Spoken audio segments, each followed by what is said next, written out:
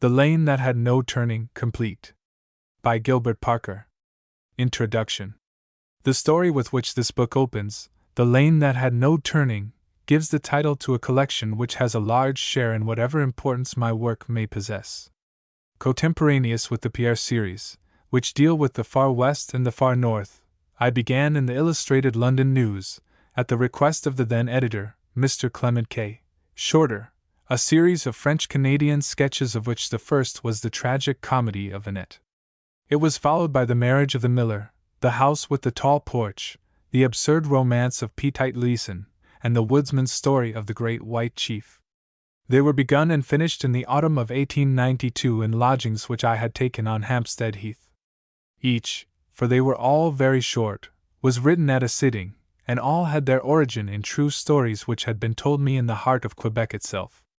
They were all beautifully illustrated in the Illustrated London News, and in their almost monosyllabic narrative, and their almost domestic simplicity, they were in marked contrast to the more strenuous episodes of the Pierre series.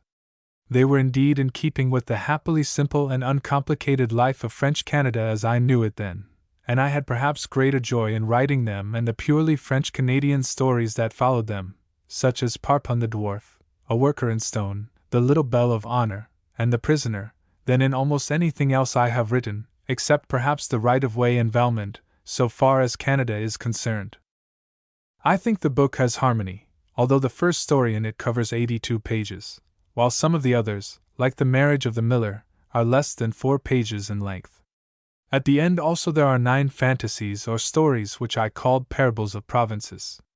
All of these, I think, possess the spirit of French Canada, though all are more or less mystical in nature.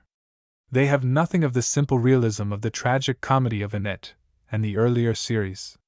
These 9 stories could not be called popular, and they were the only stories I have ever written which did not have an immediate welcome from the editors to whom they were sent.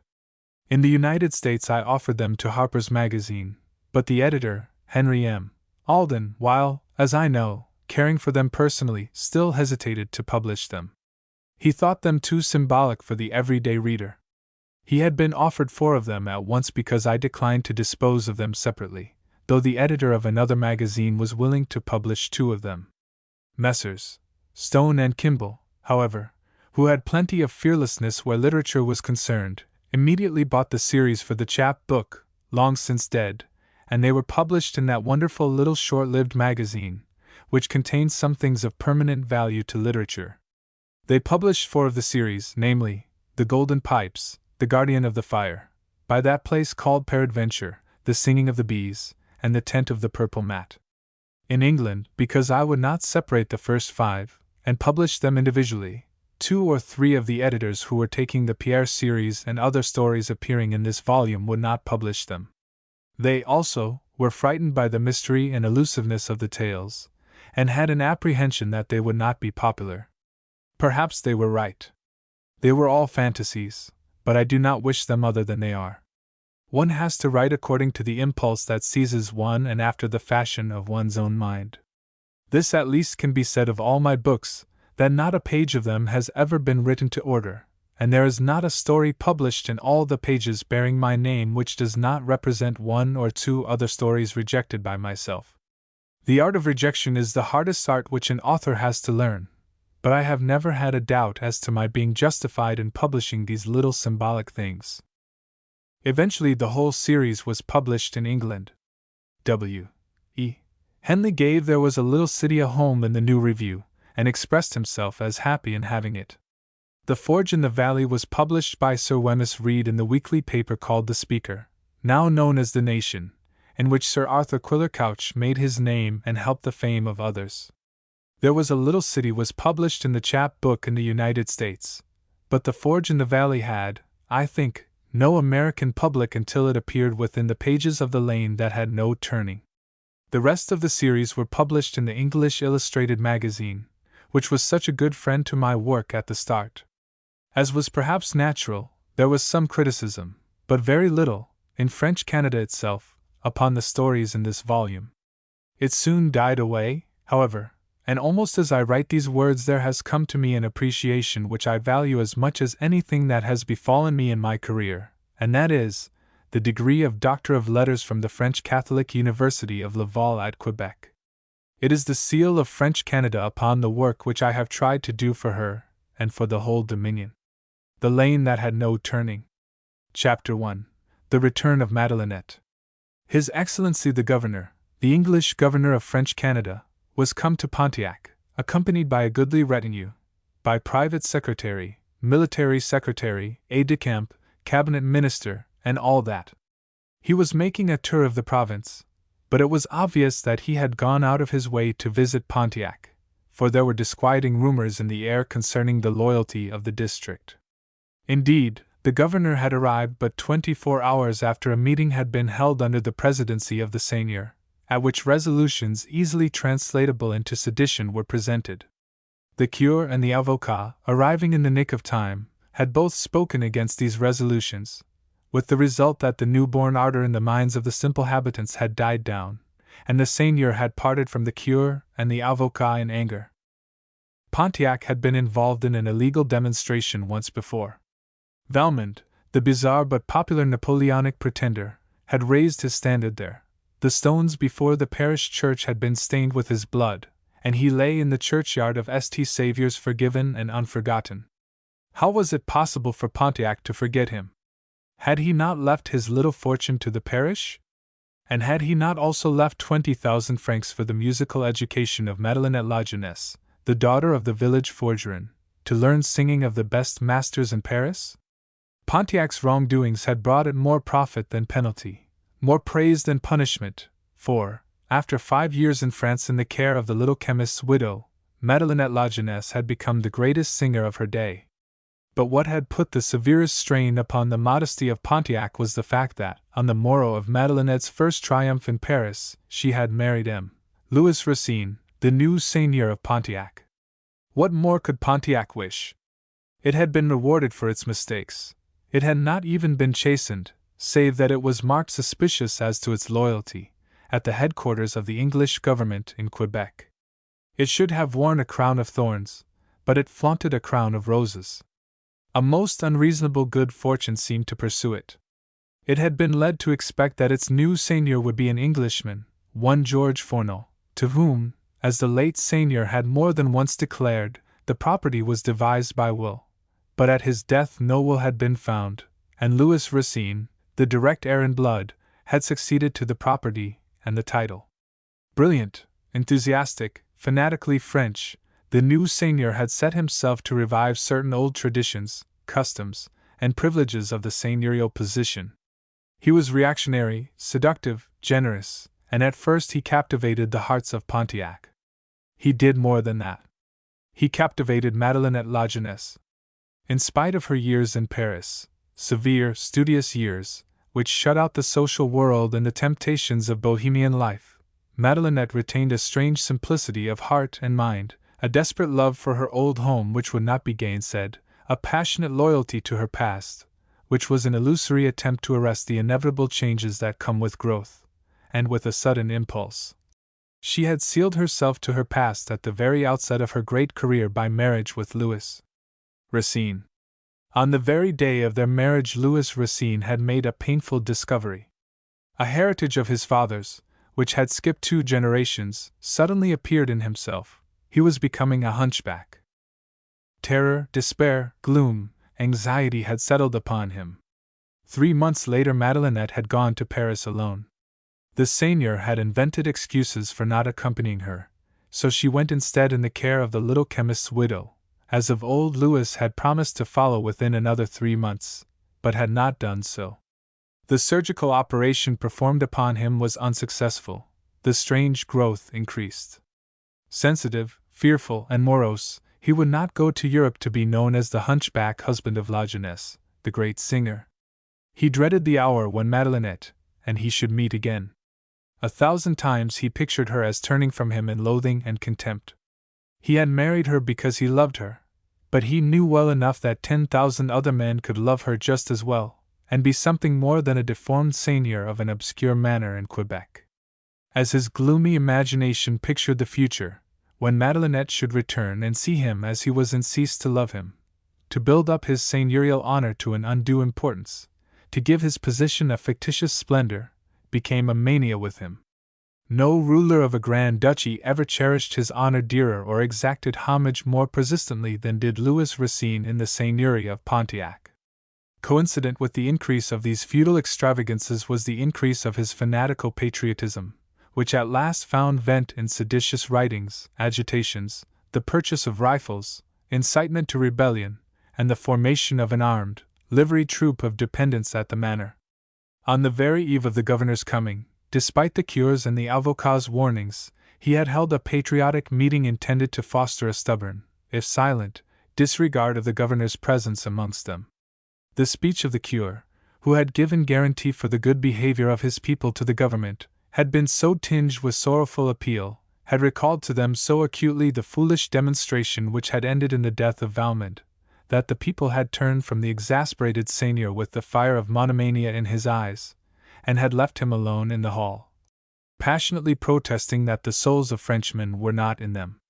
Next day, upon the church, upon the Louis Quinze Hotel, and elsewhere, the Union Jack flew, the British colors flaunted it in Pontiac with welcome to the governor. But upon the seigneury was another flag, it of the Golden Lilies. Within the manor house Louis Racine sat in the great seigneurial chair, returned from the gates of death. As he had come home from the feudal public meeting, galloping through the streets and out upon the seigneury road in the dusk, his horse had shied upon a bridge, where mischievous lads waylaid travelers with ghostly heads made of lighted candles and hollowed pumpkins, and horse and man had been plunged into the stream beneath. His faithful servant Havel had seen the accident, and dragged his insensible master from the water. Now the seigneur sat in the great armchair glowering out upon the cheerful day. As he brooded, shaken and weak and bitter, all his thoughts were bitter now. A flash of scarlet, a glint of white plumes crossed his line of vision, disappeared, then again came into view, and horses' hoofs rang out on the hard road below. He started to his feet, but fell back again, so feeble was he, then rang the bell at his side with nervous insistence. A door opened quickly behind him, and his voice said imperiously, "Quick, Havel, to the door. The governor and his suite have come. Call Tardif, and have wine and cake brought at once. When the governor enters, let Tardif stand at the door, and you beside my chair. Have the men-at-arms get into livery, and make a guard of honor for the governor when he leaves. Their new rifles too, and let old Fashode wear his medal. See that lucre is not filthy. Ha! Ha! Very good. I must let the governor hear that. Quick, quick, Havel. They are entering the grounds. Let the manor bell be rung, and every one mustered. He shall see that to be a seigneur is not an empty honor. I am something in the state, something by my own right." His lips moved restlessly, he frowned, his hands nervously clasped the arms of the chair. "Madelinette too shall see that I am to be reckoned with, that I am not a nobody. By God, then, but she shall see it," he added, bringing his clasped hand down hard upon the wood. There was a stir outside, a clanking of chains, a champing of bits, and the murmurs of the crowd who were gathering fast in the grounds. Presently the door was thrown open and Havel announced the governor. Louis Racine got to his feet, but the governor hastened forward, and taking both his hands, forced him gently back into the chair. "No, no, my dear seigneur. You must not rise. This is no state visit, but a friendly call to offer congratulations on your happy escape, and to inquire how you are." The governor said his sentences easily, but he suddenly flushed and was embarrassed, for Louis Racine's deformity, of which he had not known, Pontiac kept its troubles to itself, stared him in the face, and he felt the seigneur's eyes fastened on him with strange intensity. "I have to thank your excellency," the seigneur said in a hasty, nervous voice. "I fell on my shoulders, that saved me. If I had fallen on my head I should have been killed, no doubt. My shoulders saved me," he added, with a petulant insistence in his voice, a morbid anxiety in his face. "Most providential," responded the governor. "It grieves me that it should have happened on the occasion of my visit. I missed the seigneur's loyal public welcome. But I am happy," he continued, with smooth deliberation, "to have it here in this old manor house, where other loyal French subjects of England have done honor to their sovereign's representative. This place is sacred to hospitality and patriotism, Your Excellency, said Louis Racine, nervousness passing from his voice and a curious hard look coming into his face. The governor was determined not to see the double meaning. It is a privilege to hear you say so. I shall recall the fact to Her Majesty's government in the report I shall make upon my tour of the province. I have a feeling that the Queen's pleasure in the devotion of her distinguished French subjects may take some concrete form. The governor's suite looked at each other significantly, for never before in his journeys had His Excellency hinted so strongly that an honor might be conferred. Veiled as it was still patent as the sun-spots of color shot into the seigneur's cheeks. An honor from the young English Queen, that would mate with Madelinette's fame. After all, it was only his due. He suddenly found it hard to be consistent. His mind was in a whirl. The governor continued, It must have given you great pleasure to know that at Windsor Her Majesty has given tokens of honor to the famous singer, the wife of a notable French subject, who, while passionately eager to keep alive French sentiment, has, as we believe, a deep loyalty to England. The governor had said too much. He had thought to give the seigneur an opportunity to recede from his seditious position there and then, and to win his future loyalty. Racine's situation had peril, and the governor had here shown him the way of escape. But he had said one thing that drove Louis Racine mad. He had given him unknown information about his own wife. Louis did not know that Madelinette had been received by the Queen, or that she had received tokens of honor. Wild with resentment, he saw in the governor's words a consideration for himself based only on the fact that he was the husband of the great singer. He trembled to his feet. At that moment there was a cheering outside, great cheering, but he did not heed it. He was scarcely aware of it. If it touched his understanding at all, it only meant to him a demonstration in honor of the governor. Loyalty to the flag of England, Your Excellency, he said in a hoarse, acrid voice. You speak of loyalty to us whose lives for 2 centuries. He paused, for he heard a voice calling his name. Louis! Louis! Louis! The fierce words he had been about to utter died on his lips. His eyes stared at the open window, bewildered and even frightened. Louis! Louis! Now the voice was inside the house. He stood trembling, both hands grasping the arms of the chair. Every eye in the room was now turned towards the door. As it opened, the seigneur sank back in the chair, a look of helpless misery, touched by a fierce pride, covering his face. Louis! It was Madelinette, who, disregarding the assembled company, ran forward to him and caught both his hands in hers. Oh, Louis, I have heard of your accident, and... She stopped suddenly short. The governor turned away his head. Every person in the room did the same. For as she bent over him, she saw. She saw for the first time new. A look of horrified amazement, of shrinking anguish, crossed over her face. He felt the lightning-like silence. He knew that she had seen. He struggled to his feet, staring fiercely at her. That one torturing instant had taken all the color from her face, but there was a strange brightness in her eyes, a new power in her bearing. She gently forced him into the seat again. You are not strong enough, Louis. You must be tranquil. She turned now to the governor. He made a sign to his suite, who, bowing, slowly left the room. Permit me to welcome you to your native land again, madam, he said. You have won for it a distinction it could never have earned, and the world gives you many honors. She was smiling and still, and with one hand clasping her husband's, she said, The honor I value most my native land has given me. I am lady of the manor here, and wife of the Seigneur Racine. Agitated triumph came upon Louis Racine's face. A weird, painful vanity entered into him. He stood up beside his wife, as she turned and looked at him, showing not a sign that what she saw disturbed her. It is no mushroom honor to be Seigneur of Pontiac, Your Excellency, he said in a tone that jarred. The barony is 200 years old. By rights granted from the crown of France, I am Baron of Pontiac. I think England has not yet recognized the title, said the governor suggestively, for he was here to make peace, and in the presence of this man, whose mental torture was extreme, he would not allow himself to be irritated. "Our baronies have never been recognized," said the seigneur harshly.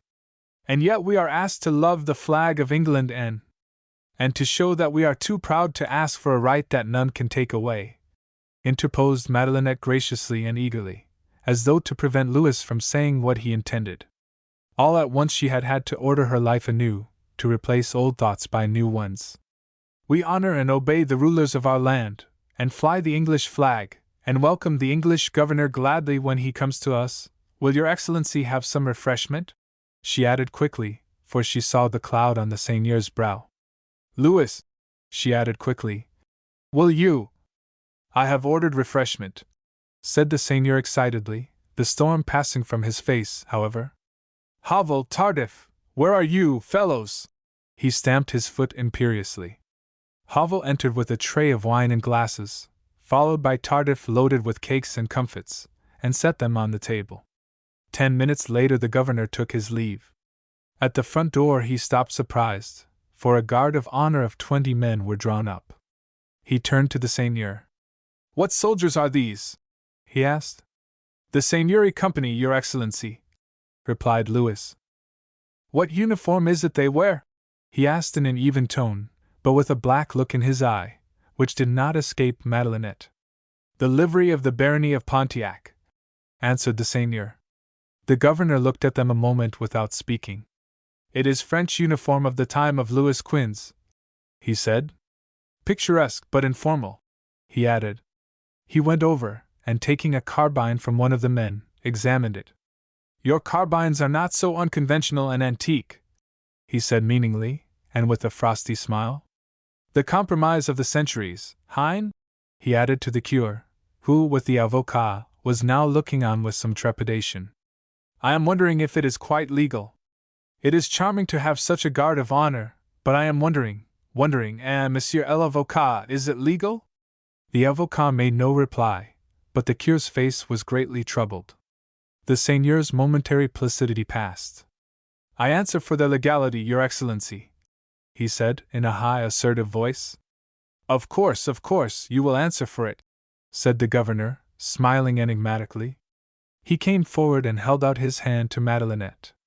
"Madam, I shall remember your kindness, and I appreciate the simple honors done me here. Your arrival at the moment of my visit is a happy circumstance." There was a meaning in his eye, not in his voice, which went straight to Madelinette's understanding. She murmured something in reply, and a moment afterwards the governor, his suite, and the crowd were gone, and the men-at-arms, the fantastic body of men in their antique livery armed with the latest modern weapons, had gone back to civic life again.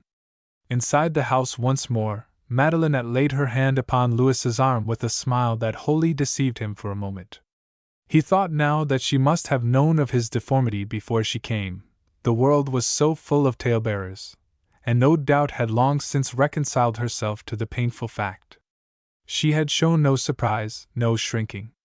There had been only the one lightning instant in which he had felt a kind of suspension of her breath and being, but when he had looked her in the face, she was composed and smiling. After all his frightened anticipation, the great moment had come and gone without tragedy. With satisfaction he looked in the mirror in the hall as they passed inside the house. He saw no reason to quarrel with his face. Was it possible that the deformity did not matter after all? He felt Madelinette's hand on his arm. He turned and clasped her to his breast. He did not notice that she kept her hands under her chin as he drew her to him, that she did not, as had been her wont, put them on his shoulders. He did not feel her shrink, and no one, seeing, could have said that she shrank from him in ever so little. "How beautiful you are!" he said, as he looked into her face. "How glad I am to be here again, and how tired I am, Louis," she said. "I've driven 30 miles since daylight." She disengaged herself. "I am going to sleep now," she added. "I am going to turn the key in my door till evening. Please tell Madame Marie so, Louis." Inside her room alone she flung herself on her bed in agony and despair. "Louis, oh my God!" she cried, and sobbed her strength away. Chapter 2. When the Redcoats came. A month later there was a sale of the household effects, the horses and general possessions of Medallion the auctioneer, who, though a Protestant and an Englishman, had, by his wits and goodness of heart, endeared himself to the parish. Therefore the notables among the habitants had gathered in his empty house for a last drink of good fellowship. Muroc the charcoal man, Duclos the meal man, Benoit the ennuyeur de wheel, Gingras the one-eyed shoemaker, and a few others. They had drunk the health of Medallion, they had drunk the health of the cure, and now Duclos the meal man raised his glass. "Here's to—" "Wait a minute, porridge pot!" cried Muroc. "The best man here should raise the glass first and say the Votre Santé. 'Tis Monsieur Medallion should speak and sip now." Medallion was half sitting on the windowsill, abstractedly listening. He had been thinking that his ships were burned behind him, and that in middle age he was starting out to make another camp for himself in the world, all because of the new Seigneur of Pontiac. Time was when he had been successful here, but Louis Racine had changed all that. His hand was against the English, and he had brought a French auctioneer to Pontiac. Medallion might have divided the parish as to patronage, but he had other views. So he was going. Madelinette had urged him to stay, but he had replied that it was too late. The harm was not to be undone. As Muroc spoke, every one turned towards Medallion. He came over and filled a glass at the table, and raised it. "I drink to Madelinette, daughter of that fine old puffing forgeron La Jeunesse," he added, as the big blacksmith now entered the room. La Jeunesse grinned and ducked his head. "I knew Madelinette, as did you all, when I could take her on my knee and tell her English stories, and listen to her sing French chansons, the best in the world. She has gone on, we stay where we were. But she proves her love to us, by taking her husband from Pontiac and coming back to us. May she never find a spot so good to come to and so hard to leave as Pontiac." He drank, and they all did the same. Draining his glass, Medallion let it fall on the stone floor. It broke into a score of pieces. He came and shook hands with La Jeunesse. "Give her my love," he said. "Tell her the highest bidder on earth could not buy one of the kisses she gave me when she was 5 and I was 20. Then he shook hands with them all and went into the next room. "Why did he drop his glass?" asked Gingras the shoemaker. "That's the way of the aristocrats when it's the damnedest toast that ever was," said Duclos the mealman. La Jeunesse, that's so, isn't it?"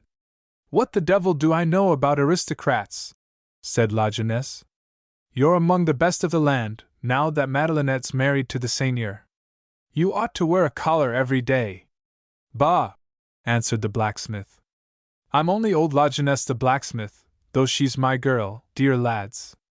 I was Joe La Jeunesse yesterday, and I'll be Joe La Jeunesse tomorrow, and I'll die Joe La Jeunesse the forgeron, bagosh. So you take me as you find me. Monsieur Racine doesn't marry me. And Madelinette doesn't take me to Paris and lead me round the stage and say, 'This is Monsieur La Jeunesse, my father.' No, I'm myself, and a damn good blacksmith and nothing else am I." "Tut, tut, old leatherbelly," said Gingras the shoemaker, whose liquor had mounted high. "You'll not need to work now. Madelinette's got double fortune. She gets thousands for a song, and she's lady of the manor here. What's too good for you, tell me that, my forgeron? Not working between meals, that's too good for me, Gingras. I'm here to earn my bread with the hands I was born with, and to eat what they earn, and live by it. Let a man live according to his gifts, bagosh. Till I'm sent for, that's what I'll do, and when time's up I'll take my hand off the bellows, and my leather apron can go to you, Gingras, for boots for a bigger fool than me." "There's only one," said Benoit, the ennuyeur de wheel, who had been to college as a boy. "Who's that?" said Muroc. "You wouldn't know his name. He's trying to find eggs in last year's nest," answered Benoit with a leer. "He means the seigneur," said Muroc. "Look to your son-in-law, La Jeunesse. He's kicking up a dust that'll choke Pontiac yet. It's as if there was an imp in him driving him on. We've had enough of the devil's dust here," said La Jeunesse. "Has he been talking to you, Muroc?" Muroc nodded. "Treason, or thereabouts. Once, with him that's dead in the graveyard yonder, it was France we were to save and bring back the Napoleons. I have my sword yet." Now it's save Quebec. It's stand alone and have our own flag, and shout, and fight, maybe, to be free of England. Independence, that's it. One by one the English have had to go from Pontiac. Now it's MCU Medallion. There's Shandon the Irishman gone too. MCU sold him up and shipped him off, said Gingras the shoemaker. Tiens! The seigneur gave him $50 when he left, to help him along. He smacks and then kisses, does MCU Racine. We've to pay tribute to the seigneur every year, as they did in the days of Vaudreuil and Louis the Saint, said Duclos. I've got my notice, a bag of meal under the big tree at the manor door. I've to bring a pullet and a bag of charcoal, said Muroc. 'Tis the rights of the seigneur as of old. Tiens! It is my mind, said Benoit, that a man that nature twists in back, or leg, or body anywhere, gets a twist in's brain too. There's Parpon the dwarf, God knows, Parpon is a nut to crack.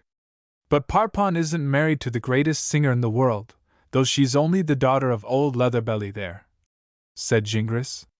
Something doesn't come of nothing, Snub-Nose, said La Jeunesse. Mark you, I was born a man of fame, walking bloody paths to glory, but by the grace of heaven in my baptism, I became a forgeron. Let others ride to glory, I'll shoe their horses for the gallop. You'll be in Parliament yet, La Jeunesse, said Duclos the mealman, who had been dozing on a pile of untired cartwheels. I'll be hanged first, comrade. One in the family at a time, said Muroc. There's the seigneur. He's going into Parliament. He's a magistrate, that's enough, said Duclos. He started the court under the big tree, as the seigneurs did 200 years ago. He'll want a gibbet and a gallows next. I should think he'd stay at home and not take more on his shoulders, said the one-eyed shoemaker. Without a word, La Jeunesse threw a dish of water in Gingras's face. This reference to the seigneur's deformity was unpalatable. Gingras had not recovered from his discomfiture when all were startled by the distant blare of a bugle. They rushed to the door, and were met by Parpon the dwarf, who announced that a regiment of soldiers was marching on the village. "'Tis what I expected after that meeting, and the governor's visit, and the lily flag of France on the manor, and the bodyguard and the carbines," said Muroc nervously. "We're all in trouble again, sure," said Benoit, and drained his glass to the last drop. "Some of us will go to jail." The coming of the militia had been wholly unexpected by the people of Pontiac, but the cause was not far to seek.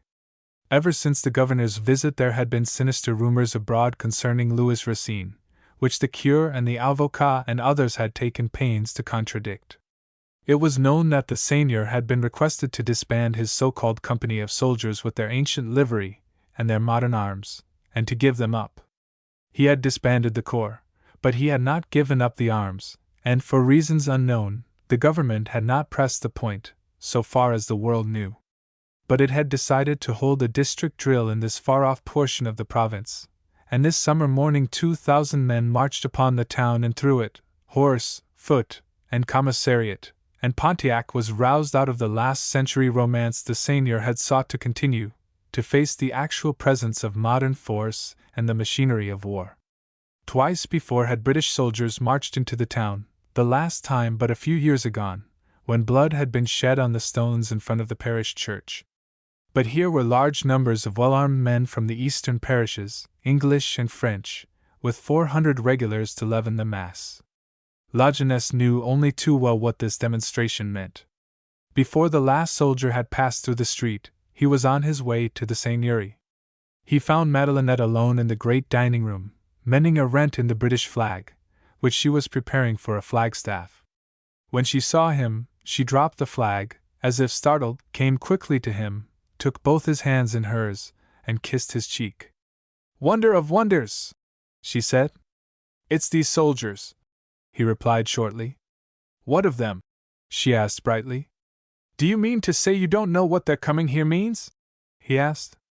"They must drill somewhere, and they are honoring Pontiac," she replied gaily, but her face flushed as she bent over the flag again. He came and stood in front of her. "I don't know what's in your mind, I don't know what you mean to do, but I do know that M. Racine is making trouble here, and out of it you'll come more hurt than anybody. What has Louis done? What has he done? He's been stirring up feeling against the British. What has he done? Look at the silly customs he's got out of old coffins, to make us believe they're alive. Why did he ever try to marry you? Why did you ever marry him? You are the great singer of the world. He's a mad hunchback habitant seigneur. She stamped her foot indignantly, but presently she ruled herself to composure, and said quietly, He is my husband. He is a brave man, with foolish dreams. Then with a sudden burst of tender feeling she said, Oh, father, father, can't you see, I loved him, that is why I married him. You ask me what I am going to do? I am going to give the rest of my life to him. I am going to stay with him, and be to him all that he may never have in this world, never, never. I am going to be to him what my mother was to you, a slave to the end, a slave who loved you, and who gave you a daughter who will do the same for her husband. No matter what he does or is, No matter what he is. La Jeunesse gasped. You will give up singing? Not sing again before kings and courts, and not earn $10,000 a month, more than I've earned in 20 years? You don't mean that, Madelinette. He was hoarse with feeling, and he held out his hand pleadingly. To him it seemed that his daughter was mad, that she was throwing her life away. I mean that, father, she answered quietly. There are things worth more than money. You don't mean to say that you can love him as he is. It isn't natural. But no, it isn't. What would you have said if anyone had asked you if you loved my mother that last year of her life, when she was a cripple, and we wheeled her about in a chair you made for her? Don't say any more, he said slowly, and took up his hat, and kept turning it round in his hand. But you'll prevent him getting into trouble with the government? He urged at last. I have done what I could, she answered. Then with a little gasp. They came to arrest him a fortnight ago, but I said they should not enter the house. Havel and I prevented them, refused to let them enter. The men did not know what to do, and so they went back. And now this! She pointed to where the soldiers were pitching their tents in the valley below. Since then Louis has done nothing to give trouble. He only writes in dreams. If he would but dream and no more, she added, half under her breath. We've dreamt too much in Pontiac already, said La Jeunesse, shaking his head. Madelinette reached up her hand and laid it on his shaggy black hair. You are a good little father, big smithy man, she said lovingly. You make me think of the strong men in the Nibelungen legends. It must be a big horse that will take you to Valhalla with the heroes, she added. Such notions, they're in your head. He laughed. Try to frighten me with your big names, Hein? There was a new look in the face of father and of daughter. No mist or cloud was between them. The things they had long wished to say were uttered at last. A new faith was established between them. Since her return they had laughed and talked as of old when they had met, though her own heart was aching, and he was bitter against the seigneur. She had kept him and the whole parish in good humor by her unconventional ways, as though people were not beginning to make pilgrimages to Pontiac to see her, people who stared at the name over the blacksmith's door, and eyed her curiously, or lay in wait about the seigneury, that they might get a glimpse of Madame and her deformed husband. Out in the world where she was now so important, the newspapers told strange romantic tales of the great singer, wove wild and wonderful legends of her life. To her it did not matter. If she knew, she did not heed. If she heeded it, even in her heart, she showed nothing of it before the world. She knew that soon there would be wilder tales still when it was announced that she was bidding farewell to the great working world, and would live on in retirement. She had made up her mind quite how the announcement should read, and, once it was given out, nothing would induce her to change her mind. Her life was now the life of the seigneur. A struggle in her heart went on, but she fought it down. The lure of a great temptation from that far-off outside world was before her, but she had resolved her heart against it.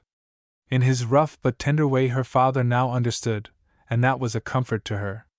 He felt what he could not reason upon or put into adequate words. But the confidence made him happy, and his eyes said so to her now. See, big smithy man, she said gaily. Soon will be the fate of St. Jean Baptiste, and we shall all be happy then. Louis has promised me to make a speech that will not be against the English, but only words which will tell how dear the old land is to us. 10-1 against it, said La Jeunesse anxiously. Then he brightened as he saw a shadow cross her face. But you can make him do anything, as you always made me, he added, shaking his tousled head and taking with a droll eagerness the glass of wine she offered him. Chapter 3. Man to man and steel to steel. One evening a fortnight later, Louis Racine and George Fournel, the Englishman, stood face to face in the library of the manor house. There was antagonism and animosity in the attitude of both. Apart from the fact that Louis had succeeded to the seigneury promised to Fournel, and sealed to him by a reputed will which had never been found, there was cause for hatred on the Englishman's part. Fournel had been an incredibly successful man. Things had come his way, wealth, and the power that wealth brings. He had but two setbacks, and the man before him in the manor house of Pontiac was the cause of both. The last rebuff had been the succession to the seigneury, which, curious as it might seem, had been the cherished dream of the rich man's retirement. It had been his fancy to play the seigneur, the Lord Magnificent and Bountiful, and he had determined to use wealth and all manner of influence to have the title of Baron of Pontiac revived.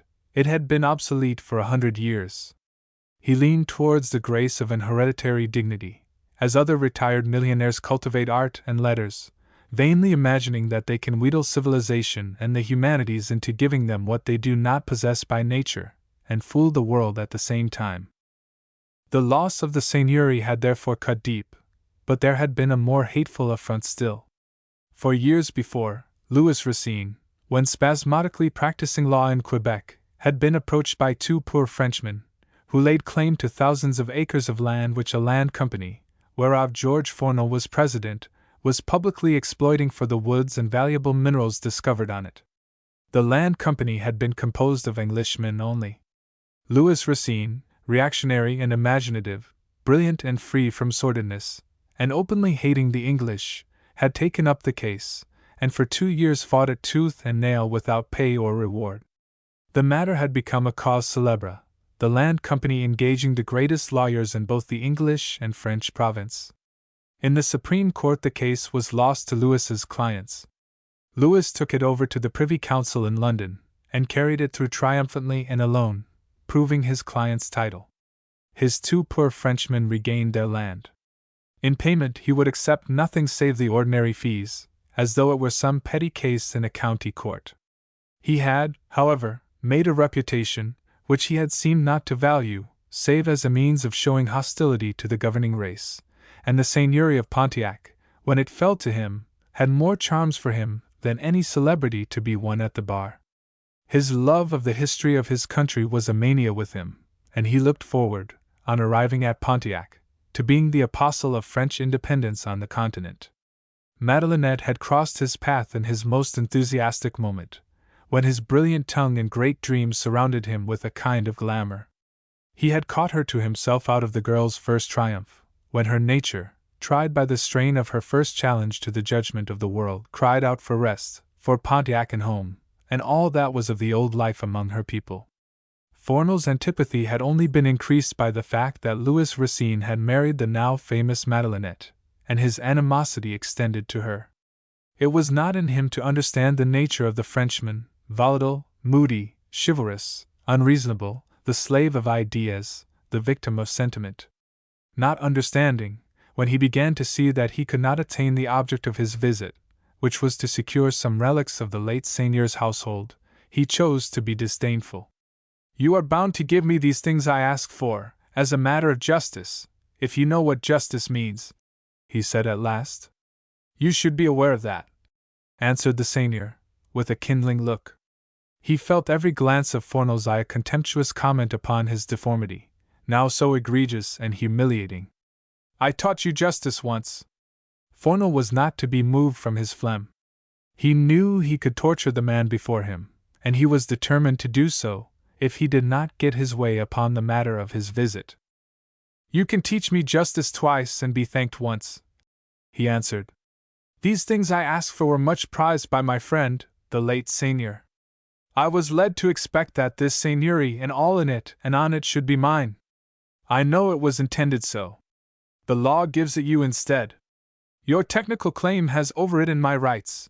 You have a gift for making successful technical claims. But these old personal relics, of no monetary value, you should waive your avaricious and indelicate claim to them. He added the last words with a malicious smile, for the hardening look in Racine's face told him his request was hopeless, and he could not resist the temptation to put the matter with cutting force. Racine rose to the bait with a jump. Not one single thing, not one single solitary thing. The sentiment is strong if the grammar is bad, interrupted Fournel, meaning to wound wherever he found an opportunity, for the seigneur's deformity excited in him no pity, it rather incensed him against the man, as an affront to decency and to his own just claims to the honors the Frenchman enjoyed. It was a petty resentment, but George Fournel had set his heart upon playing the grand seigneur over the Frenchmen of Pontiac, and of ultimately leaving his fortune to the parish, if they all fell down and worshipped him and his golden calf. The grammar is suitable to the case, retorted the seigneur, his voice rising. Everything is mine by law, and everything I will keep. If you think different, produce a will, produce a will. Truth was, Louis Racine would rather have parted with the seigneury itself than with these relics asked for. They were reminiscent of the time when France and her golden lilies brooded over his land, of the days when Louis XIV was king. He cherished everything that had association with the days of the old regime, as a miner hugs his gold, or a woman her jewels. The request to give them up to this unsympathetic Englishman, who valued them because they had belonged to his friend the late seigneur, only exasperated him. I am ready to pay the highest possible price for them, as I have said, urged the Englishman, realizing as he spoke that it was futile to urge the sale upon that basis. Money cannot buy the things that Frenchmen love. We are not a race of hucksters, retorted the seigneur. That accounts for your envious dispositions, then. You can't buy what you want, you love such curious things, I assume. So you play the dog in the manger, and won't let other decent folk buy what they want.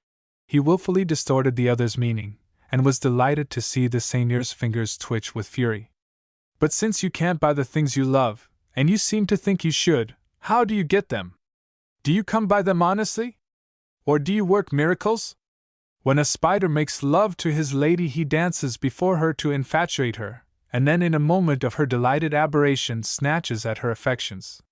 Is it the way of the spider, then? With a snarl as of a wild beast, Louis Racine sprang forward and struck Fournel in the face with his clenched fist.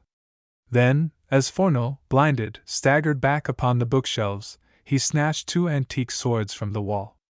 Throwing one on the floor in front of the Englishman, he ran to the door and locked it, and turned round, the sword grasped firmly in his hand, and white with rage. Spider! Spider! By heaven, you shall have the spider dance before you, he said hoarsely. He had mistaken Fournel's meaning. He had put the most horrible construction upon it. He thought that Fournel referred to his deformity, and had ruthlessly dragged in Madelinette as well. He was like a being distraught. His long brown hair was tossed over his blanched forehead and piercing black eyes. His head was thrown forward even more than his deformity compelled, his white teeth showed in a grimace of hatred. He was half crouched, like an animal ready to spring. Take up the sword, or I'll run you through the heart where you stand, he continued in a hoarse whisper. I will give you till I can count 3. Then by the God in heaven! Fournel felt that he had to deal with a man demented. The blow he had received had laid open the flesh on his cheekbone, and blood was flowing from the wound. Never in his life before had he been so humiliated. And by a Frenchman, it roused every instinct of race hatred in him.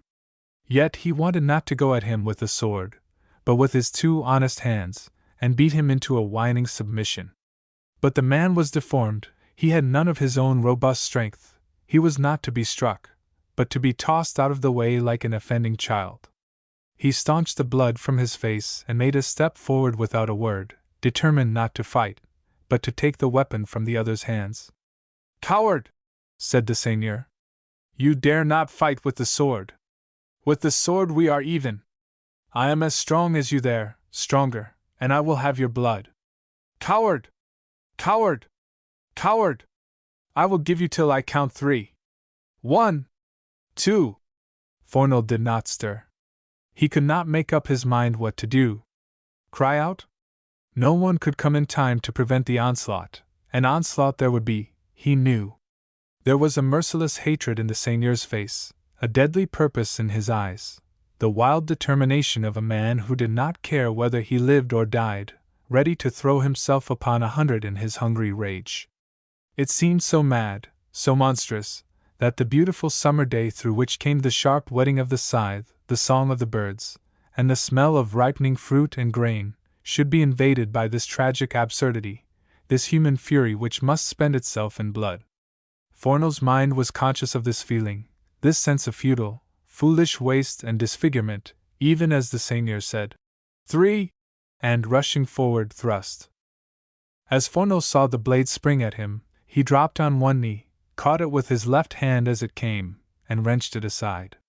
The blade lacerated his fingers and his palm, but he did not let go till he had seized the sword at his feet with his right hand. Then, springing up with it, he stepped back quickly and grasped his weapon fiercely enough now. Yet, enraged as he was, he had no wish to fight, to involve himself in a fracas which might end in tragedy and the courts of the land. It was a high price to pay for any satisfaction he might have in this affair. If the seigneur were killed in the encounter, he must defend himself now. What a miserable notoriety and possible legal penalty and public punishment! For who could vouch for the truth of his story?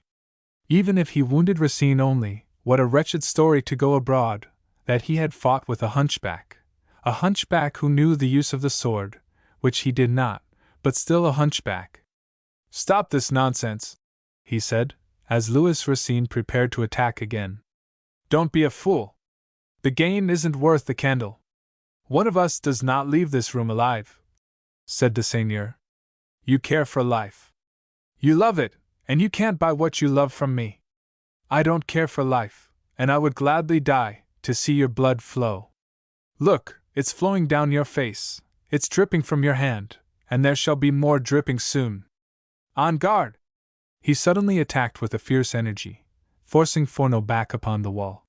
He was not a first-class swordsman, but he had far more knowledge of the weapon than his opponent, and he had no scruple about using his knowledge. Fornal fought with desperate alertness, yet awkwardly, and he could not attack. It was all that he could do, all that he knew how to do, to defend himself. Twice again did the seigneur's weapon draw blood, once from the shoulder and once from the leg of his opponent, and the blood was flowing from each wound. After the second injury they stood panting for a moment. Now the outside world was shut out from Fornal's senses as it was from Louis Racine's. The only world they knew was this cool room, whose oak floors were browned by the slow searching stains of time, and darkened by the footsteps of 6 generations that had come and gone through the old house.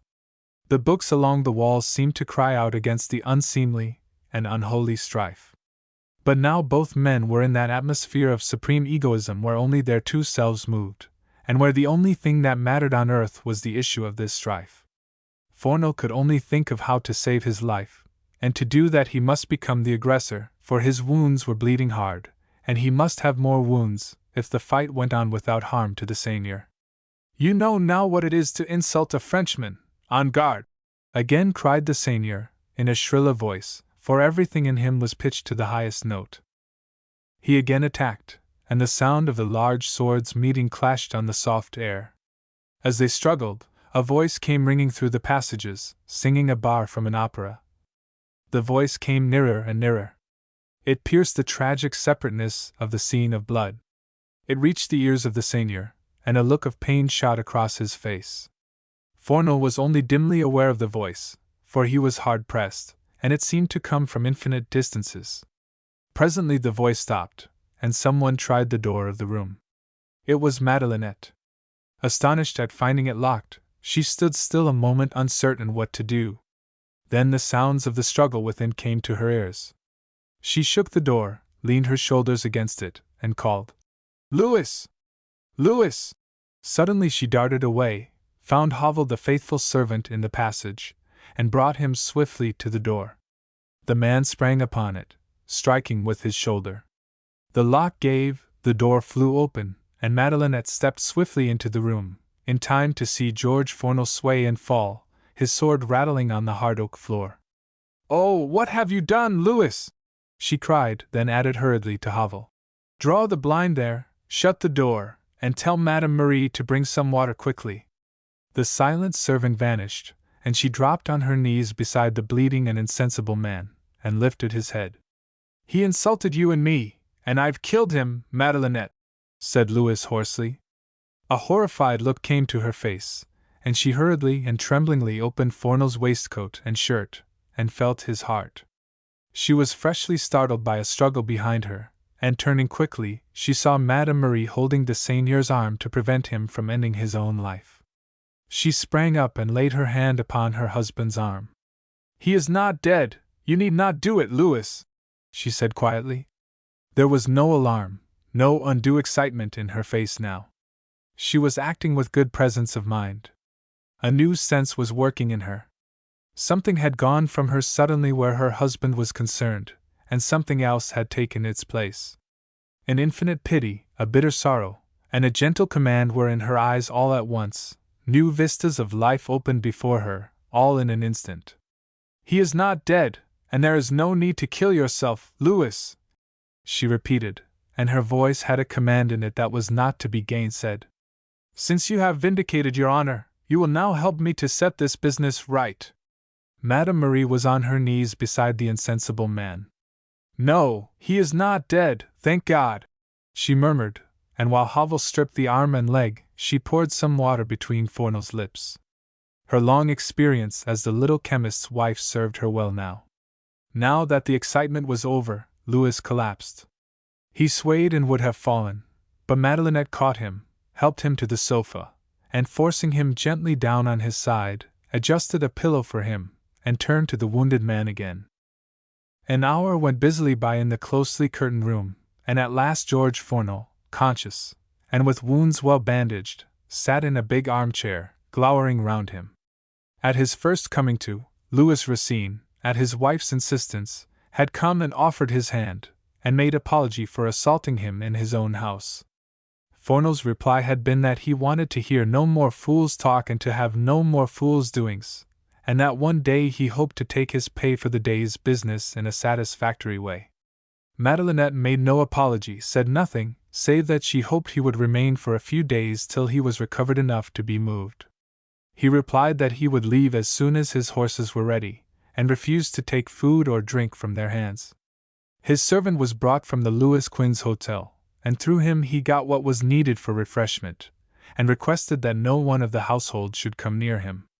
At night, in the darkness, he took his departure, no servant of the household in attendance. But as he got into the carriage, Madelinette came quickly to him, and said, "I would give 10 years of my life to undo today's work." "I have no quarrel with you, madam," he said gloomily, raised his hat, and was driven away. Chapter 4. Madelinette makes a discovery. The national fete of the summer was over. The day had been successful, more successful indeed than any within the memory of the inhabitants, for the English and French soldiers joined in the festivities without any intrusion of racial spirit, but in the very essence and soul of good fellowship. The general had called at the manor, and paid his respects to the seigneur, who received him abstractedly if not coolly, but Madelinette had captured his imagination and his sympathies. He was fond of music for an Englishman, and with a ravishing charm she sang for him a burgerette of the 18th century, and then a ballad of Shakespeare's set to her own music. She was so anxious that the great holiday should pass off without one untoward incident, that she would have resorted to any fair device to attain the desired end. The general could help her by his influence and instructions, and if the soldiers, regulars and militia, joined in the celebrations harmoniously, and with goodwill, a long step would be made towards undoing the harm that Louis had done, and maybe influencing him towards a saner, wiser view of things. He had changed much since the fateful day when he had forced George Fornel to fight him, had grown more silent, and had turned gray. His eyes had become by turns watchful and suspicious, gloomy and abstracted, and his speech knew the same variations, now bitter and cynical, now sad and distant, and all the time his eyes seemed to grow darker and his face paler. But however moody and variable and irascible he might be with others, however unappeasable, with Madelinette he struggled to be gentle, and his petulance gave way under the intangible persuasiveness of her words and will, which had the effect of command. Under this influence he had prepared the words which he was to deliver at the fete. They were full of veneration for past traditions, but were not at variance with a proper loyalty to the flag under which they lived, and if the English soldiery met the speech with genial appreciation the day might end in a blessing, and surely blessings were overdue in Madelinette's life in Pontiac. It had been as she worked for and desired, thanks to herself and the English general's sympathetic help. Perhaps his love of music made him better understand what she wanted, made him even forgiving of the seigneur's strained manner, but certain it is that the day, begun with uneasiness on the part of the people of Pontiac, who felt themselves under surveillance, ended in great good feeling and harmless revelry. And it was also certain that the seigneur's speech gained him an applause that surprised him and momentarily appeased his vanity. The general gave him a guard of honor of the French militia in keeping with his position as seigneur, and this, with Madelinette's presence at his elbow, restrained him in his speech when he would have broken from the limits of propriety in the intoxication of his eager eloquence. But he spoke with moderation, standing under the British flag on the platform, and at the last he said, "A flag not our own floats over us now, guarantees us against the malice of the world and assures us in our laws and religion. But there is another flag which in our tearful memories is as dear to us now as it was at Carillon and Levis. It is the flag of memory, of language and of race, the emblem of our past upon our hearthstones, and the great country that rules us does not deny us reverence to it. Seeing it, we see the history of our race from Charlemagne to this day, and we have a pride in that history which England does not rebuke, a pride which is just and right. It is fitting that we should have a day of commemoration. Far off in France burns the light our fathers saw and were glad. And we in Pontiac have a link that binds us to the old home. We have ever given her proud remembrance, we now give her art and song." With these words, and turning to his wife, he ended, and cries of "Madame Madelinette! Madame Madelinette!" were heard everywhere. Even the English soldiers cheered, and Madelinette sang a La Clairefontaine, 3 verses in French and 1 in English, and the whole valley rang with the refrain sung at the topmost pitch by 5,000 voices. "Aïe longtemps que j'ai t'aime, jamais j'ai été blairai." The day of pleasure done and dusk settled on Pontiac and on the encampment of soldiers in the valley. A light still burned in the library at the manor house long after midnight. Madelinette had gone to bed, but, excited by the events of the day, she could not sleep, and she went down to the library to read. But her mind wandered still, and she sat mechanically looking before her at a picture of the father of the late seigneur, which was let into the molding of the oak wall. As she looked abstractedly and yet with the intensity of the preoccupied mind, her eye became aware of a little piece of wood let into the molding of the frame. The light of the hanging lamp was full on it. This irregularity began to perplex her eye. Presently it intruded on her reverie. Still busy with her thoughts, she knelt upon the table beneath the picture and pressed the irregular piece of wood. A spring gave, the picture came slowly away from the frame, and disclosed a small cupboard behind. In this cupboard were a few books, an old silver-handled pistol, and a packet. Madelinette's reverie was broken now. She was face to face with discovery and mystery. Her heart stood still with fear. After an instant of suspense, she took out the packet and held it to the light. She gave a smothered cry. It was the will of the late seigneur. Chapter 5. What will she do with it? George Fournel was the heir to the seigneury of Pontiac, not Louis Racine. There it was in the will of Monsieur de la Rivière, duly signed and attested. Madelinette's heart stood still. Louis was no longer, indeed, never had been, seigneur of Pontiac, and they had no right there, had never had any right there. They must leave this place which was to Louis the fetish of his soul, the small compensation fate had made him for the trouble nature had cynically laid upon him. He had clung to it as a drowning man clings to a spar. To him it was the charter from which he could appeal to the world as the husband of Madelinette la Jeunesse. To him it was the name, the dignity, and the fortune he brought her. It was the one thing that saved him from a dire humiliation. It was the vantage ground from which he appealed to her respect, the flaming testimony of his own self-esteem. Every hour since his trouble had come upon him, since Madelinette's great fame had come to her, he had protested to himself that it was honor for honor, and every day he had labored, sometimes how fantastically, how futilely, to dignify his position, to enhance his importance in her eyes. She had understood it all, had read him to the last letter in the alphabet of his mind and heart. She had realized the consternation of the people, and she knew that, for her sake, and because the cure had commanded, all the obsolete claims he had made were responded to by the people. Certainly he had affected them by his eloquence and his fiery kindness, but at the same time they had shrewdly smelt the treason underneath his ardor. There was a definite limit to their loyalty to him, and deprived of the seigneury, he would count for nothing. 100 thoughts like these went through her mind as she stood by the table under the hanging lamp, her face white as the loose robe she wore, her eyes hot and staring, her figure rigid as stone. Tomorrow, how could she face tomorrow, and Louis? How could she tell him this? How could she say to him, "Louis, you are no longer seigneur. The man you hate, he who is your inveterate enemy, who has every reason to exact from you the last tribute of humiliation, is seigneur here"? How could she face the despair of the man whose life was one inward fever, one long illusion, which was yet only half an illusion, since he was forever tortured by suspicion, whose body was wearing itself out, and spirit was destroying itself in the struggle of a vexed imagination? She knew that Louis's years were numbered. She knew that this blow would break him body and soul. He could never survive the humiliation. His sensitiveness was a disease, his pride was the only thing that kept him going.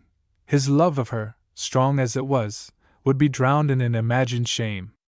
It was midnight. She was alone with this secret. She held the paper in her hand, which was at once Louis's sentence or his charter of liberty. A candle was at her hand, the doors were shut, the blinds drawn, the house a frozen silence. How cold she was, though it was the deep of summer. She shivered from head to foot, and yet all day the harvest sun had drenched the room in its heat. Yet her blood might run warm again, her cold cheeks might regain their color, her heart beat quietly, if this paper were no more. The thought made her shrink away from herself, as it were, yet she caught up the candle and lighted it.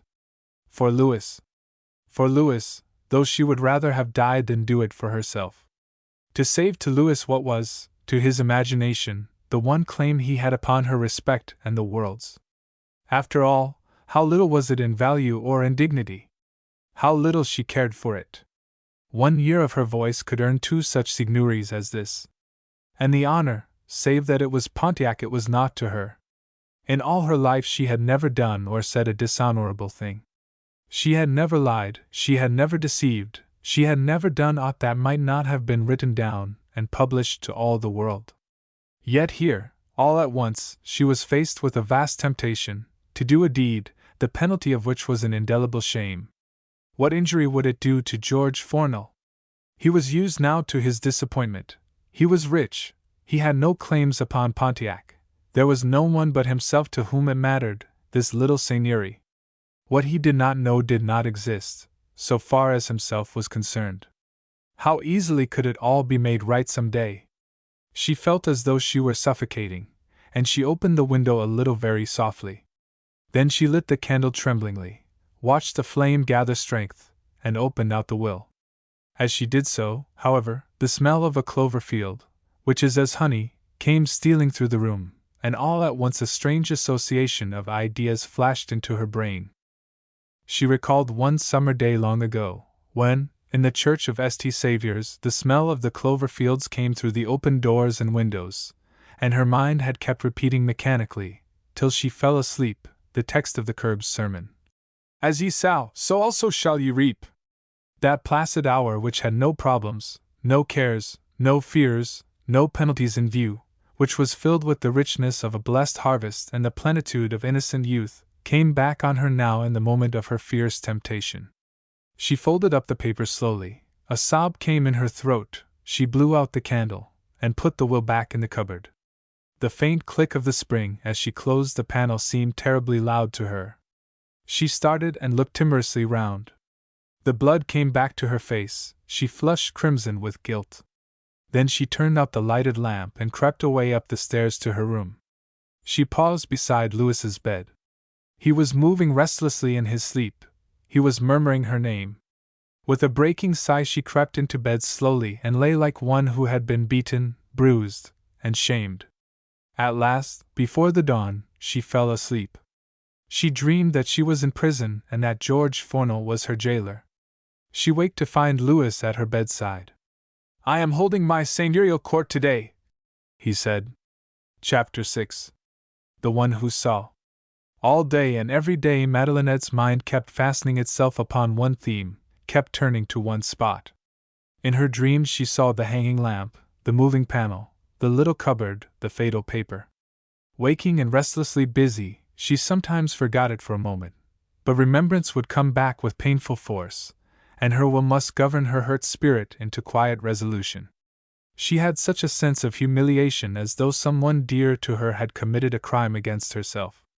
Two persons were in her: Madelinette la Jeunesse, the daughter of the village blacksmith, brought up in the peaceful discipline of her religion, shunning falsehood and dishonor with a simple proud self-respect, and Madame Racine, the great singer, who had touched at last the heart of things, and with the knowledge, had thrown aside past principles and convictions to save her stricken husband from misery and humiliation, to save his health, his mind, his life maybe. The struggle of conscience and expediency, of principle and womanliness wore upon her, taking away the color from her cheeks, but spiritualizing her face, giving the large black eyes an expression of rare intensity, so that the avocat in his admiration called her Madonna, and the cure came oftener to the manor house with the fear in his heart that all was not well. Yet he was met by her cheerful smile, by her quiet sense of humor, by the touching yet not demonstrative devotion of the wife to the husband, and a varying and impulsive adoration of the wife by the husband. One day when the cure was with the seigneur, Madelinette entered upon them. Her face was pale though composed, yet her eyes had a look of abstraction or detachment. The cure's face brightened at her approach. She wore a simple white gown with a bunch of roses at the belt, and a broad hat lined with red that shaded her face and gave it a warmth it did not possess. "Dear madam," said the cure, rising to his feet and coming towards her. "I have told you before that I will have nothing but Madelinette, dear cure," she replied, with a smile, and gave him her hand. She turned to Louis, who had risen also, and putting a hand on his arm pressed him gently into his chair, then, with a swift, almost casual, caress of his hair, placed on the table the basket of flowers she was carrying, and began to arrange them. "Dear Louis," she said presently, and as though in passant, "I have dismissed Tardif today. I hope you won't mind these dull domestic details, cure," she added. The cure nodded and turned his head towards the window musingly. He was thinking that she had done a wise thing in dismissing Tardif, for the man had evil qualities, and he was hoping that he would leave the parish now. The seigneur nodded. "Then he will go. I have dismissed him. I have a temper, many times, but he never went. It is foolish to dismiss a man in a temper. He thinks you do not mean it.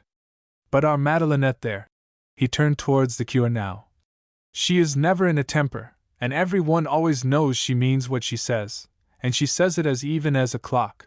Then the egoist in him added, "I have power and imagination and the faculty for great things, but Madelinette has serene judgment, a tribute to you, cure, who taught her in the old days. In any case, Tardif is going," she repeated quietly. "What did he do?" said the seigneur. "What was your grievance, beautiful madam?" He was looking at her with unfeigned admiration, with just such a look as was in his face the first day they met in the avocat's house on his arrival in Pontiac. She turned and saw it, and remembered. The scene flashed before her mind. The thought of herself then, with the flush of a sunrise love suddenly rising in her heart, roused a torrent of feeling now, and it required every bit of strength she had to prevent her bursting into a passion of tears. In imagination she saw him there, a straight, slim, handsome figure, with the very vanity of proud health upon him, an ambition and passionate purpose in every line of his figure, every glance of his eyes. Now, there he was, bent, frail, and thin, with restless eyes and deep discontent in voice and manner, the curved shoulder and the head grown suddenly old. The only thing, speaking of the past, the graceful hand, filled with the illusory courage of a declining vitality. But for the nervous force in him, the latent vitality which renewed with stubborn persistence the failing forces, he was dead. The brain kept commanding the body back to life and manhood daily. What did Tardif do? The seigneur again questioned, holding out a hand to her. She did not dare to take his hand lest her feelings should overcome her, so with an assumed gaiety she put in it a rose from her basket and said, "He has been pilfering. Also he was insolent. I suppose he could not help remembering that I lived at the smithy once, the dear smithy," she added softly. "I will go at once and pay the scoundrel his wages," said the seigneur, rising, and with a nod to the cure and his wife opened the door. "Do not see him yourself, Louis," said Madelinette. "Not I. Havel shall pay him, and he shall take himself off tomorrow morning." The door closed, and Madelinette was left alone with the cure. She came to him and said with a quivering in her voice, "He mocked Louis. It is well that he should go. He is a bad man and a bad servant. I know him too well. You see, he keeps saying," she spoke very slowly, "that he witnessed the will the seigneur made in favor of Monsieur Fourneau. He thinks us interlopers, I suppose?" The cure put a hand on hers gently. "There was a time when I felt that Monsieur Fourneau was the legal heir to the seigneury, for Monsieur de la Rivière had told me there was such a will, but since then I have changed my mind. Your husband is the natural heir, and it is only just that the seigneury should go on in the direct line. It is best. Even with all Louis's mistakes? Even with them. You have set them right, and you will keep him within the bounds of wisdom and prudence. You are his guardian angel, Madelinette." She looked up at him with a pensive smile and a glance of gratitude. "But suppose that will, if there's one, exists, see how false our position.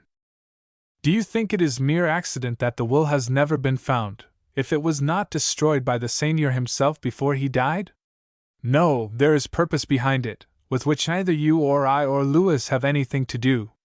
Ah, it is good to have you here in this seigneury, my child. What you give us will return to you 1,000-fold. Do not regret the world and your work there. You will go back all too soon." She was about to reply when the seigneur again entered the room. "I made up my mind that he should go at once, and so I've sent him word, the rat! I will leave you two to be drowned in the depths of your own intelligence," said Madelinette, and taking her empty basket left the room. A strange compelling feeling drove her to the library where the fateful panel was. With a strange sense that her wrongdoing was modified by the fact she had left the will where she had found it. She had a superstition that fate would deal less harshly with her if she did. It was not her way to temporize. She had concealed the discovery of the will with an unswerving determination. It was for Louis, it was for his peace, for the ease of his fading life, and she had no repentance. Yet there it was, that curious, useless concession to old prejudices, the little touch of hypocrisy. She left the will where she had found it. She had never looked at it since, no matter how great the temptation, and sometimes this was overpowering. Today it overpowered her.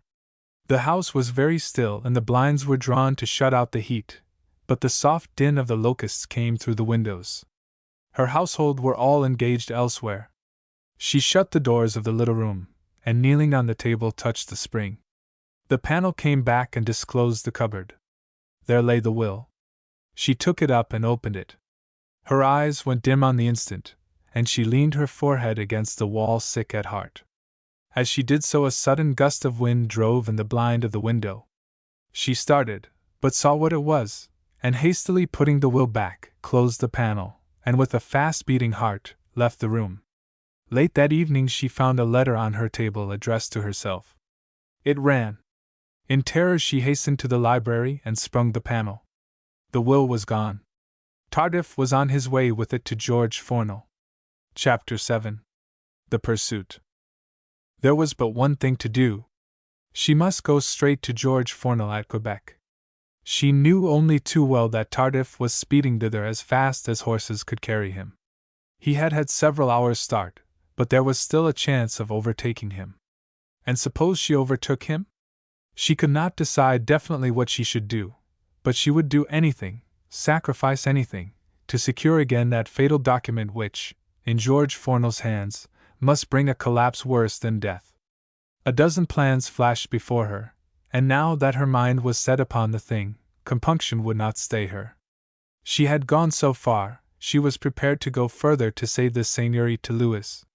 She put in her pocket the silver-handled pistol from the fatal cupboard. In an hour from the time she found the note, the horses and coach were at the door, and the faithful Havel, cloaked and armed, was ready for the journey. A note to Louis, with the excuse of a sudden and important call to Quebec, which he was to construe into business concerning her profession, hurried yet careful arrangements for his comfort during her absence, a letter to the cure begging of him a daily visit to the manor house, and then, with the flurried Madame Marie, she entered the coach with Havel on the box, and they were off. The coach rattled through the village and stopped for a moment at the smithy. A few words of cheerful goodbye to her father. She carried the spring in her face, and the summer of gaiety in her face however sore her heart was, and they were once more upon the road. Their first stage was 25 miles, and it led through the ravine where Parpon and his comrades had once sought to frighten George Fornell. As they passed the place, Madelinette shuddered, and she remembered Fornell's cynical face as he left the house 3 months ago. She felt that it would not easily soften to mercy or look upon her trouble with a human eye, if once the will were in his hands. It was a silent journey, but Madame Marie asked no questions, and there was comfort in her unspoken sympathy. 5 hours, and at midnight they arrived at the end of the first stage of their journey, at the village tavern of St. Stanislas. Here Madame Marie urged Madelinette to stay and sleep, but this she refused to do, if horses could be got to go forward. The sight of 2 gold pieces made the thing possible in the landlord's eyes, and Madame Marie urged no more, but found some refreshment, of which she gently insisted that Madelinette should partake. In another hour from their arrival they were on the road again, with the knowledge that Tardif had changed horses and gone forward 4 hours before, boasting as he went that when the bombshell he was carrying should burst, the country would stay awake o' nights for a year. Madelinette herself had made the inquiries of the landlord, whose easily bought obsequiousness now knew no bounds, and he gave a letter to Havel to hand to his cousin the landlord at the next change, which, he said, would be sure to secure them the best of accommodation and good horses. As the night grew to morning, Madelinette drooped a little, and Madame Marie, who had, to her own anger and disgust, slept 3 hours or more, quietly drew Madelinette towards her. With a little sob the girl, for what was she but a girl, let her head drop on the old woman's shoulder, and she fell into a troubled sleep, which lasted till, in the flush of sunrise, they drew up at the solitary inn on the outskirts of the village of Beaugard. They had come 50 miles since the evening before. Here Madelinette took Havel into her confidence, in so far as to tell him that Tardif had stolen a valuable paper from her, the loss of which might bring most serious consequences. Whatever Havel had suspected, he was the last man in the world to show or tell. But before leaving the manor house of Pontiac he had armed himself with pistols, in the grim hope that he might be required to use them. Havel had been used hard in the world, Madelinette had been kind to him, and he was ready to show his gratitude, and he little recked what form it might take. When he found that they were following Tardif, and for what purpose, an ugly joy filled his heart, and he determined on revenge, so long delayed, on the scoundrel who had once tried to turn the parish against him by evil means. He saw that his pistols were duly primed. He learned that Tardif had passed but 2 hours before, boasting again that Europe would have gossip for a year, once he reached Quebec. Tardif too had paid liberally for his refreshment and his horses, for here he had taken a carriage, and had swaggered like a trooper in a conquered country. Havel had every hope of overtaking Tardif, and so he told Madelinette, adding that he would secure the paper for her at any cost. She did not quite know what Havel meant, but she read purpose in his eye, and when Havel said, "I won't say stop thief" many times, she turned away without speaking. She was choked with anxiety. Yet in her own pocket was a little silver-handled pistol. It was true that Tardif was a thief, but she knew that his theft would be counted a virtue before the world. This she could not tell Havel, but when the critical moment came, if it did come, she would then act upon the moment's inspiration. If Tardif was a thief, what was she? But this she could not tell Havel, or the world. Even as she thought it for this 1000th time, her face flushed deeply, and a mist came before her eyes.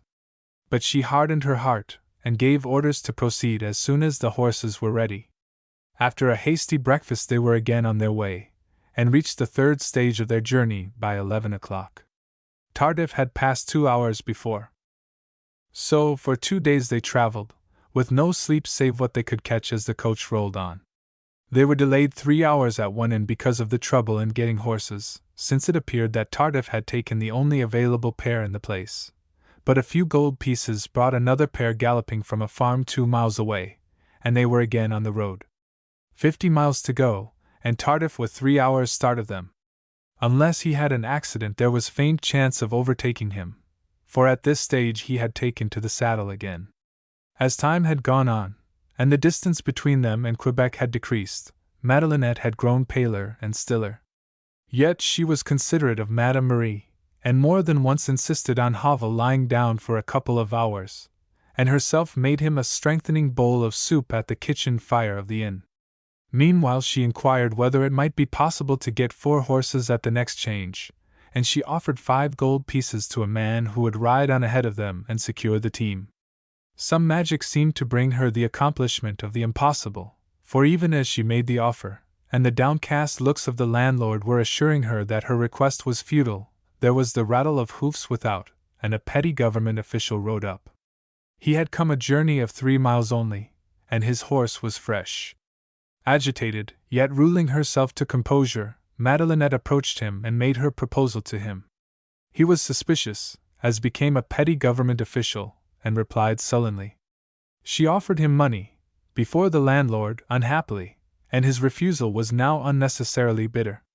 She turned away sadly, but Madame Marie had been roused by the official's churlishness, and for once the placid little body spoke in that vulgar tongue which needs no interpretation. She asked the fellow if he knew to whom he had been impolite, to whom he had refused a kindly act. You, a habitant road watcher, a pound keeper, a village tax collector, or something less, she said. You to refuse the great singer Madelinette la Jeunesse, the wife of the Seigneur of Pontiac, the greatest patriot in the land, to refuse her whom princes are glad to serve.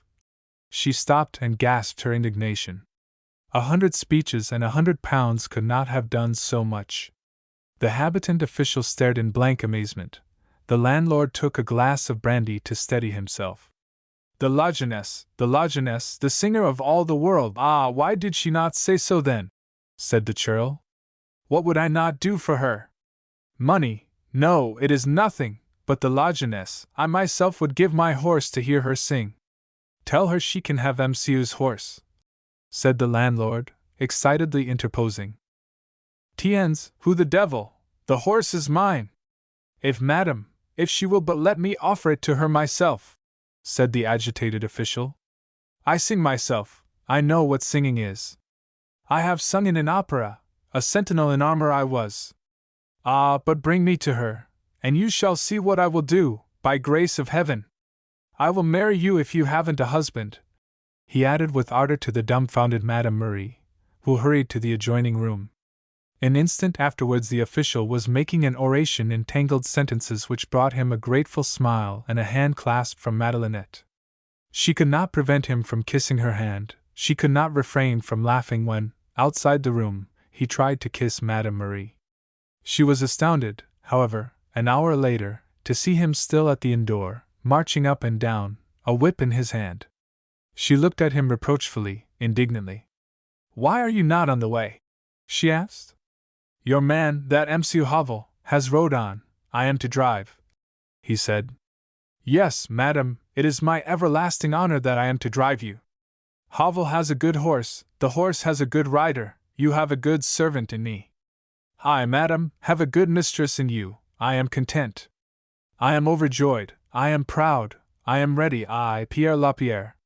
The churlish official had gone back to the natural state of an excitable habitant, ready to give away his heart or lose his head at an instant's notice, the temptation being sufficient. Madelinette was frightened. She knew well why Havel had ridden on ahead without her permission, and shaking hands with the landlord and getting into the coach, she said hastily to her new coachman, "Lose not an instant. Drive hard." They reached the next change by noon, and here they found 4 horses awaiting them. Tardif, and Havel also, had come and gone. An hour's rest, and they were away again upon the last stage of the journey. They should reach Quebec soon after dusk, all being well. At first, Lapierre the official had been inclined to babble, but at last he relieved his mind by interjections only. He kept shaking his head wisely, as though debating on great problems, and he drove his horses with a master hand. He had once been a coach driver on that long river road, which in summer makes a narrow ribbon of white, mile for mile with the St. Lawrence from east to west. This was the proudest moment of his life. He knew great things were at stake, and they had to do with the famous singer, La Jeunesse, and what tales for his grandchildren in years to come. The flushed and comfortable Madame Marie sat upright in the coach, holding the hand of her mistress, and Madelinette grew paler as the miles diminished between her and Quebec. Yet she was quiet and unmoving, now and then saying an encouraging word to Lapierre, who smacked his lips for miles afterwards, and took out of his horses their strength and paces by masterly degrees. So that when, at last, on the hill they saw far off the spires of Quebec, the team was swinging as steadily on as though they had not come 25 miles already. This was a moment of pride for Lapierre, but of apprehension for Madelinette. At the last 2 inns on the road she had got news of both Tardif and Havel. Tardif had had the final start of half an hour. A half-hour start, and 15 miles to go. But one thing was sure, Havel, the wiry Havel, was the better man, with sounder nerve and a fostered strength. Yet, as they descended the hill and plunged into the wild wooded valley, untenanted and uncivilized, where the road wound and curved among giant boulders and twisted through ravines and gorges, her heart fell within her. Evening was at hand, and in the thick forest the shadows were heavy, and night was settling upon them before its time. They had not gone a mile, however, when, as they swung creaking round a great boulder, Lapierre pulled up his horses with a loud exclamation, for almost under his horse's feet lay a man apparently dead, his horse dead beside him. It was Havel. In an instant Madelinette and Madame Marie were bending over him. The widow of the little chemist had skill and presence of mind. "He is not dead, dear mine," said she in a low voice, feeling Havel's heart. "Thank God," was all that Madelinette could say. "Let us lift him into the coach." Now Lapierre was standing beside them, the reins in his hand. "Leave that to me," he said, and passed the reins into Madame Marie's hands. Then with muttered imprecations on persons unmentioned he lifted up the slight form of Havel, and carried him to the coach. Meanwhile Madelinette had stooped to a little stream at the side of the road, and filled her silver drinking cup with water. As she bent over Havel and sprinkled his face, Lapierre examined the insensible man. "He is but stunned," he said. "He will come to in a moment." Then he went to the spot where Havel had lain, and found a pistol lying at the side of the road. Examining it, he found it had been discharged both barrels. Rustling with importance he brought it to Madelinette, nodding and looking wise, yet half timorous too in sharing in so remarkable a business. Madelinette glanced at the pistol, her lips tightened, and she shuddered. Havel had evidently failed, and she must face the worst. Yet now that it had come, she was none the less determined to fight on. Havel opened his eyes and looked round in a startled way. He saw Madelinette. "Ah, madam, pardon!" He got away. "I fired twice and winged him, but he shot my horse and I fell on my head. He has got away." "What time is it, madam?" he suddenly asked. She told him. "Ah, it is too late," he added. "It happened over half an hour ago. Unless he is badly hurt and has fallen by the way, he is now in the city. Madam, I have failed you, pardon, madam." She helped him to sit up, and made a cushion of her cloak for his head, in a corner of the coach. "There is nothing to ask pardon for, Havel," she said. "You did your best. It was to be, that's all. Drink the brandy now. A moment afterwards Lapierre was on the box, Madame Marie was inside, and Madelinette said to the coachman, "Drive hard, the White Calvary by the Church of St. Mary Magdalene."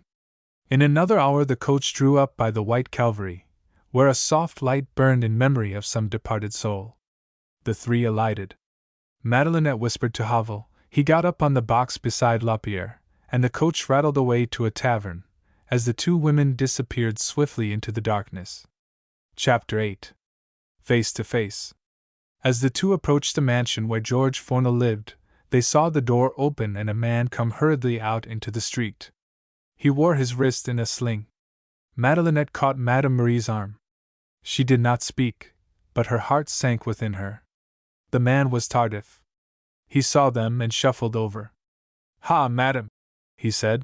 "He has the will, and I've not done with ye yet, you'll see." Then, shaking a fist in Madelinette's face, he clattered off into the darkness. They crossed the street, and Madame Marie knocked at Fornel's door. It was at once opened, and Madelinette announced herself.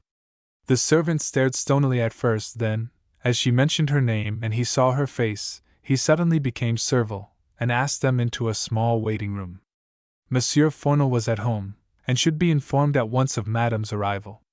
A few moments later the servant, somewhat graver, but as courteous still, came to say that Monsieur would receive her in his library. Madelinette turned towards Madame Marie. The servant understood. "I shall see that the lady has refreshment," he said. "Will Madame perhaps care for refreshment, and a mirror, before Monsieur has the honor? Madame has traveled far."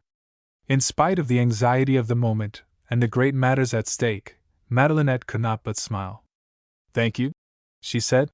"I hope I'm not so unpresentable. A little dust here and there perhaps, madame," he said, with humble courtesy. Madelinette was not so heroical as to undervalue the suggestion. Lives perhaps were in the balance, but she was a woman, and who could tell what slight influences might turn the scale? The servant saw her hesitation. "If madame will but remain here, I will bring what is necessary," he said, and was gone. In a moment he appeared again with a silver basin, a mirror, and a few necessaries of the toilet. "I suppose, madame," said the servant, with fluttered anxiety, to show that he knew who she was, "I suppose you have had sometimes to make rough shifts, even in palaces." She gave him a gold piece. It cheered her in the moment to think that in this forbidding house, on a forbidding mission, to a forbidding man, she had one friend. She made a hasty toilet, and but for the great paleness of her cheeks, no traces remained of the 3 days' travel with their hardship and anxiety. Presently, as the servant ushered her into the presence of George Fornel, even the paleness was warmed a little by the excitement of the moment. Fornel was standing with his back to the door, looking out into the moonlit night. As she entered he quickly drew the curtains of the windows and turned towards his visitor, a curious, hard, disdainful look in his face. In his hands he held a paper which she knew only too well. "Madam," he said, and bowed. Then he motioned her to a chair. He took one himself and sat down beside the great oak writing desk and waited for her to speak, waited with a look which sent the blood from her heart to color her cheeks and forehead. She did not speak, however, but looked at him fearlessly. It was impossible for her to humble herself before the latent insolence of his look. It seemed to degrade her out of all consideration. He felt the courage of her defiance, and it moved him. Yet, he could but speak in cynical suggestion. "You had a long, hard, and adventurous journey," he said. He rose suddenly and drew a tray towards him. "Will you not have some refreshment?" he added, in an even voice. "I fear you have not had time to seek it at an inn. Your messenger has but just gone." It was impossible for him to do justice to himself, or to let his hospitality rest upon its basis of natural courtesy. It was clear that he was moved with accumulated malice, and he could not hide it. "Your servant has been hospitable," she said, her voice trembling a little. She plunged at once into the business of her visit. "Monsieur, that paper you hold—" She stopped for an instant, able to go no further. "Ah, this document you have sent me," he said, opening it with an assumed carelessness. Your servant had an accident, I suppose we may call it that privately, as he came. He was fired at, was wounded. You will share with me the hope that the highwayman who stopped him may be brought to justice, though, indeed, your man Tardif left him behind in the dust. Perhaps you came upon him, Madame Hein? She steeled herself. Too much was at stake. She could not resent his hateful implications now. Tardif was not my messenger, monsieur, as you know. Tardif was the thief of that document in your hands. Yes, this will, he said musingly, an evil glitter in his eyes. Its delivery has been long delayed. Posts and messengers are slow from Pontiac. Monsieur will hear what I have to say. You have the will, your rights are in your hands. Is not that enough? It is not enough, he answered in a grating voice. Let us be plain then, madam, and as simple as you please. You concealed this will. Not Tardif but yourself is open to the law. She shrank under the brutality of his manner, but she ruled herself to outward composure. She was about to reply when he added, with a sneer, Avarice is a debasing vice. Thou shalt not covet thy neighbor's house. Thou shalt not steal. Monsieur, she said calmly, it would have been easy to destroy the will. Have you not thought of that? For a moment he was taken aback, but he said harshly, If crime were always intelligent, it would have fewer penalties. She shrank again under the roughness of his words. But she was fighting for an end that was dear to her soul, and she answered. It was not lack of intelligence, but a sense of honor, yes, a sense of honor, she insisted, as he threw back his head and laughed. What do you think might be my reason for concealing the will, if I did conceal it? The answer seems obvious. Why does the wild ass forage with a strange herd, or the pig put his feet in the trough? Not for his neighbor's gain, madam, not in 1,000 years. Monsieur, I have never been spoken to so coarsely. I am a blacksmith's daughter, and I have heard rough men talk in my day, but I have never heard a man, of my own race at least, so rude to a woman. But I am here not for my own sake. I will not go till I have said and done all I have come to say and do. Will you listen to me, monsieur? I have made my charges, answer them. Disprove this theft. He held up the will. Of concealment, and enjoyment of property not your own, and then ask of me that politeness which makes so beautiful stable and forge at Pontiac. Monsieur, you cannot think that the will was concealed for profit, for the value of the seigneury of Pontiac. I can earn 2 such seigneuries in 1 year, monsieur. Nevertheless, you do not. For the same reason that I did not bring or send that will to you when I found it, monsieur. And for that same reason I have come to ask you not to take advantage of that will. He was about to interpose angrily, but she continued. Whatever the rental may be that you in justice feel should be put upon the seigneury, I will pay, from the hour my husband entered on the property, its heir as he believed. Put such rental on the property, do not disturb Monsieur Racine in his position as it is, and I will double that rental. Do not think, madam, that I am as avaricious as you. Is it avaricious to offer double the worth of the rental? There is the title and distinction. You married a man nobody, you wish to retain an honor that belongs to me. I am asking it for my husband's sake, not my own, believe me, monsieur. And what do you expect me to do for his sake, madam? What humanity would suggest. Ah, I know what you would say, he tried to kill you, he made you fight him. But, monsieur, he has repented of that. He is ill, he is crippled, he cherishes the seigneury beyond its worth 1,000 times. He cherishes it at my expense. So, you must not disturb the man who robs you of house and land, and tries to murder you, lest he should be disturbed and not sleep o' nights. Come, madam, that is too thin. He might kill you, but he would not rob you, monsieur. Do you think that if he knew that will existed, he would be now at the seigneury, or I here? I know you hate Louis Racine. With ample reason. You hate him more because he defeated you than because he once tried to kill you.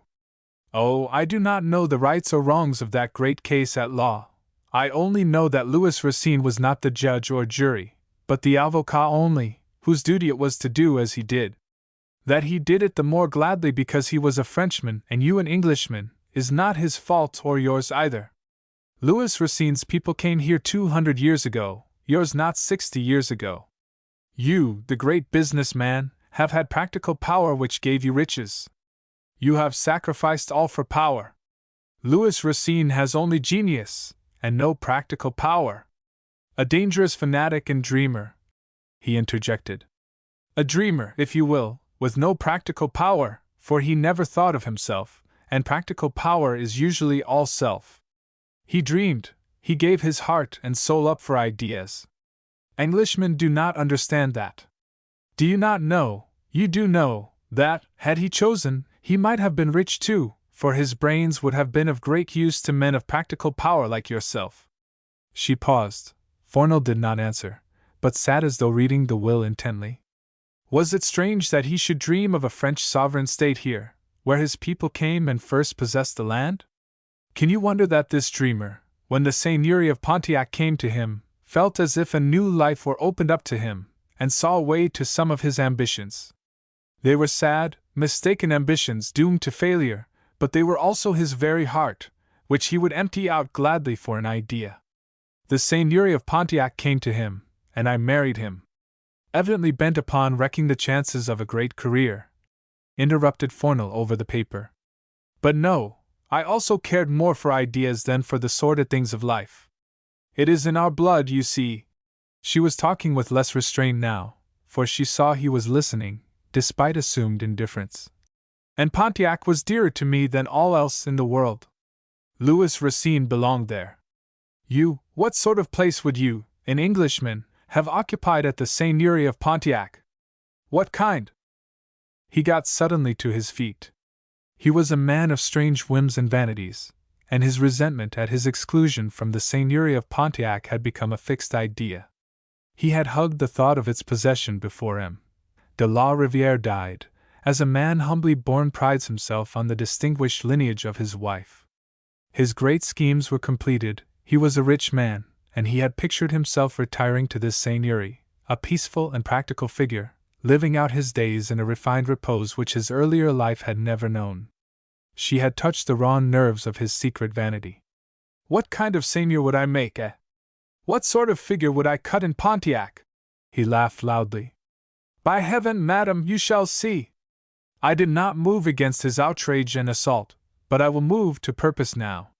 For you and he shall leave there in disgrace before another week goes round.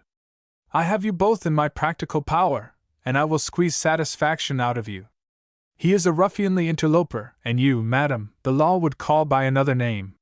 She got quickly to her feet and came a step nearer to him. Leaning a hand on the table, she bent towards him slightly. Something seemed to possess her that transfigured her face, and gave it a sense of power and confidence. Her eyes fixed themselves steadily on him. Monsieur, she said, you may call me what you will, and I will bear it, for you have been sorely injured. You are angry because I seem to think an Englishman was not fitted to be seigneur of Pontiac.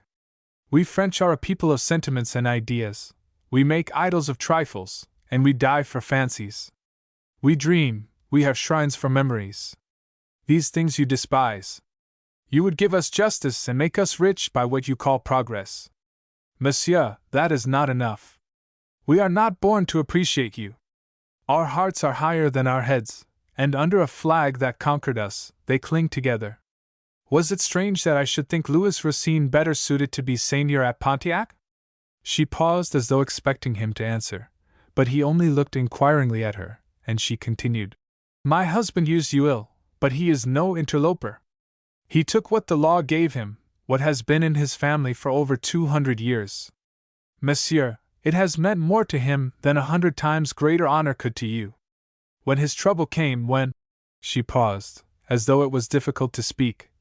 When the other legacy of his family descended on him, that seigneury became to him the one compensation of his life. By right of it only could he look the world in the face, or me. She stopped suddenly, for her voice choked her. Will you please continue? Said Fornel, opening and shutting the will in his hand, and looking at her with a curious new consideration. Fame came to me as his trouble came to him. It was hard for him to go among men, but can you think how he dreaded the day when I should return to Pontiac?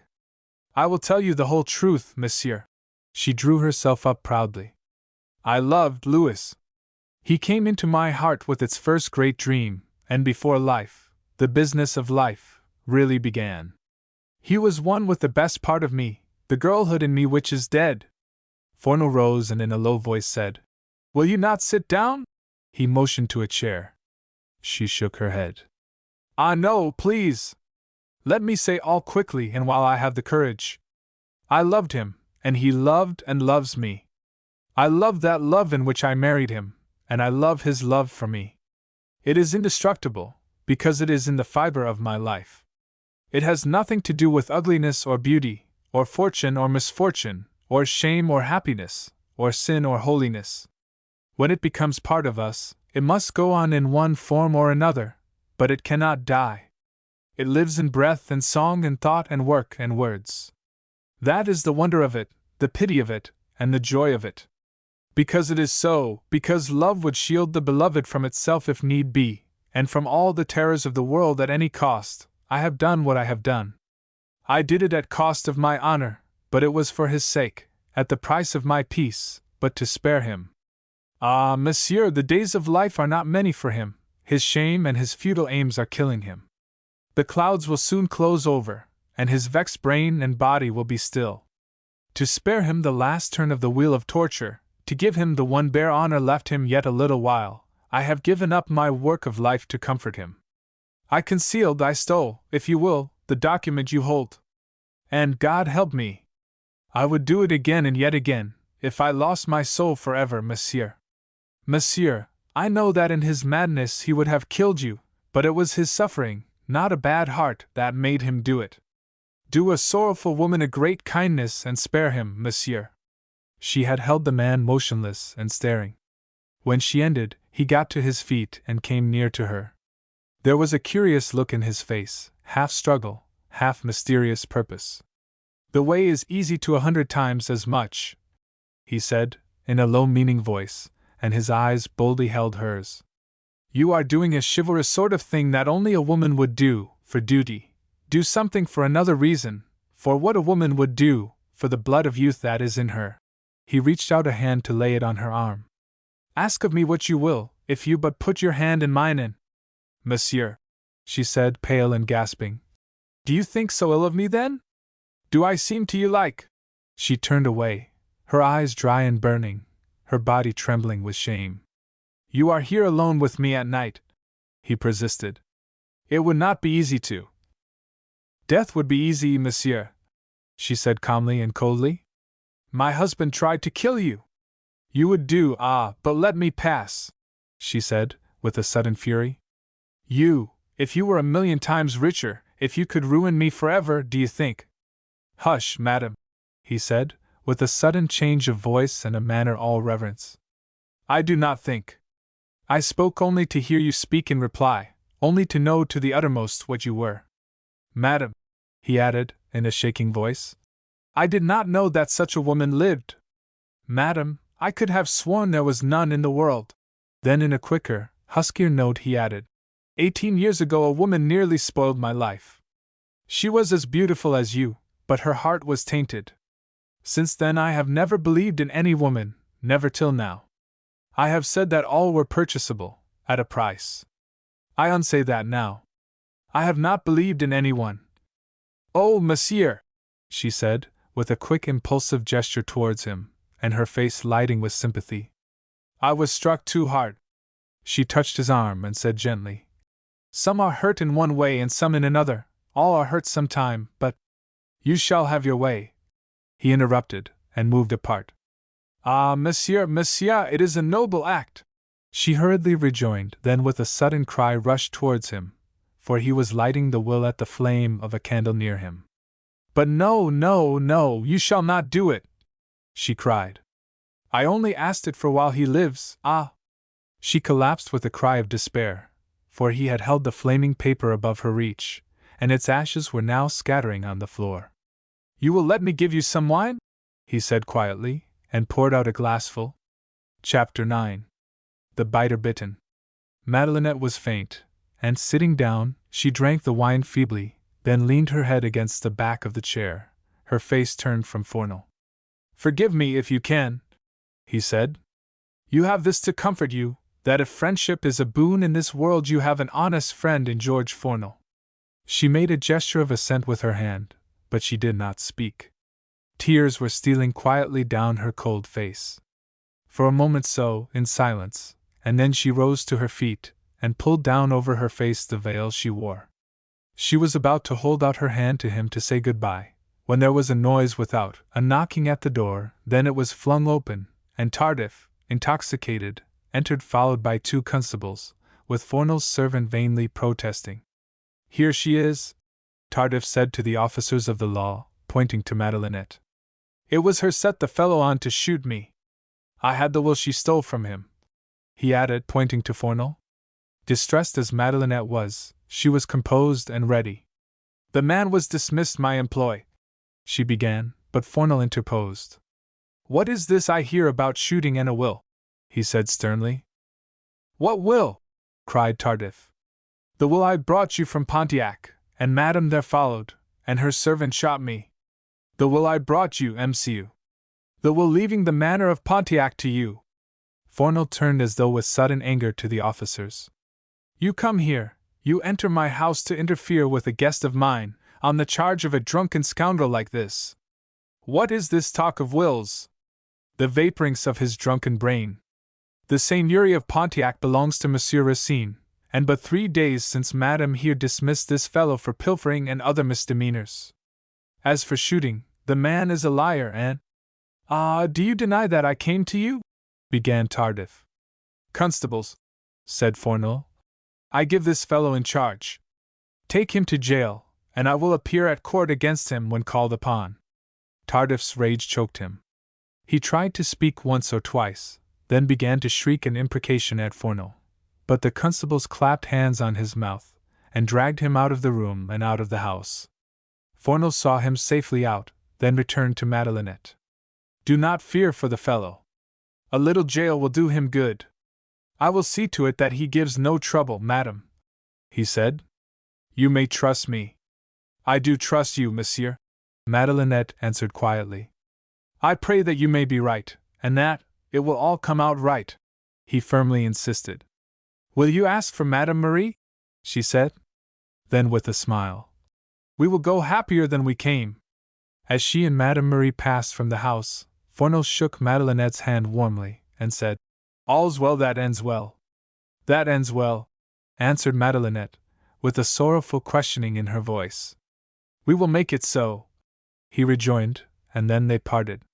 Chapter 10. The Door That Would Not Open.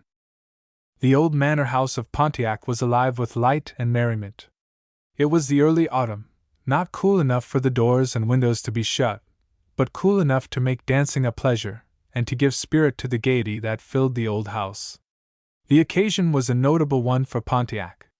An address of congratulation and appreciation and a splendid gift of silver had been brought to the manor from the capital by certain high officials of the government and the army, representing the people of the province. At first Madelinette had shrunk from the honor to be done her, and had so written to certain quarters whence the movement had proceeded, but a letter had come to her which had changed her mind. This letter was signed George Fornell. Fornell had a right to ask a favor of her, and one that was to do her honor seemed the least that she might grant. He had suffered much at Louis's hands, he had forborne much, and by an act of noble forgiveness and generosity, had left Louis undisturbed in an honor which was not his, and the enjoyment of an estate to which he had no claim. He had given much, suffered much, and had had nothing in return save her measureless and voiceless gratitude. Friendship she could give him, but it was a silent friendship, an incompanionable friendship, founded upon a secret and chivalrous act. He was in Quebec and she in Pontiac, and since that day when he had burned the will before her eyes she had not seen him. She had heard from him but twice, once to tell her that she need have no fear of Tardif, and again, when he urged her to accept the testimonial and the gift to be offered by her grateful fellow citizens. The deputation, distinguished and important, had been received by the people of Pontiac with the flaunting of flags, playing of bands, and every demonstration of delight. The honor done to Madelinette was an honor done to Pontiac, and Pontiac had never felt itself so important. It realized that this kind of demonstration was less expensive, and less dangerous, than sedition, privy conspiracy, and rebellion. The vanity of the habitants could be better exercised in applauding Madelinette, and in show of welcome to the great men of the land, than in cultivating a dangerous patriotism under the leadership of Louis Racine. Temptations to conspiracy had been few since the day George Fourneau, wounded and morose, left the manor house secretly one night, and carried back to Quebec his resentment and his injuries. Treasonable gossip filtered no longer from doorway to doorway. Carbines were not to be had for a song. No more nightly drills and weekly meetings gave a spice of great expectations to their life. Their seigneur, silent, and pale, and stooped, lived a life apart. If he walked through the town, it was with bitter, abstracted eyes that took little heed of their presence. If he drove, his horses traveled like the wind. At Mass, he looked at no one, saw no one, and, as it would seem, heard no one. But Madelinette, she was the Madelinette of old, simple, gracious, kind, with a smile here and a kind word there, a little child to be caressed or an old woman to be comforted, the sick to be fed and doctored, the poor to be helped, the idle to be rebuked with a persuasive smile, the angry to be coaxed by a humorous word, the evil to be reproved by a fearless friendliness, the spiteful to be hushed by a still, commanding presence. She never seemed to remember that she was the daughter of old Joe Lajeunesse the blacksmith, yet she never seemed to forget it. She was the wife of the seigneur, and she was the daughter of the smithy man too. She sat in the smithy man's doorway with her hand in his, and she sat at the manor table with its silver glitter, and its antique garnishings, with as real an unconsciousness. Her influence seemed to pierce far and wide. The cure and the avocat adored her, and the proudest, happiest moment of their lives was when they sat at the manor table, or, in the somber drawing-room, watched her give it light and grace and charm, and filled their hearts with the piercing delight of her song. So her life had gone on, to the outward world serene and happy, full of simplicity, charity, and good works. What it was in reality no one could know, not even herself. Since the day when Louis had tried to kill George Fourneau, life had been a different thing for them both. On her part she had been deeply hurt, wounded beyond repair. He had failed her from every vital standpoint, he had not fulfilled one hope she had ever had of him. But she laid the blame not at his door, she rather shrank with inner bitterness from the cynical cruelty of nature, which, in deforming the body, with a merciless cruelty had deformed a noble mind. These things were between her and her inmost soul. To Louis she was ever the same, affectionate, gentle, and unselfish. But her stronger soul ruled him without his knowledge, commanded his perturbed spirit into the abstracted quiet and bitter silence wherein he lived, and which she sought to cheer by 1,000 happy devices. She did not let him think that she was giving up anything for him. No word or act of hers could have suggested to him the sacrifices she had made. He knew them, still he did not know them in their fullness. He was grateful, but his gratitude did not compass the splendid self-effacing devotion with which she denied herself the glorious career that had lain before her. Morbid and self-centered, he could not understand. Since her return from Quebec she had sought to give a little touch of gaiety to their life, and she had not the heart to interfere with his constant insistence on the little dignities of the position of seigneur, ironical as they all were in her eyes. She had sacrificed everything, and since another also had sacrificed himself to give her husband the honors and estate he possessed, the game should be delicately played to the unseen end. So it had gone on until the coming of the deputation with the testimonial and the gift. She had proposed the gaieties of the occasion to Louis with so simple a cheerfulness, that he had no idea of the torture it meant to her, no realization of how she would be brought face to face with the life that she had given up for his sake. But neither he nor she was aware of one thing, that the beautiful embossed address contained an appeal to her to return to the world of song which she had renounced, to go forth once more and contribute to the happiness of humanity. When, therefore, in the drawing-room of the manor, the address was read to her, and this appeal rang upon her ears, she felt herself turn dizzy and faint. Her whole life seemed to reel backwards to all she had lost, and the tyranny of the present bore down upon her with a cruel weight. It needed all her courage and all her innate strength to rule herself to composure. For an instant the people in the room were a confused mass, floating away into a blind distance. She heard, however, the quick breathing of the seigneur beside her, and it called her back to an active and necessary confidence. With a smile she received the address, and turning, handed it to Louis, smiling at him too with a winning duplicity, for which she might never have to ask forgiveness in this world or the next. Then she turned and spoke. Eloquently, simply, she gave out her thanks for the gift of silver and the greater gift of kind words, and said that in her quiet life, apart from that active world of the stage, where sorrow and sordid experience went hand in hand with song, where the delights of home were sacrificed to the applause of the world, she would cherish their gift as a reward that she might have earned, had she chosen the public instead of the private way of life. They had told her of the paths of glory, but she was walking the homeward way. Thus deftly, and without strain, and with an air of happiness even, did she set aside the words and the appeal which had created a storm in her soul. A few moments afterwards, as the old house rang to the laughter of old and young, with dancing well begun, no one would have thought that the manor of Pontiac was not the home of peace and joy. Even Louis himself, who had had his moments of torture and suspicion when the appeal was read, was now in a kind of happy reaction. He moved about among the guests with less abstraction and more cheerfulness than he had shown for months. He carried in his hand the address which Madelinette had handed him. Again and again he showed it to eager guests. Suddenly, as he was about to fold it up for the last time and carry it to the library, he saw the name of George Fornell among the signatures. Stunned, dumbfounded, he left the room. George Fornell, whom he had tried to kill, had signed this address of congratulation to his wife. Was it Fornell's intention thus to show that he had forgiven and forgotten? It was not like the man to either forgive or forget. What did it mean? He left the house buried in morbid speculation, and involuntarily made his way to a little hut of 2 rooms which he had built in the seigneury grounds. Here it was he read and wrote, here he had spent moody hours alone, day after day, for months past. He was not aware that someone left the crowd about the house and followed him. Arrived at the hut, he entered and shut the door, lighted candles, and spread the embossed parchment out before him upon the table. As he stood looking at it, he heard the door open behind him. Tardif stood before him. The face of Tardif had an evil hunted look. Before the astonished and suspicious seigneur had chanced to challenge him, he said in a low, insolent tone, "Good evening, MCU. Fine doings at the manor, eh?" "What are you doing at the manor, and what are you doing here?" asked the seigneur, scanning the face of the man closely, for there was a look in it he did not understand. "I have as much right to be here as you, MCU.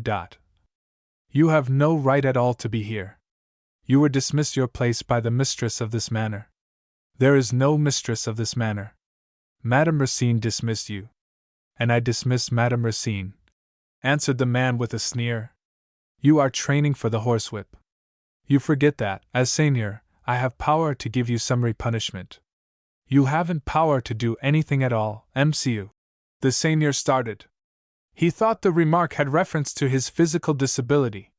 His fingers itched to take the creature by the throat, and choke the tongue from his mouth.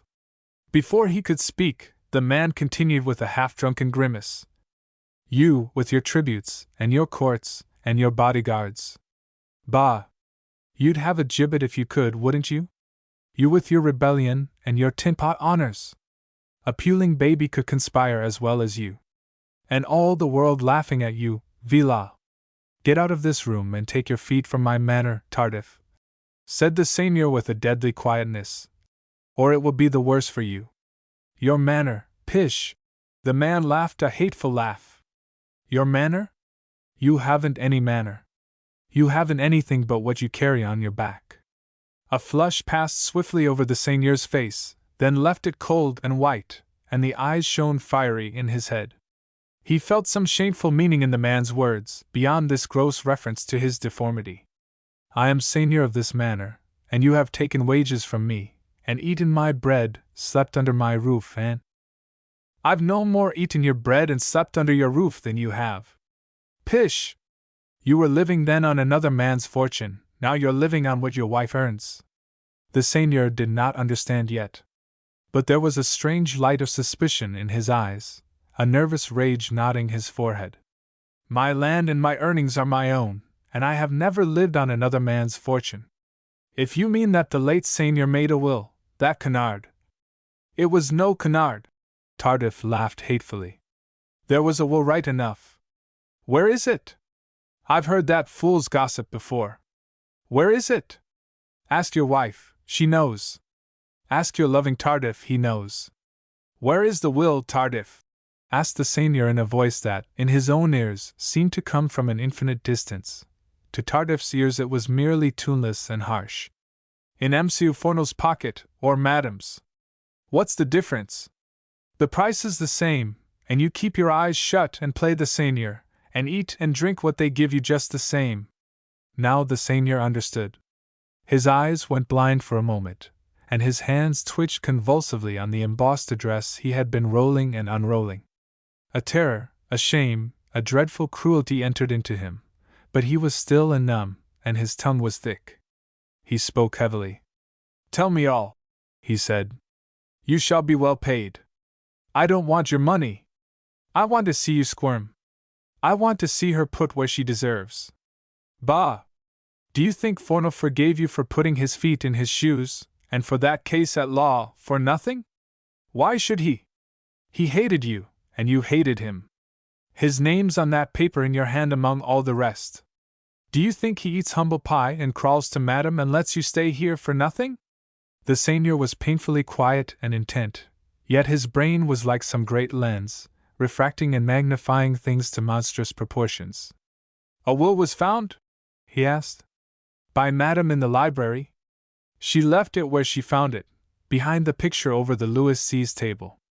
The day you dismissed me, I saw her at the cupboard. I found the will and started with it to M.C. Forno. She followed.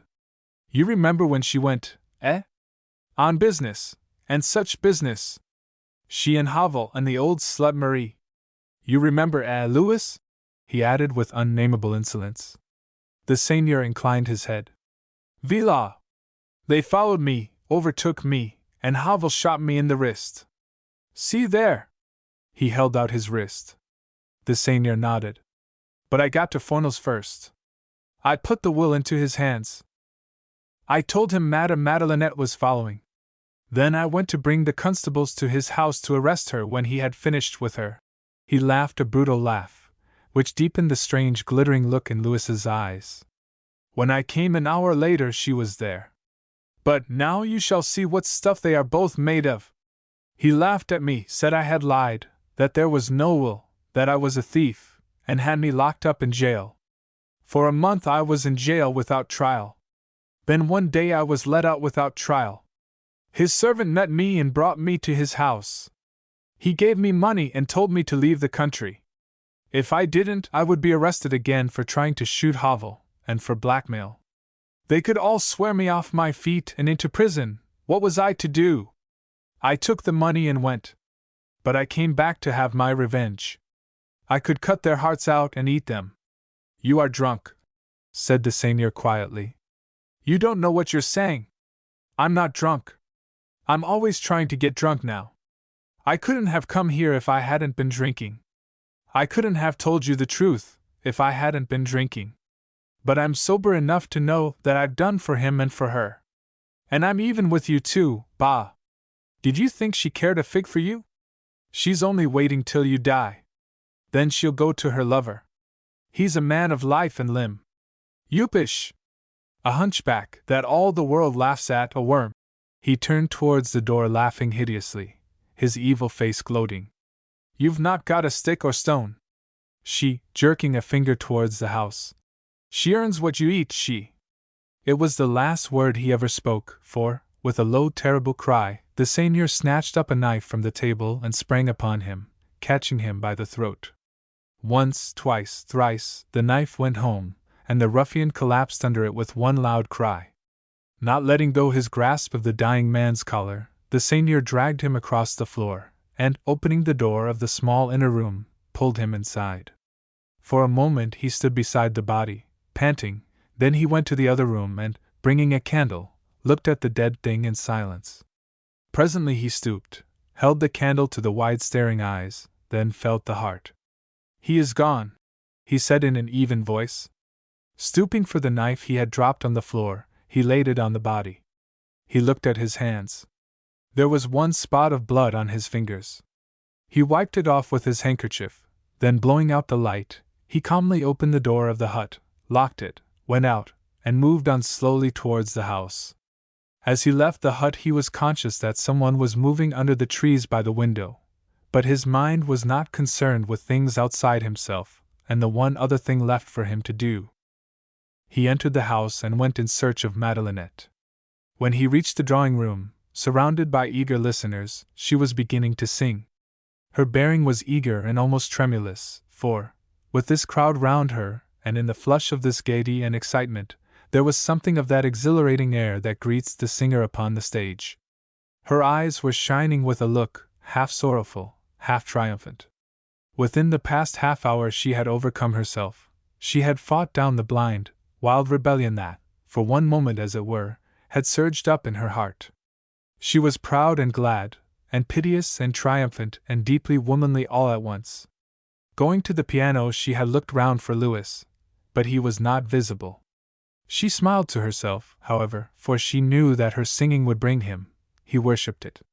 Her heart was warm towards him, because of that moment when she rebelled and was hard at soul.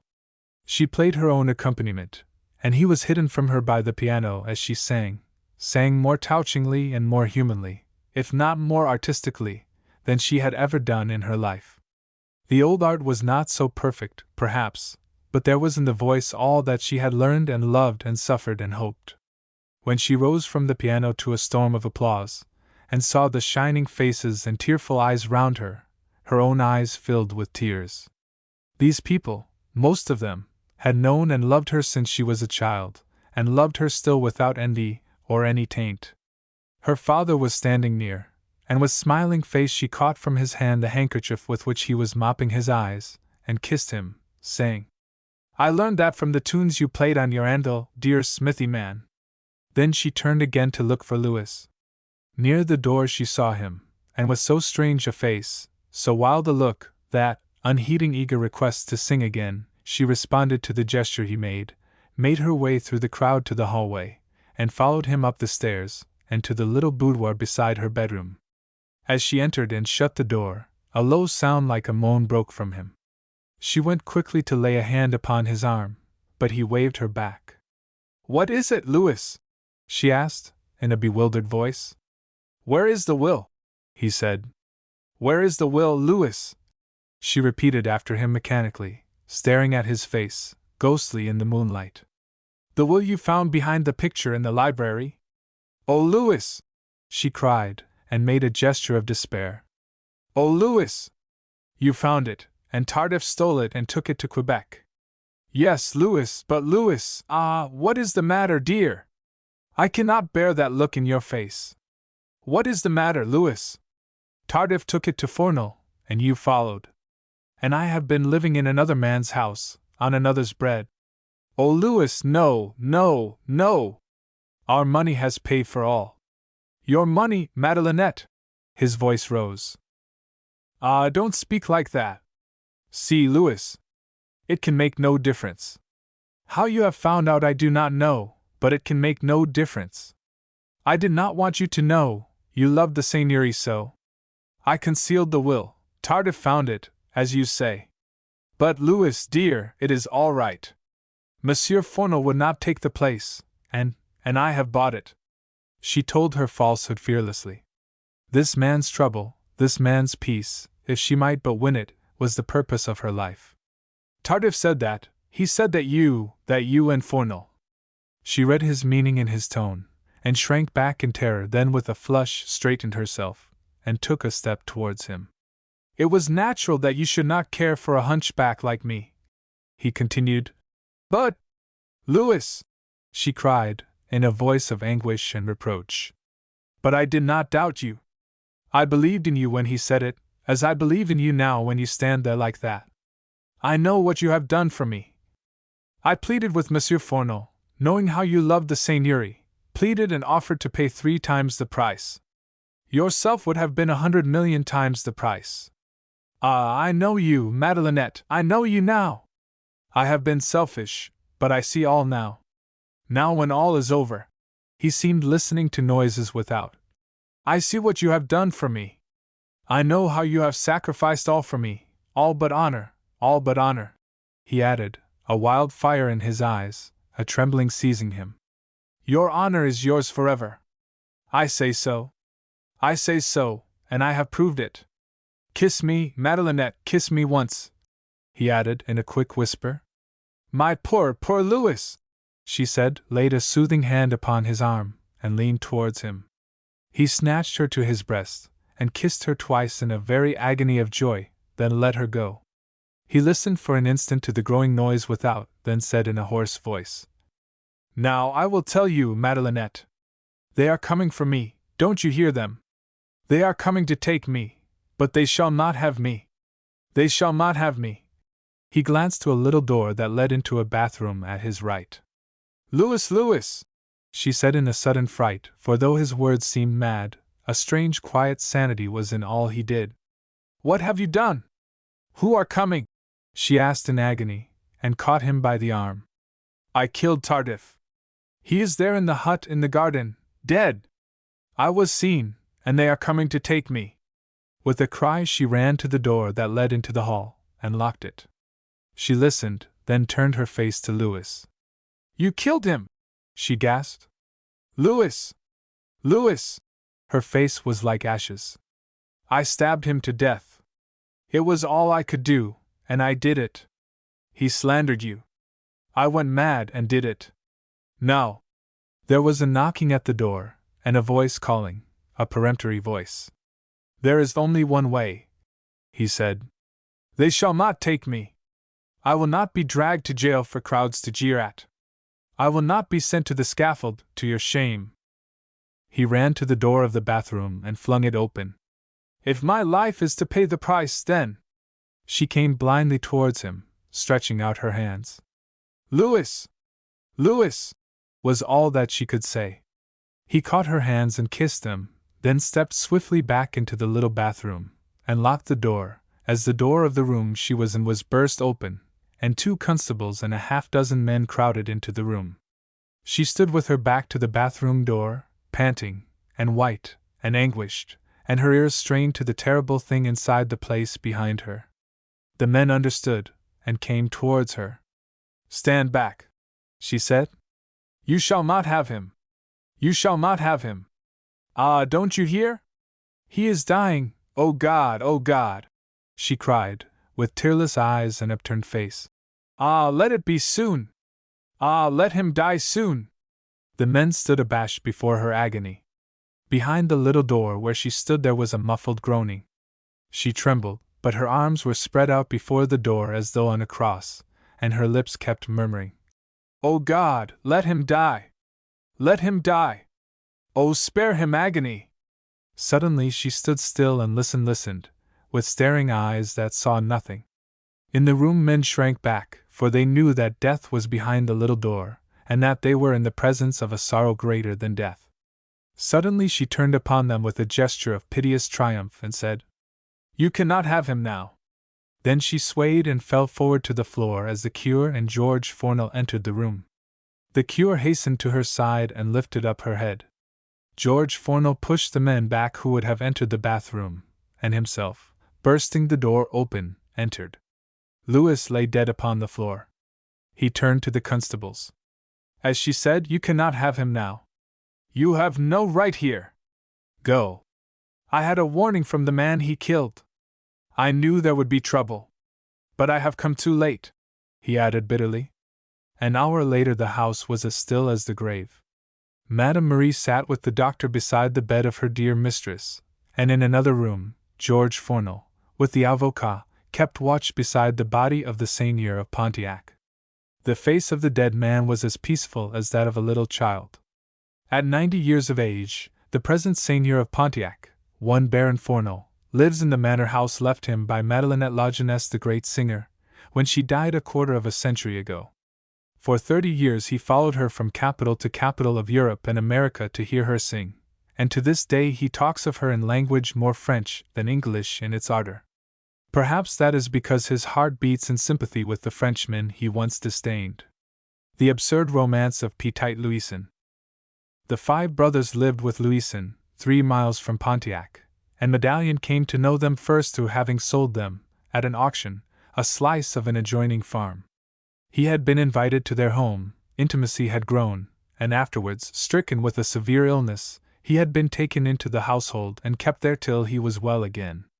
The night of his arrival, Louison, the sister, stood with a brother on either hand, Octave and Florian, and received him with a courtesy more stately than usual, an expression of the reserve and modesty of her single state. This maidenly dignity was at all times shielded by the 5 brothers, who treated her with a constant and reverential courtesy. There was something signally suggestive in their homage, and Medallion concluded at last that it was paid not only to the sister, but to something that gave her great importance in their eyes. He puzzled long, and finally decided that Louison had a romance. There was something which suggested it in the way they said, Petite Louison, in the manner they avoided all gossip regarding marriages and marriage feasting, in the way they deferred to her on questions of etiquette, as, for instance, should the eldest child be given the family name of the wife or a Christian name from her husband's family? And Petite Louison's opinion was accepted instantly as final, with satisfied nods on the part of all the brothers, and whispers of, "How clever! How adorable!" Petite Louison affected never to hear these remarks, but looked complacently straight before her, stirring the spoon in her cup, or benignly passing the bread and butter. She was quite aware of the homage paid to her, and she gracefully accepted the fact that she was an object of interest. Medallion had not the heart to laugh at the adoration of the brothers, or at the outlandish sister, for, though she was angular, and sallow, and thin, and her hands were large and red, there was a something deep in her eyes, a curious quality in her carriage commanding respect. She had ruled these brothers, had been worshipped by them, for near half a century, and the romance they had kept alive had produced a grotesque sort of truth and beauty in the admiring. Petite Louison, an affectionate name for her greatness, like the Little Corporal for Napoleon. She was not little, either, but above the middle height, and her hair was well streaked with gray. Her manner towards Medallion was not marked by any affectation. She was friendly in a kind, impersonal way, much as a nurse cares for a patient, and she never relaxed a sort of old-fashioned courtesy, which might have been trying in such close quarters, were it not for the real simplicity of the life and the spirit and lightness of their race. One night there were Florian and Octave and Felix and Isidore and Emile, the eldest, drew Medallion aside from the others, and they walked together by the river. Florian's air suggested confidence and mystery, and soon, with a voice of hushed suggestion, he told Medallion the romance of Petite Louison. And each of the brothers at different times during the next fortnight did the same, differing scarcely at all in details, or choice of phrase or meaning, and not at all in general facts and essentials. But each, as he ended, made a different exclamation. "Voila, so sad, so wonderful! She keeps the ring, dear Petite Louison," said Florian, the eldest. "Alors, she gives him a legacy in her will." "Sweet Petite Louison," said Octave. "Mais, the governor and the archbishop admire her, Petite Louison," said Felix, nodding confidently at Medallion. "Bien, you should see the linen and the petticoats," said Isidore, the humorous one of the family. "He was great, she was an angel, Petite Louison. Attends! What love, what history, what passion, the perfect Petite Louison!" cried Emile, the youngest, the most sentimental. "Ah, Molière!" he added, as if calling on the master to rise and sing the glories of this daughter of romance. Isidore's tale was after this fashion. "I well remember the first of it, and the last of it, who can tell? He was an actor, oh, so droll, that! Tall, ver smart, and he play in theatre at Montreal. It is in the winter. Petite Louison visit Montreal. She walk past the theatre and, as she go by, she slip on the snow and fall. Out from a door with a jump come Mcu Hadrian, and pick her up.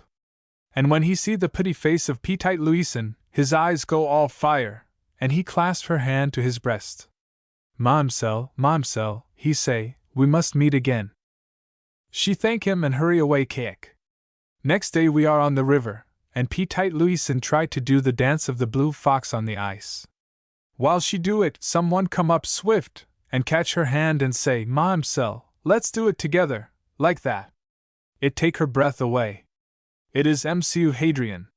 He not seem like the other men she know, but he have a sharp look, he is smooth in the face, and he smile kind like a woman.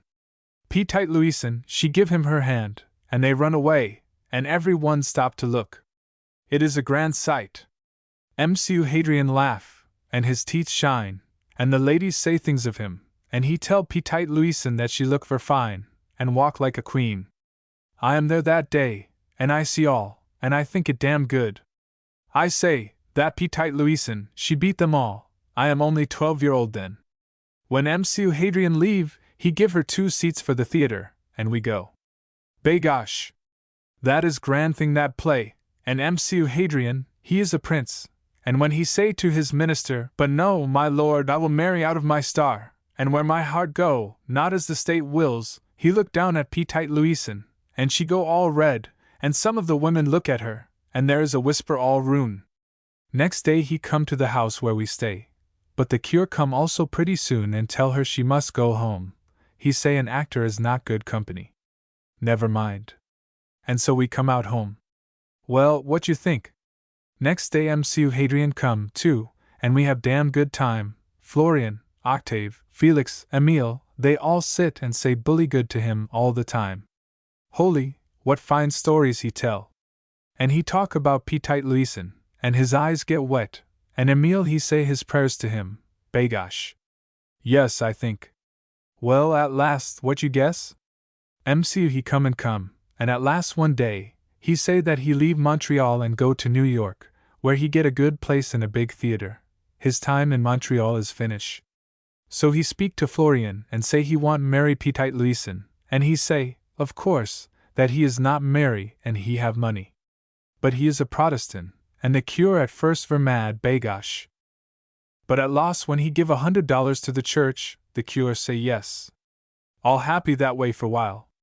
Petite Louison, she get ready quick sapra, what fine things had she, and it is all to be done in a week, while the theater in New York wait for Mcu. He sit there with us, and play on the fiddle, and sing songs, and act plays, and help Florian in the barn, and Octave to mend the fence, and the cure to fix the grapevines on his wall. He show me and Emile how to play sword sticks, and he pick flowers and fetch them to Petite Louison, and teach her how to make an omelette and a salad like the chef of the Louis Quinze Hotel, so he say. Bagosh, what a good time we have! But first one then another, he get a choke throat when he think that Petite Louison go to leave us, and the more we try, the more we are bagosh fools. And that Petite Louison, she kiss us every one, and say to Mcu Hadrian, "Charles, I love you, but I cannot go." He laugh at her, and say, "Voila! We will take them all with us," and Petite Louison she laugh. That night a thing happen. The cure come, and he look for mad, and he frown and he say to Mcu Hadrian before us all, "Mcu, you are married." Sapra. That Petite Louison get pale like snow, and we all stand round her close and say to her, "Quick, courage, Petite Louison." Mcu Hadrian then look at the priest and say, "No, Mcu, I was married 10 years ago. My wife drink and go wrong, and I get divorce. I am free like the wind." "You are not free," the cure say quick. "Once married, married till death. The church cannot marry you again, and I command Louison to give you up." Petite Louison stand like stone. Mcu turned to her. "What shall it be, Louison?" he say. "You will come with me? Kiss me, Charles," she say, "and tell me goodbye till you are free." He look like a madman. "Kiss me once, Charles," she say, "and let me go." And he come to her and kiss her on the lips once, and he say, "Louison, come with me. I will never give you up." She draw back to Florian. "Goodbye, Charles," she say. "I will wait as long as you will." "Mother of God, how hard it is to do right," she say, and then she turn and leave the room. Mcu Hadrian, he give a long sigh. "It was my one chance," he say. "Now the devil take it all." Then he nod and say to the cure, "We'll thrash this out at Judgment Day, Mcu." I'll meet you there, you and the woman that spoiled me. He turned to Florian and the rest of us, and shake hands, and say, Take care of Louisen. Thank you. Goodbye. Then he start towards the door, but stumble, for he looks sick. Give me a drink, he say, and begin to cough a little, a queer sort of rattle. Florian give him big drink, and he toss it off whiff. Thank you, he say, and start again, and we see him walk away over the hill vers slow, and he never come back. But every year there come from New York a box of flowers, and every year Petite Louison send him a merci Charles mille fois. Dieu te garde. It is so every year for 25 years. Where is he now? Asked Medallion. Isidore shook his head, then lifted his eyes religiously. Waiting for Judgment Day in Petite Louison, he answered. Dead? Said Medallion. How long? 20 years. But the flowers? He left word for them to be sent just the same, and the money for it. Medallion turned and took off his hat reverently, as if a soul were passing from the world, but it was only Petite Louison going out into the garden. She thinks him living? He asked gently as he watched Louison. Yes, we have no heart to tell her. And then he wished it so. And the flowers kept coming. Why did he wish it so? Isidore mused a while. Who can tell? Perhaps a whim. He was a great actor, ah yes, sublime, he said. Medallion did not reply, but walked slowly down to where Petite Louison was picking berries. His hat was still off. Let me help you, mademoiselle, he said softly. And henceforth he was as foolish as her brothers. The little bell of honor. Sacre baptême. What did he say? Asked the little chemist, stepping from his doorway. He cursed his baptism, answered tall Medallion, the English auctioneer, pushing his way farther into the crowd. Ah, the pitiful Vaurien, said the little chemist's wife, shudderingly, for that was an oath not to be endured by any one who called the church mother. The crowd that had gathered at the four corners were greatly disturbed, for they also felt the repulsion that possessed the little chemist's wife. They babbled, shook their heads, and waved their hands excitedly, and swayed and craned their necks to see the offender. All at once his voice, mad with rage, was heard above the rest, shouting frenziedly a curse which was a horribly grotesque blasphemy upon the name of God. Men who had used that oath in their insane anger had been known to commit suicide out of remorse afterwards. For a moment there was a painful hush. The crowd drew back involuntarily and left a clear space, in which stood the blasphemer, a middle-sized, athletic fellow, with black beard, thick, waving hair, and flashing brown eyes. His white teeth were showing now in a snarl like a dog's, his cap was on the ground, his hair was tumbled, his hands were twitching with passion, his foot was stamping with fury, and every time it struck the ground a little silver bell rang at his knee, a pretty sylvan sound, in no keeping with the scene. It heightened the distress of the fellow's blasphemy and ungovernable anger. For a man to curse his baptism was a wicked thing, but the other oath was not fit for human ears, and horror held the crowd moveless for a moment. Then, as suddenly as the stillness came, a low, threatening mumble of voices rose, and a movement to close in on the man was made, but a figure pushed through the crowd, and, standing in front of the man, waved the people back. It was the cure, the beloved M. Fabre, whose life had been spent among them, whom they obeyed as well as they could, for they were but frail humanity, after all, crude, simple folk, touched with imagination. Luc Pomfret, why have you done this? What provocation had you? The cure's voice was stern and cold, his usually gentle face had become severe, his soft eyes were piercing and determined. The foot of the man still beat the ground angrily, and the little bell kept tinkling. He was gasping with passion, and he did not answer yet. Luc Pomfret, what have you to say? Asked the cure again. He motioned back Lacoste, the constable of the parish, who had suddenly appeared with a rusty gun and a more rusty pair of handcuffs. Still the voyageur did not answer. The cure glanced at Lajeunesse the blacksmith, who stood near. There was no cause, no. Sagely shaking his head said Lajeunesse. Here stand we at the door of the Louis Quinze in very good humor. Up come the voyageurs, all laughing, and ahead of them is Luc Pomfret, with the little bell at his knee. Luke, he laughed the same as the rest, and they stand in the door, and the garçon bring out the brandy, just a little, but just enough too. I am talking to Henri Bowen. I am telling him Junie Galwar have run away with Dicey the Protestant, when all very quick Luke push between me and Henri, jump into the street, and speak like that. La Jeunesse looked around, as if for corroboration. Henri and others nodded, and someone said, That's true, that's true.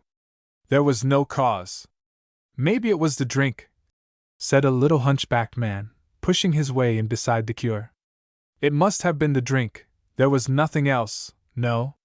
The speaker was Parpon the dwarf, the oddest, in some ways the most foolish, in others the wisest man in Pontiac. That is no excuse, said the cure. It is the only one he has, answered Parpon. His eyes were fixed meaningly on those of Pomfret. It is no excuse, repeated the cure sternly. The blasphemy is horrible, a shame and stigma upon Pontiac forever. He looked Pomfret in the face. Foul-mouthed and wicked man, it is 2 years since you took the blessed sacrament. Last Easter Day you were in a drunken sleep while Mass was being said. After the funeral of your own father you were drunk again.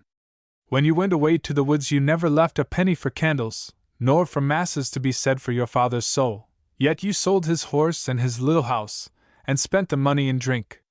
Not a cent for a candle, but— It's a lie, cried Pomfret, shaking with rage from head to foot. A long horror-stricken "Ah!" broke from the crowd. The cure's face became graver and colder. You have a bad heart, he answered, and you give Pontiac an evil name. I command you to come to Mass next Sunday, to repent and to hear your penance given from the altar. For until— I'll go to no Mass till I'm carried to it, was the sullen, malevolent interruption. The cure turned upon the people.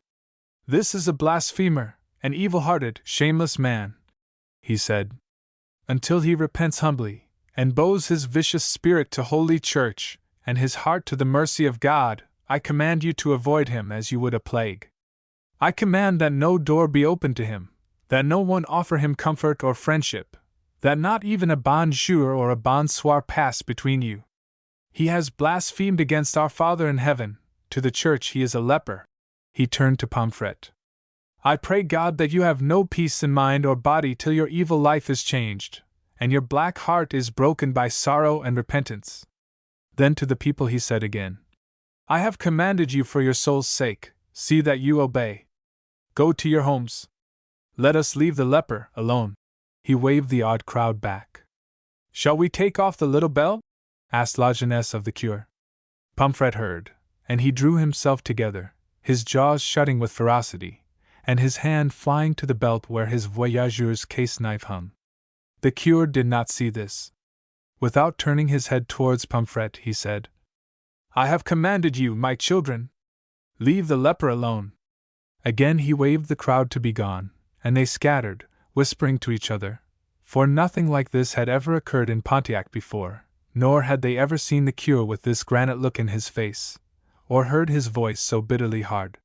He did not move until he had seen them all started homewards from the four corners. One person remained beside him, Parpon the dwarf. I will not obey you, Monsieur le Cure, said he. I'll forgive him before he repents. You will share his sin, answered the cure sternly. No, his punishment, Monsieur, said the dwarf, and turning on his heel, he trotted to where Pomfret stood alone in the middle of the road, a dark, morose figure, hatred and a wild trouble in his face. Already banishment, isolation, seemed to possess Pomfret, to surround him with loneliness. The very effort he made to be defiant of his fate appeared to make him still more solitary. All at once he thrust a hand inside his red shirt, and giving a jerk which broke a string tied round his neck, he drew forth a little pad, a flat bag of silk, called an Agnus Dei, worn as a protection and a blessing by the pious, and threw it on the ground. Another little parcel he drew from his belt, and ground it into the dirt with his heel. It contained a woman's hair. Then, muttering, his hands still twitching with savage feeling, he picked up his cap, covered with dirt, put it on, and passed away down the road towards the river, the little bell tinkling as he went. Those who heard it had a strange feeling, for already to them the man was as if he had some baleful disease, and this little bell told of the passing of a leper. Yet some one man had worn just such a bell every year in Pontiac. It was the mark of honor conferred upon a voyageur by his fellows, the token of his prowess and his skill. This year Luc Pomfret had won it, and that very day it had been buckled round his leg with songs and toasts. For hours Pomfret walked incessantly up and down the river bank, muttering and gesticulating, but at last came quietly to the cottage which he shared with Henri Beauvin. Henri had removed himself and his belongings. Already the ostracizing had begun. He went to the bedroom of old Madame Burgoyne, his cousin. She also was gone. He went to a little outhouse and called. For reply there was a scratching at the door. He opened it, and a dog leaped out and upon him. With a fierce fondness he snatched at the dog's collar, and drew the shaggy head to his knee, then as suddenly shoved him away with a smothered oath, and going into the house, shut the door. He sat down in a chair in the middle of the room, and scarcely stirred for half an hour. At last, with a passionate jerk of the head, he got to his feet, looking about the room in a half-distracted way. Outside, the dog kept running round and round the house, silent, watchful, waiting for the door to open. As time went by, Luc became quieter, but the look of his face was more desolate. At last he almost ran to the door, threw it open, and called. The dog sprang into the room, went straight to the fireplace, lay down, and with tongue lolling and body panting looked at Pomfret with blinking, uncomprehending eyes.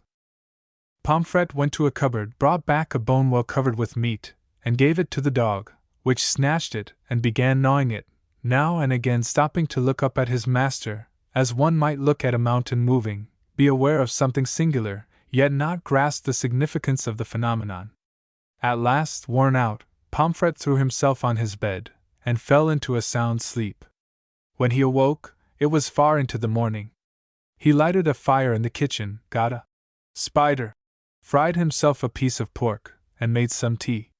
There was no milk in the cupboard, so he took a pitcher and walked down the road a few rods to the next house, where lived the village milkman. He knocked, and the door was opened by the milkman's wife. A frightened look came upon her when she saw who it was. "Non, non!" she said, and shut the door in his face. He stared blankly at the door for a moment, then turned round and stood looking down into the road, with the pitcher in his hand. The milkman's little boy, Maxime, came running round the corner of the house. "Maxime," he said involuntarily and half-eagerly, for he and the lad had been great friends. Maxime's face brightened, then became clouded. He stood still an instant, and presently, turning round and looking at Pomfret askance, ran away behind the house, saying, "Non, non!"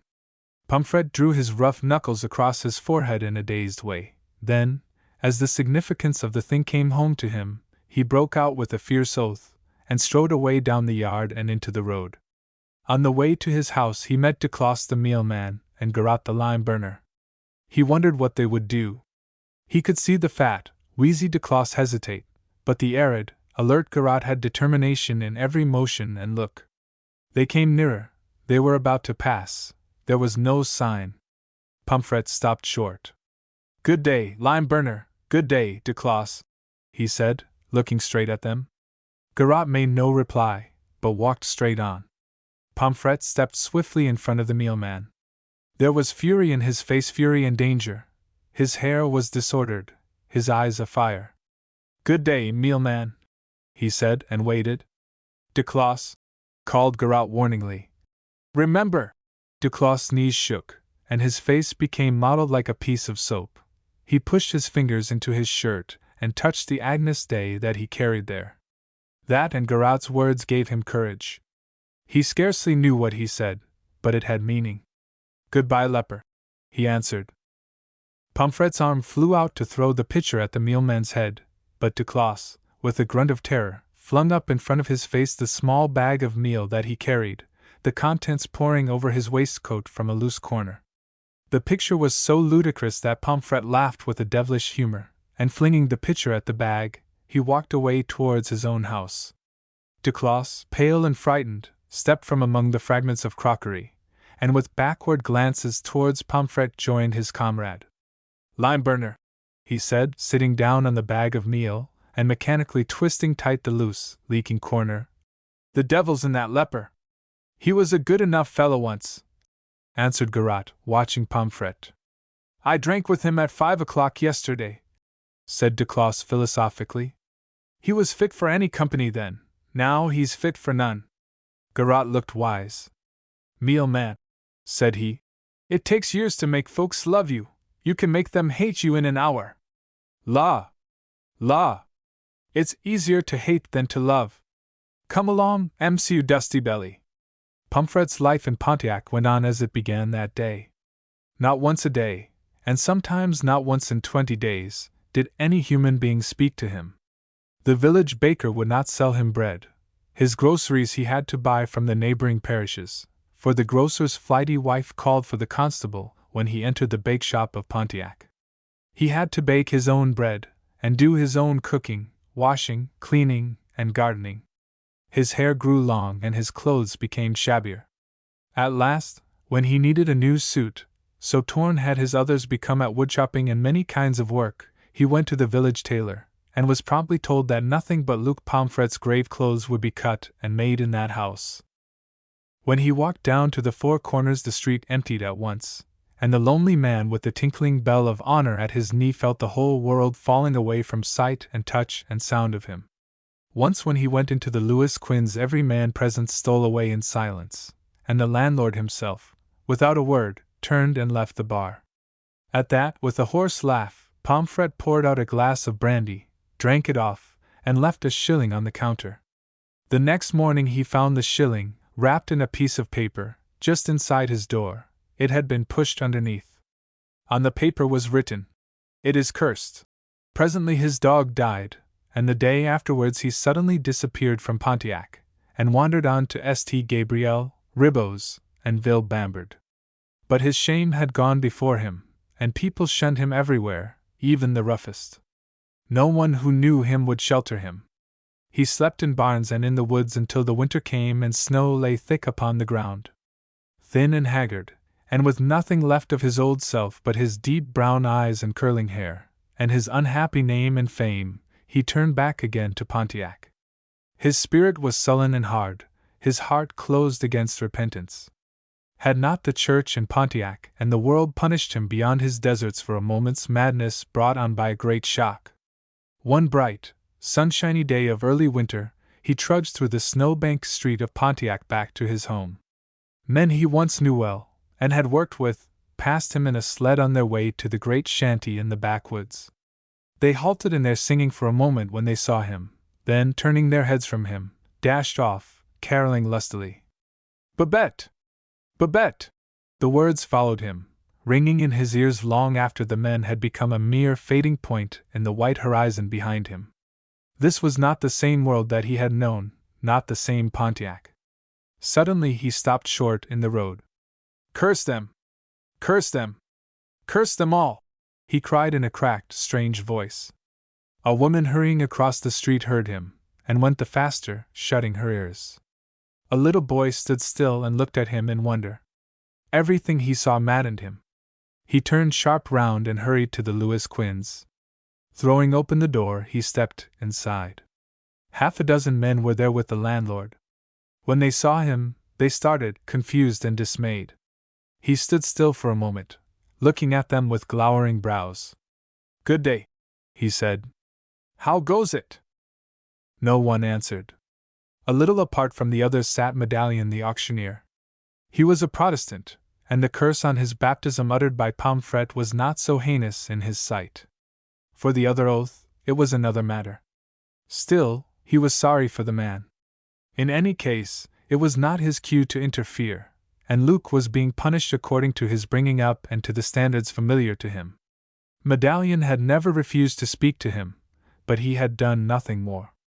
There was no reason why he should provoke the enmity of the parish unnecessarily, and up to this point Pomfret had shifted for himself after a fashion, if a hard fashion. With a bitter laugh, Pomfret turned to the little bar. "Brandy," he said. "Brandy, my bourrienne." The landlord shrugged his shoulder, and looked the other way. Brandy, he repeated. Still there was no sign. There was a wicked look in his face, from which the landlord shrank so far that he carried himself among the others, and stood there, half frightened, half dumbfounded. Pomfret pulled out a greasy dollar bill from his pocket, the last he owned in the world, and threw it on the counter. Then he reached over, caught up a brandy bottle from the shelf, knocked off the neck with a knife, and pouring a tumblerful, drank it off at a gasp. His head came up, his shoulders straightened out, his eyes snapped fire. He laughed aloud, a sardonic, wild, coarse laugh, and he shivered once or twice violently, in spite of the brandy he had drunk. You won't speak to me, eh? Won't you?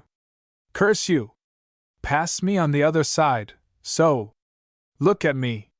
I am the worst man in the world, eh? Judas is nothing, no! Ack, what are you, to turn your back on me? Listen to me. You there, Muroc, with your charcoal face, who was it walk 30 miles in the dead of winter to bring a doctor to your wife, eh? She die, but that is no matter. Who was it? It was Luc Pomfret. You, Alphonse Durien, who was it drag you out of the bog at the Côte Chaudière? It was Luc Pomfret. You, Jacques Baby, who was it that lied for you to the Protestant girl at Faribault? Just Luc Pomfret. You too, Jean and Nicolas Mariban, who was it lent you $100 when you lose all your money at cards? Ha ha ha! Only that beast Luc Pomfret. Mother of heaven, such a beast is he, Limon Rouge, such a beast that used to give your Victorine little silver things, and feed her with bread and sugar and buttermilk. Papa, my dear Limon Rouge, how is it all different now? He raised the bottle and drank long from the ragged neck. When he took it away from his mouth, not much more than half remained in the quart bottle. Blood was dripping upon his beard from a cut on his lip, and from there to the ground. And you, Monsieur Bourrienne, he cried hoarsely. Do I not remember that dear Monsieur Bourrienne, when he begged me to leave Pontiac for a little while that I not give evidence in court against him? Eh bien! You all walk by me now, as if I was the father of smallpox, and not Luc Pomfret, only Luc Pomfret, who spits at every one of you for a pack of cowards and hypocrites. He thrust the bottle inside his coat, went to the door, flung it open with a bang, and strode out into the street, muttering as he went. As the landlord came to close the door, Medallion said, The leper has a memory, my friends. Then he also walked out, and went to his office depressed, for the face of the man haunted him. Pomfret reached his deserted, cheerless house. There was not a stick of firewood in the shed, not a thing to eat or drink in cellar or cupboard. The door of the shed at the back was open, and the dog chains lay covered with frost and half embedded in mud. With a shiver of misery, Pomfret raised the brandy to his mouth, drank every drop, and threw the bottle on the floor. Then he went to the front door, opened it, and stepped outside. His foot slipped, and he tumbled head forward into the snow. Once or twice he half raised himself, but fell back again, and presently lay still. The frost caught his ears and iced them. It began to creep over his cheeks. It made his fingers white, like a leper's. He would soon have stiffened forever had not Parpon the dwarf, passing along the road, seen the open door and the sprawling body, and come and drawn Pomfret inside the house. He rubbed the face and hands and ears of the unconscious man with snow till the whiteness disappeared, and taking off the boots, did the same with the toes, after which he drew the body to a piece of rag carpet beside the stove, threw some blankets over it, and hurrying out, cut up some fence rails, and soon had a fire going in the stove. Then he trotted out of the house and away to the little chemist, who came passively with him.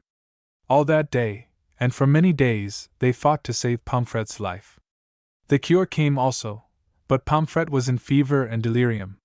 Yet the good M. Fabre's presence, as it ever did, gave an air of calm and comfort to the place.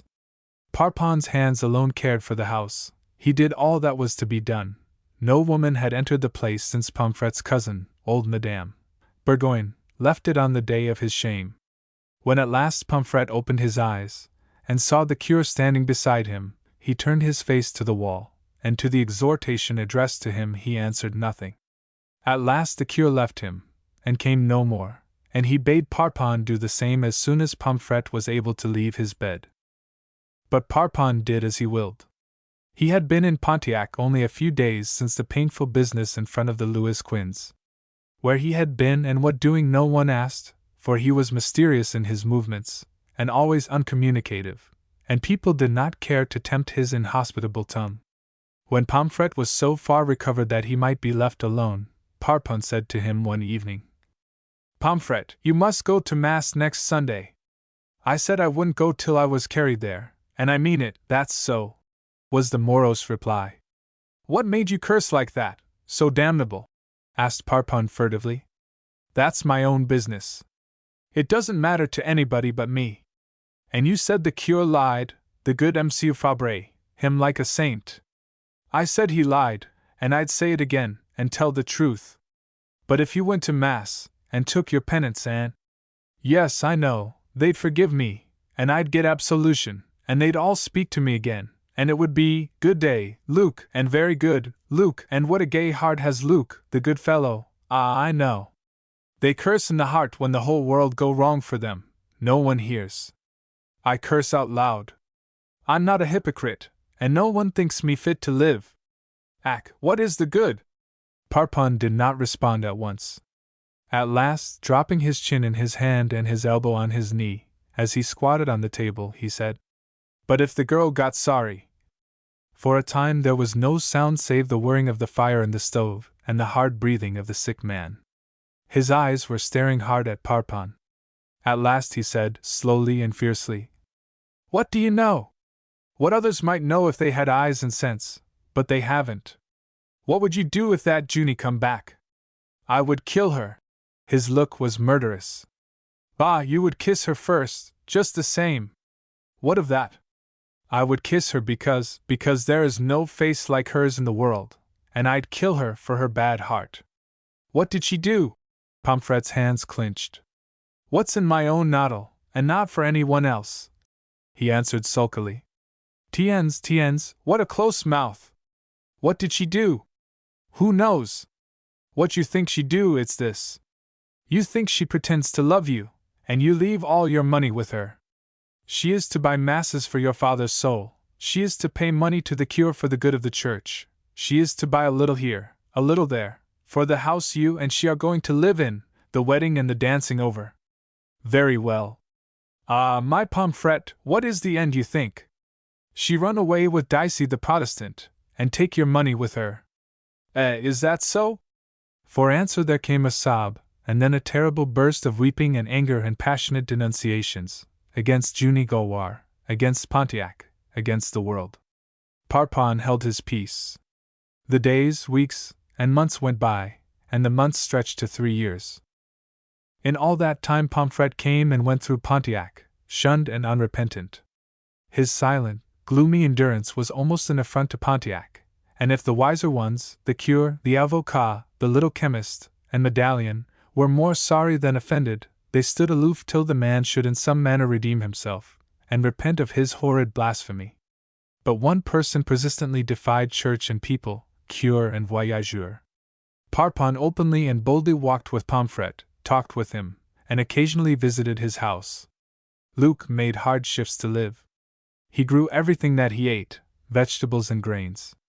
Parpon showed him how to make his own flour in primitive fashion, for no miller in any parish near would sell him flour, and he had no money to buy it, nor would any one who knew him give him work. And after his return to Pontiac he never asked for it. His mood was defiant, morbid, stern. His wood he chopped from the common known as no man's land. His clothes he made himself out of the skins of deer that he shot. When his powder and shot gave out, he killed the deer with bow and arrow. The end came at last. Luke was taken ill. For 4 days, all alone, he lay burning with fever and inflammation, and when Parpon found him he was almost dead.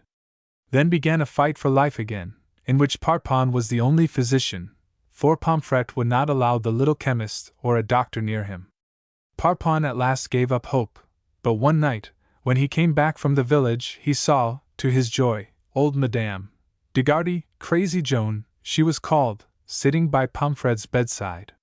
He did not disturb her, for she had no love for him, and he waited till she had gone. When he came into the room again, he found Pomfret in a sweet sleep, and a jug of tincture, with a little tin cup, placed by the bed.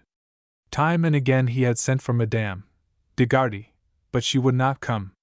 She had answered that the dear Luke could go to the devil for all of her. He'd find better company down below than in Pontiac. But for a whim, perhaps, she had come at last without asking, and as a consequence Luke returned to the world, a mere bundle of bones. It was still while he was only a bundle of bones that one Sunday morning, Parpon, without a word, lifted him up in his arms and carried him out of the house. Pomfret did not speak at first. It seemed scarcely worthwhile. He was so weak he did not care. "Where are you going?" he said at last, as they came well into the village. The bell in St. Saviour's had stopped ringing for Mass, and the streets were almost empty. "I'm taking you to Mass," said Parpon, puffing under his load, for Pomfret made an ungainly burden. "Hand of a little devil, no!" cried Pomfret, startled. "I said I'd never go to Mass again, and I never will." "You said you'd never go to Mass till you were carried, so it's all right." Once or twice Pomfret struggled, but Parpon held him tight, saying, "It's no use, you must come, we've had enough. Besides." "Besides what?" asked Pomfret faintly. "Never mind," answered Parpon. At a word from Parpon the shriveled old sexton cleared away through the aisle, making a stir, through which the silver bell at Pomfret's knee tinkled, in answer, as it were, to the tinkling of the acolyte's bell in the sanctuary. People turned at the sound, women stopped telling their beads, some of the choir forgot their chanting. A strange feeling passed through the church, and reached and startled the cure as he recited the Mass. He turned round and saw Parpon laying Pomfret down at the chancel steps. His voice shook a little as he intoned the ritual, and as he raised the sacred elements tears rolled down his cheeks. From a distant corner of the gallery a deeply veiled woman also looked down at Pomfret, and her hand trembled on the desk before her. At last the cure came forward to the chancel steps. "What is it, Parpon?" he asked gravely. "It is Luc Pomfret, Monsieur le Cure." Pomfret's eyes were closed. "He swore that he would never come to Mass again," answered the good priest. "Till he was carried, Monsieur le Cure, and I've carried him." "Did you come of your own free will, and with a repentant heart, Luc Pomfret?" asked the cure. "I did not know I was coming, no." Pomfret's brown eyes met the priest's unflinchingly. "You have defied God, and yet He has spared your life." "I'd rather have died," answered the sick man simply. "Died, and been cast to perdition? I'm used to that. I've had a bad time here in Pontiac." His thin hands moved restlessly. His leg moved, and the little bell tinkled, the bell that had been like the bell of a leper these years past. "But you live, and you have years yet before you, in the providence of God. Luc Pomfret, you blasphemed against your baptism, and horribly against God Himself. Luc," his voice got softer, "I knew your mother, and she was almost too weak to hold you when you were baptized, for you made a great to-do about coming into the world. She had a face like a saint, so sweet, so patient. You were her only child, and your baptism was more to her than her marriage even, or any other thing in this world. The day after your baptism she died. What do you think were her last words?" There was a hectic flush on Pomfret's face, and his eyes were intense and burning as they looked up fixedly at the cure. "I can't think any more," answered Pomfret slowly. "I've no head." "What she said is for your heart, not for your head, Luc," rejoined the cure gently. "She wandered in her mind, and at the last she raised herself up in her bed, and lifting her finger like this," he made the gesture of benediction. "She said, 'Luc Michel, I baptize you in the name of the Father, and of the Son, and of the Holy Ghost. Amen.' Then she whispered softly, 'God bless my dear Luc, my he. Holy Mother, pray for him.' These were her last words, and I took you from her arms. What have you to say, Luc, my he?" The woman in the gallery was weeping silently behind her thick veil, and her worn hand clutched the desk in front of her convulsively. Presently she arose and made her way down the stair, almost unnoticed. 2 or 3 times Luc tried to speak, but could not. "Lift me up," he said brokenly at last. Parpon and the little chemist raised him to his feet, and held him, his shaking hands resting on their shoulders, his lank body tottering above and between them. Looking at the congregation, he said slowly, "I'll suffer till I die for cursing my baptism, and God will twist my neck in purgatory for—" "Luke," the cure interrupted, "say that you repent. I'm sorry, and I ask you all to forgive me, and I'll confess to the cure, and take my penance and—" He paused, for breathing hurt him. At that moment the woman in black who had been in the gallery came quickly forward. Parpon saw her, frowned, and waved her back, but she came on. At the chancel steps she raised her veil, and a murmur of recognition and wonder ran through the church.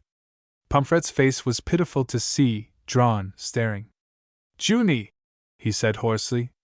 Her eyes were red with weeping, her face was very pale. "Monsieur le cure," she said, "you must listen to me." The cure's face had become forbidding. "Sinner though I am. You want to be just, don't you?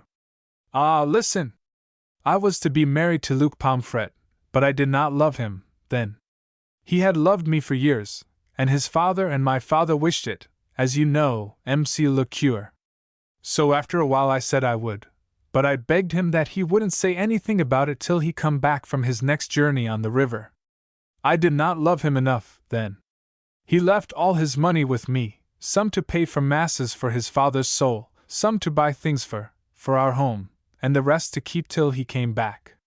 "Yes, yes," said Pomfret, his eyes fixed painfully on her face. "Yes, yes. The day after Luke went away John Dicey the Protestant come to me. I'd always liked him, he could talk as Luke couldn't, and it sounded nice. I listened and listened. He knew about Luke and about the money and all. Then he talked to me. I was all wild in the head, and things went round and round, and oh, how I hated to marry Luke then. So after he had talked a long while I said yes, I would go with him and marry him, a Protestant, for I loved him. I don't know why or how." Pomfret trembled so that Parpon and the little chemist made him sit down, and he leaned against their shoulders, while Junie went on. "I gave him Luke's money to go and give to Parpon here, for I was too ashamed to go myself.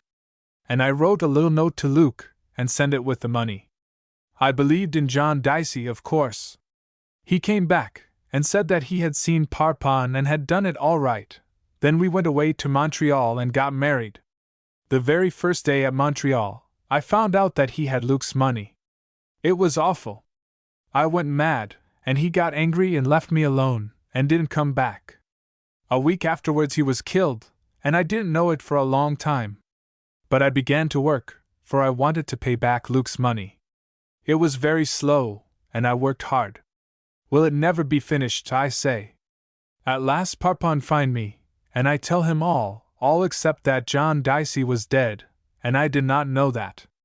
I made him promise to tell nobody, but he knows all about my life since then. Then I find out one day that John Dicey is dead, and I get from the government $100 of the money he stole. It was found on him when he was killed. I work for 6 months longer, and now I come back, with Luke's money." She drew from her pocket a packet of notes, and put it in Luke's hands. He took it dazedly, then dropped it, and the little chemist picked it up. He had no prescription like that in his pharmacopoeia. "That's how I've lived," she said, and she handed a letter to the cure.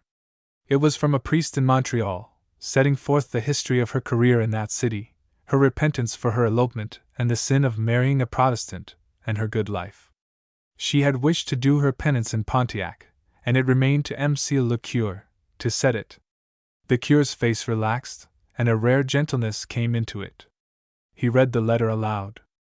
Luke once more struggled to his feet, eagerly listening. "You did not love Luke?" the cure asked Junie meaningly. "I did not love Luke then," she answered, a flush going over her face. "You loved Junie?" the cure said to Pomfret. "I could have killed her, but I've always loved her," answered Luke. Then he raised his voice excitedly. "I love her, love her, love her, but what's the good? She'd never been happy with me. Look what my love drove her to. What's the good, at all?" "She said she did not love you then, Luke Mikey," said Parpon, interrupting. "Luke Mikey, you're a fool as well as a sinner. Speak up, Junie. I used to tell him that I didn't love him, I only liked him. I was honest. Well, I am honest still. I love him now. A sound of joy broke from Luke's lips, and he stretched out his arms to her, but the cure stopped that. Not here, he said. Your sins must first be considered. For penance. He paused, looking at the two sad yet happy beings before him. The deep knowledge of life that was in him impelled him to continue gently. For penance you shall bear the remembrance of each other's sins. And now to God the Father.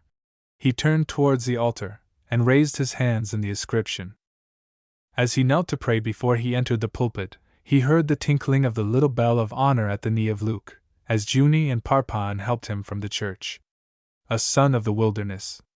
Rachette told the story to Medallion and the little chemist's wife on Sunday after Mass, and because he was vain of his English he forsook his own tongue and paid tribute to the Anglo-Saxon. Ah, she was so pretty, that Noreen, when she drive through the parishes all 12 days, after the wedding, a dance every night, and her eyes and cheeks on fire all the time. And Bargain, bagosh! That Bargain, he have a pair of shoulders like a wall, and $500 and a horse and wagon. Bagosh, I say that time, Bargain he have put a belt round the world and buckle it tight to him. All right, ver good. I say to him, Bargain, what you do when you get ver rich out on the Souris River in the Prairie West? He laugh and throw up his hands, for he have not many words any kind. And the damn little dwarf Parpon, he say, he will have flowers on the table and ice on the butter, and a wheel in his head. And Bargain laugh and say, I will have plenty for my friends to eat and drink and a ver fine time. Good, we all say bagosh, so they make the trip through 12 parish, and the fiddles go all the time, and I am what you say best man with Bargain. I go all the time, and Lucette Dargois, she go with me and her brother. Holy, what an eye had she in her head, that Lucette! As we go we sing a song all right, and there's no one sings so better as Noreen. Ver good, bagosh. Noreen and Bargain they go out to the Souris, and Bargain have 100 acre, and he put up a house and a shed not ver big, and he carry his head high and his shoulders like a wall. Yes, yes. First year it is pretty good time, and Noreen's cheeks, ah, like an apple they. Bimeby a baby laugh up at Bargain from Noreen's lap. I am on the Souris at a sawmill then, and on Sunday sometime I go up to see Bargain and Noreen. I think that baby is so damn funny. I laugh and pinch his nose. His name is Marie, and I say I marry him pretty quick some day. We have plenty hot cake, and beans and pork, and a little how you are from a jar behind the door. Next year it is not so good. There is a bad crop and hard time, and Bargain he owe $200, and he pay interest. Noreen, she do all the work, and that little Marie, there is damn funny in him, and Noreen, she keep go, all the time, early and late, and she get ver thin and quiet. So I go up from the mill more times, and I bring fal-lals for that Marie, for you know I said I go to marry him some day. And when I see how Bargain's shoulders stoop and his eye get dull, and there is nothing in the jar behind the door, I fetch a horn with me, and my fiddle, and bagosh! There is happy sit you down. I make Bargain sing La Belle Françoise, and then just before I go I make them laugh, for I stand by the cradle and I sing to that Marie. So, and another year it go along, and Bargain he know that if there come bad crop it is goodbye my lover with himselves. He owe $250. It is the spring at Easter, and I go up to him and Noreen, for there is no Mass, and Pontiac is too far away off. We stand at the door and look out, and all the prairie is green, and the sun stand up high like a light on a pole, and the birds fly by ver busy looking for the summer and the prairie flower. Bargain, I say, and I give him a horn of old rye. Here's to le bon Dieu. Le bon Dieu, and a good harvest, he say. I hear someone give a long breath behin, and I look round. But no, it is Noreen with a smile, for she never grumble. Bagosh! What pretty eyes she have in her head! She have that Marie in her arms, and I say to Bargain it is like the Madone in the Notre Dame at Montreal. He nod his head. C'est le bon Dieu. It is the good God, he say. Before I go I take a piece of palm, it come from the Notre Dame, it is all blessed by the Pope, and I nail it to the door of the house. For luck, I say. Then I laugh, and I speak out to the prairie, come along, good summer, come along, good crop, come $250 for gal bargain. For quiet I give Noreen $20, but she will not take him. For Marie then I say, I go to marry him bimeby, but she say, keep it and give it to Marie yourself some day. She smile at me, then she have a little tear in her eye, and she nod to where bargain stare outside, and she say, if this summer go wrong, it will kill him. He work and fret and worry for me and Marie, and sometimes he just sit and look at me and say not a word. I say to her that there will be good crop, and next year we will be ver happy. So the time go on, and I send up a leetle snack of pork and molass and tobacco, and sugar and tea, and I get a letter from bargain bimeby, and he say that everything go right, he tink, this summer. He say I must come up. It is not damn easy to go in the summer, when the mill run night and day, but I say I will go. When I get up to bargains I laugh, for all the 100 acre is ver fine, and bargain stand in the door, and stretch out his hand, and say, Rashette, there is $600 for me. I nod my head, and fetch out a horn, and he have one, his eyes all bright like a lime kiln. He is thin and square, and his beard grow ver thick and rough and long, and his hands are like planks. Noreen, she is ver happy, too, and Marie bite on my finger, and I give him sugar stick to suck. Bimeby Noreen say to me, ver soft, if a hailstorm or a hot wind come, that is the end of it all, and of my poor gal. What I do? I laugh and catch Marie under the arms, and I sit down, and I put him on my foot, and I sing that damn funny English song, Here We Go to Banbury Cross, and I say, it will be all as happy as Marie pretty quick. Bargain he will have $600, and you a new dress and a hired girl to help you. But all the time that day I think about a hailstorm or a hot wind whenever I look out on that 100-acre farm. It is so beautiful, as you can guess, the wheat, the barley, the corn, the potatoes, the turnip, all green like seawater, and pigeons and wild ducks flying up and down, and the horse and the ox standing in a field ver comfortably. We have good time that day, and go to bed all happy that night. I get up at 5 o'clock, and I go out. Bargain stand there looking out on his field with the horse bridle in his hand. The air not feel right, he say to me. I think the same, but I say to him, your head not feel right, him too soft. He shake his head and go down to the field for his horse and ox, and hitch them up together, and go to work making a road. It is about 10 o'clock when the damn thing come. Piff! Go a hot splash of air in my face, and then I know that it is all up with gal bargain. A month after it is no matter, for the grain is ripe then, but now, when it is green, it is sure death to it all. I turn sick in my stomach, and I turn round and see Noreen stand in the door, all white, and she make her hand go as that, like she push back that hot wind. Where is gal? She say. I must go to him. No, I say, I will fetch him. You stay with Marie. Then I go ver quick for gal, and I find him, his hands all shut like that. And he shake them at the sky, and he say not a word, but his face, it go wild, and his eyes spin round in his head. I put my hand on his arm and say, come home, gal. Come home, and speak kind to Noreen and Marie. I can see that hot wind lean down and twist the grain about, a damn devil thing from the Arzone desert down south. I take gal back home, and we sit there all day, and all the next day, and a leetle more, and when we have look enough, there is no grain on that 100-acre farm, only a dry-up prairie, all gray and limp. My skin is baked and rough, but when I look at gal bargain I know that his heart is dry like a bone, and, as Parpon say that back time, he have a wheel in his head. Noreen she is quiet, and she sit with her hand on his shoulder, and give him Marie to hold. But it is no good, it is all over. So I say, let us go back to Pontiac. What is the good for to be rich? Let us be poor and happy once more. And Noreen she look glad, and get up and say, yes, let us go back, but all at once she sit down with Marie in her arms, and cry, Bagosh, I never see a woman cry like that. So we start back for Pontiac with the horse and the ox and some pork and bread and molass. But gal bargain never hold up his head, but goes silent, and he not sleep at night. One night he walk away on the prairie, and when he come back he have a great pain. So he lie down, and we sit by him, and he die. But once he whisper to me, and Noreen not here, you say you will marry him, Rachette, and I say I will. C'est le bon Dieu, he say at the last, but he say it with a little laugh. I think he have a wheel in his head. But bimeby, ye stay, Noreen and Marie and I come to Pontiac. The little chemist's wife dried her eyes, and Medallion said in French, Pour Noreen! Pour Noreen! And so, Rachette, you are going to marry Marie by and by? There was a quizzical look in Medallion's eyes.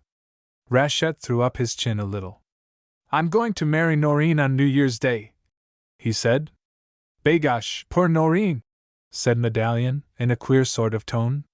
It is the way of the world, he added. I'll wait for Marie myself. It looks as if he meant to, for she has no better friend.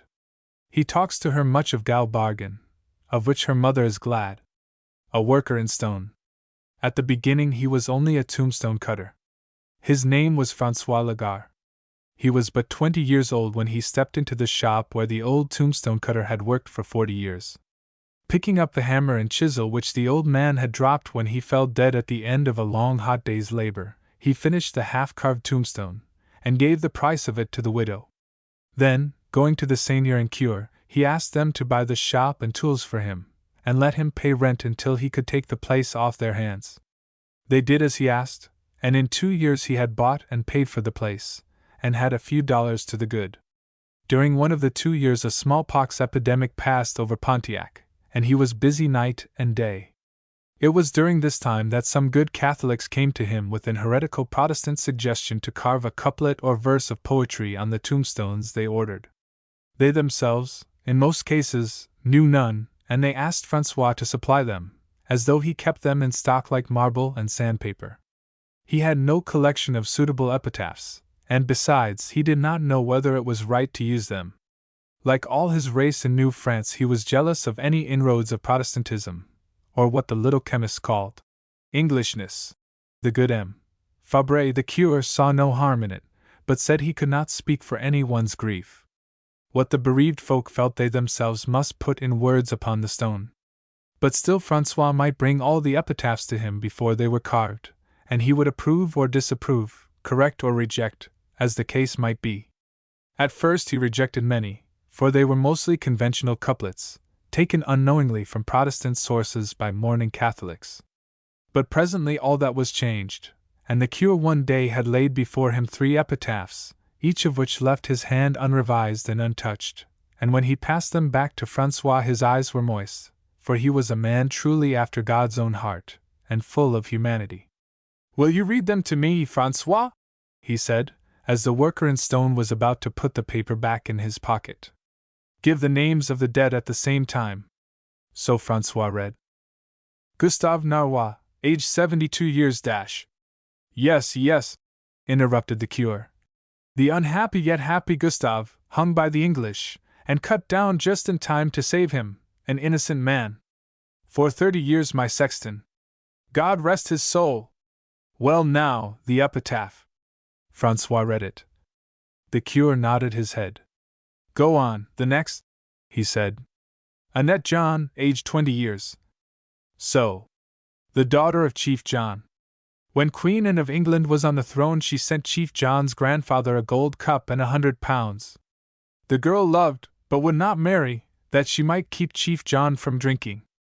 A saint, François. What have they said of her? François smoothed out the paper and read. The cure turned his head away. Go on, he said sadly. Chief John has lost his right hand. Go on. Henri Rouget. Aged 30 years. Again interrupted the cure. Henri Rouget, idiot, as young as the morning. For man grows old only by what he suffers, and what he forgives, and what he sins. What have you to say for Henri Rouget, my François? And François read. The priest rose to his feet and put a hand on the young man's shoulder. Do you know, François, he said half sadly, do you know, you have the true thing in you. Come often to me, my son, and bring all these things, all you write. While the cure troubled himself about his future, Francois began to work upon a monument for the grave of a dozen soldiers of Pontiac who were killed in the War of the Patriots. They had died for a mistaken cause, and had been buried on the field of battle. Long ago something would have been done to commemorate them, but that 3 of them were Protestants, and difficulties had been raised by the bigoted. But Francois thought only of the young men in their common grave at St. Eustache. He remembered when they went away one bright morning, full of the joy of an erring patriotism, of the ardor of a weak but fascinating cause, race against race, the conquered against the conquerors, the usurped against the usurpers. In the space before the parish church it stands, a broken shaft, with an unwound wreath straying down its sides, a monument of fine proportions, a white figure of beaten valor and erring ardor of youth and beautiful bad ambition. One Saturday night it was not there, and when next morning the people came to Mass it was there. All night had Francois and his men worked, and the first rays of the morning sun fell on the tall shivered shaft set firmly in its place. Francois was a happy man. All else that he had done had been wholly after a crude, staring convention, after rule and measure, an artisan's, a tombstone cutter's labor. This was the work of a man with the heart and mind of an artist. When the people came to Mass they gazed, and now and then the weeping of a woman was heard, for among them were those whose sons and brothers were made memorable by this stone. That day at the close of his sermon the curé spoke of it, and said at the last, "That white shaft, dear brethren, is for us a sign of remembrance, and a warning to our souls. In the name of race and for their love they sinned.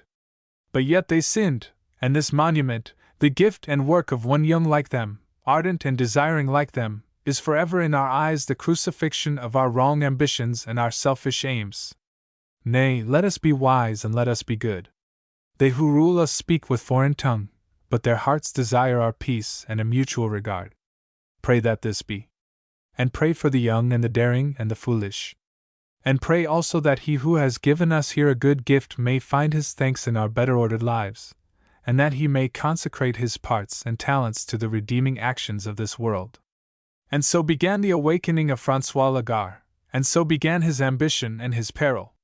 For, as he passed from the church, the seigneur touched him on the shoulder and introduced him to his English grandniece, come on a visit for the summer, the daughter of a London baronet. She had but just arrived, and she was feeling that first homesickness which succeeds transplanting. The face of the young worker in stone interested her. The idea of it all was romantic. The possibilities of the young man's life opened out before her. Why should not she give him his real start, win his gratitude, help him to his fame, and then, when it was won, be pointed out as a discoverer and a patron? All these things flashed through her mind as they were introduced. The young man did not read the look in her eyes, but there was one other person in the crowd about the church steps who did read it, whose heart beat furiously, whose foot tapped the ground angrily, a black-haired, brown-eyed farmer's daughter, who instantly hated the yellow hair and rosy and golden face of the blue-eyed London lady, who could, that instant, have torn the silk gown from her graceful figure. She was not disturbed without reason. And for the moment, even when she heard impertinent and incredulous fellows pooh-poohing the monument, and sharpening their rather dull wits upon its corners, she did not open her lips, when otherwise she would have spoken her mind with a vengeance, for Jean Marchand had a reputation for spirit and temper, and she spared no one when her blood was up. She had a touch of the vixen, an impetuous, loving, forceful mademoiselle, in marked contrast to the rather ascetic Francois, whose ways were more refined than his origin might seem to warrant. "Sapra," said Duclos, the mealman of the monument. "It's like a timber of cheese stuck up. What's that to make a fuss about?" "Fig of Eden," muttered Jules Marmot with one eye on Jean. "Any fool could saw a better-looking thing out of ice." "Fish," said fat Caroche the butcher. "That Francois has a rattle in his capote. He'd spend his time better chipping bones on my meat block." But Jean could not bear this, the greasy, whopping butcherman. What, the messy, stupid Caroche, who can't write his name," she said in a fury. "The sausage-potted Caroche, who doesn't remember that Francois Lagarre made his brother's tombstone, and charged him nothing for the verses he wrote for it, nor for the Agnus Dei he carved on it. No, Caroche does not remember his brother Beatrice the fighter, As brave as Carochet is a coward. He doesn't remember the verse on Beatty's tombstone, does he? Francois heard this speech, and his eyes lighted tenderly as he looked at Jean. He loved this fury of defense and championship. Someone in the crowd turned to him and asked him to say the verses. At first he would not, but when Carochet said that it was only his fun, that he meant nothing against Francois, the young man recited the words slowly, an epitaph on one who was little better than a prizefighter, a splendid bully. Leaning a hand against the white shaft of the patriot's memory, he said, "Good enough for Baptiste," said Duclos the mealman. The wave of feeling was now altogether with Francois, and presently he walked away with Jean Marchand and her mother, and the crowd dispersed. Jean was very happy for a few hours, but in the evening she was unhappy, for she saw Francois going towards the house of the seigneur, and during many weeks she was still more unhappy, for every 3 or 4 days she saw the same thing. Meanwhile Francois worked as he had never before worked in his life. Night and day he was shut in his shop, and for 2 months he came with no epitaphs for the cure, and no new tombstones were set up in the graveyard. The influence of the lady at the seigneury was upon him, and he himself believed it was for his salvation. She had told him of great pieces of sculpture she had seen, had sent and got from Quebec City, where he had never been, pictures of some of the world's masterpieces in sculpture, and he had lost himself in the study of them and in the depths of the girl's eyes. She meant no harm. The man interested her beyond what was reasonable in one of his station in life. That was all, and all there ever was. Presently people began to gossip, and a story crept round that, in a new shed which he had built behind his shop, Francois was chiseling out of stone the nude figure of a woman. There were 1 or 2 who professed they had seen it. The wildest gossip said that the figure was that of the young lady at the seigneury. Francois saw no more of Jean Marchand. He thought of her sometimes, but that was all. A fever of work was on him. Twice she came to the shed where he labored, and knocked at the door. The first time, he asked who was there. When she told him, he opened the door just a little way, smiled at her, caught her hand and pressed it, and, when she would have entered, said, "No, no, another day, Jean," and shut the door in her face. She almost hated him because he had looked so happy. Still another day she came knocking. She called to him, and this time he opened the door and admitted her. That very hour she had heard again the story of the nude stone woman in the shed, and her heart was full of jealousy, fury, and suspicion. He was very quiet, he seemed tired. She did not notice that. Her heart had throbbed wildly as she stepped inside the shed. She looked round, all delirious eagerness for the nude figure. There it was, covered up with a great canvas. Yes, there were the outlines of the figure. How shapely it seemed, even inside the canvas! She stepped forward without a word, and snatched at the covering. He swiftly interposed and stopped her hand. "I will see it," she said. "Not today," he answered. "I tell you I will." She wrenched her hand free and caught at the canvas. A naked foot and ankle showed. He pinioned her wrists with one hand and drew her towards the door, determination and anger in his face. "You beast, you liar!" she said. "You beast! Beast! Beast!" Then, with a burst of angry laughter, she opened the door herself. "You ain't fit to know," she said. "They told the truth about you. Now you can take the canvas off her. Goodbye." With that she was gone. The following day was Sunday. Francois did not attend Mass, and such strange scandalous reports had reached the cure that he was both disturbed and indignant. That afternoon, after Vespers, which Francois did not attend, the cure made his way to the sculptor's workshop, followed by a number of parishioners. The crowd increased, and when the cure knocked at the door it seemed as if half the village was there. The chief witness against Francois had been Jean Marchand. That very afternoon she had told the cure, with indignation and bitterness, that there was no doubt about it, all that had been said was true. Francois, with wonder and some confusion, admitted the cure. When M. Fabre demanded that he be taken to the new workshop, Francois led the way. The crowd pushed after, and presently the place was full. 100 eyes were fastened upon the canvas-covered statue, which had been the means of the young man's undoing. Terrible things had been said, terrible things of Francois, and of the girl at the Seigneury. They knew the girl for a Protestant and an Englishwoman, and that in itself was a sort of sin. And now every ear was alert to hear what the cure should say, what denunciation should come from his lips when the covering was removed. For that it should be removed was the determination of every man present. Virtue was at its supreme height in Pontiac that day. Lajeunesse the blacksmith, Muroc the charcoal man, and 20 others were as intent upon preserving a high standard of morality, by force of arms, as if another Tarquin were harboring shame and crime in the cedar shed. The whole thing came home to Francois with a choking, smothering force. Art, now in its very birth in his heart and life, was to be garrote. He had been unconscious of all the wicked things said about him. Now he knew all. "Remove the canvas from the figure," said the cure sternly. Stubbornness and resentment filled Francois's breast. He did not stir. "Do you oppose the command of the Church?" said the cure, still more severely. "Remove the canvas. It is my work, my own, my idea, my stone, and the labor of my hands," said Francois doggedly. The cure turned to Lajeunesse and made a motion towards the statue. Lajeunesse, with a burning righteous joy, snatched off the canvas. There was one instant of confusion in the faces of all of absolute silence. Then the crowd gasped. The cure's hat came off, and every other hat followed.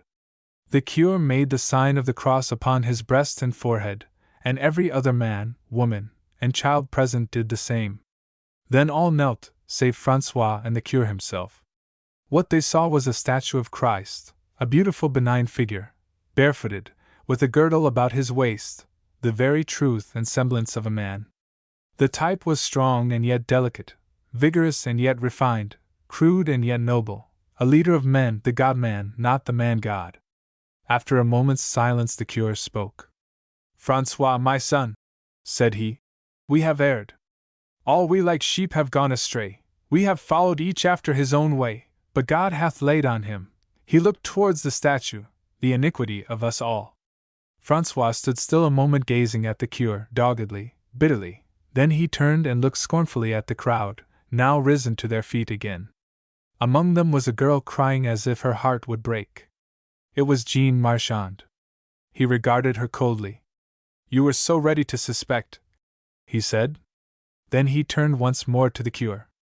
"I meant it as my gift to the Church, Monsieur le Cure, to Pontiac, where I was born again. I waked up here to what I might do in sculpture, and you all were so ready to suspect. Take it, it is my last gift." He went to the statue, touched the hands of it lovingly, and stooped and kissed the feet. Then, without more words, he turned and left the shed and the house. Pouring out into the street, the people watched him cross the bridge that led into another parish, and into another world, for from that hour Francois Lagarde was never seen in Pontiac. The statue that he made stands upon a little hill above the valley where the beaters of flax come in the autumn, through which the woodsmen pass in winter and in spring. But Francois Lagarde, under another name, works in another land. While the cure lived he heard of him and of his fame now and then, and to the day of his death he always prayed for him. He was wont to say to the little avocat whenever Francois's name was mentioned, "The spirit of a man will support him, but a wounded spirit who can bear?" The tragic comedy of Annette.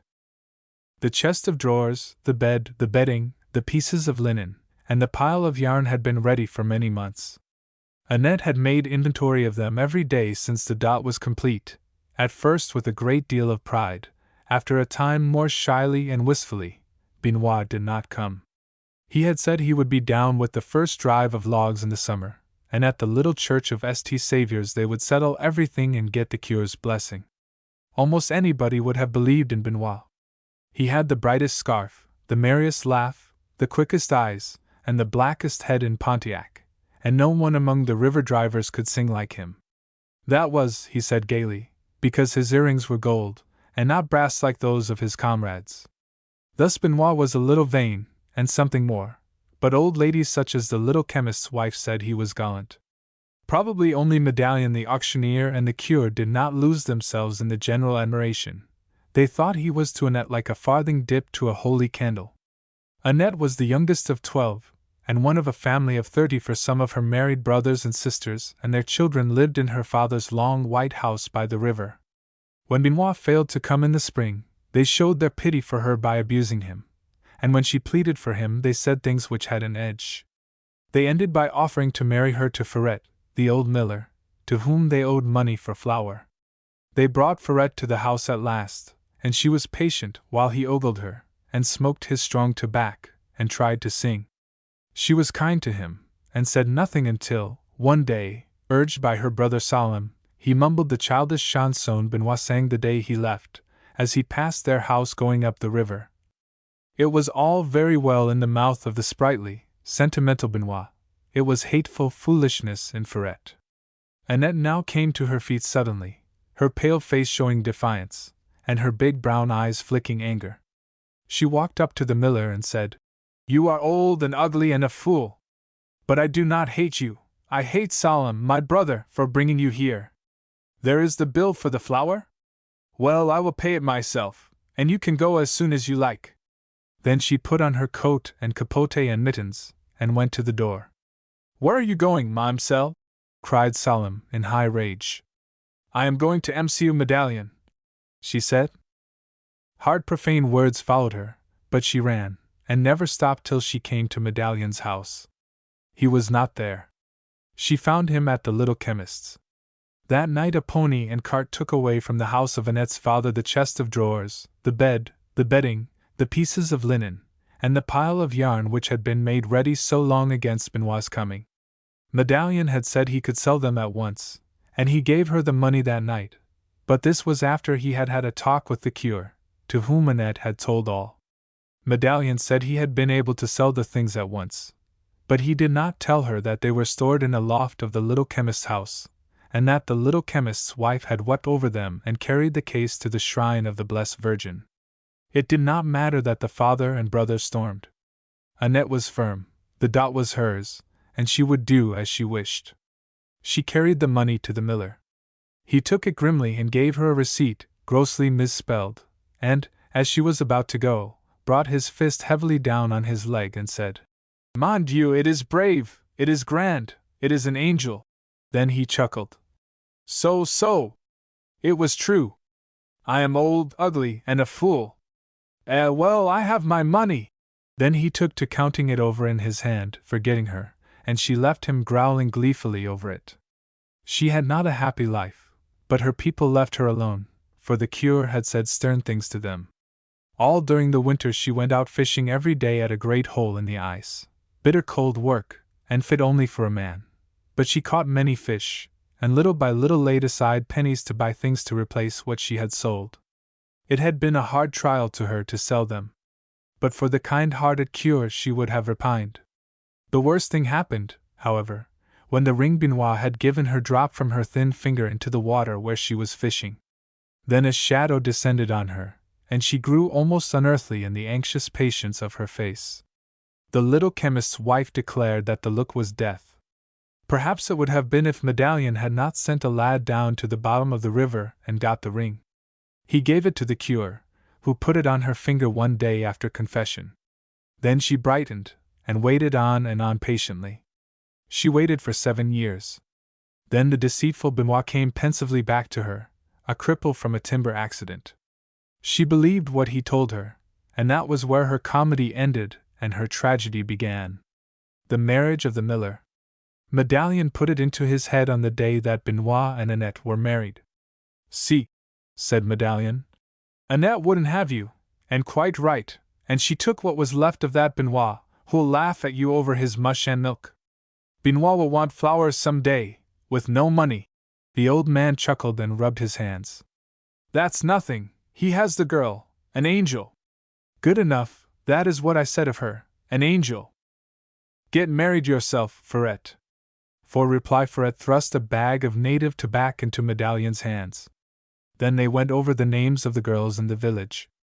Medallion objected to those for whom he wished a better future, but they decided at last on Julie Lachance, who, Medallion thought, would in time profoundly increase Ferret's respect for the memory of his first wife. for Julie was not an angel. Then the details were ponderously thought out by the miller, and ponderously acted upon, with the dry approval of Medallion, who dared not tell the cure of his complicity, though he was without compunction. He had a sense of humor, and knew there could be no tragedy in the thing, for Julie. But the miller was a careful man and original in his methods. He still possessed the wardrobe of the first wife, thoughtfully preserved by his sister, even to the wonderful gray-watered poplin which had been her wedding dress. These he had taken out, shaken free of cayenne, camphor, and lavender, and sent upon the back of Parpon, the dwarf, to the house where Julie lodged. She was an orphan, following himself with a statement on brown paper, showing the extent of his wealth, and a parcel of very fine flour from the new stones in his mill. All was spread out, and then he made a speech, describing his virtues, and condoning his one offense of age by assuring her that every tooth in his head was sound. This was merely the concession of politeness, for he thought his offer handsome. Julie slyly eyed the wardrobe and as slyly smiled, and then, imitating Ferret's manner, though Ferret could not see it, and Parpon spluttered with laughter, said, "Mcu, you are a great man.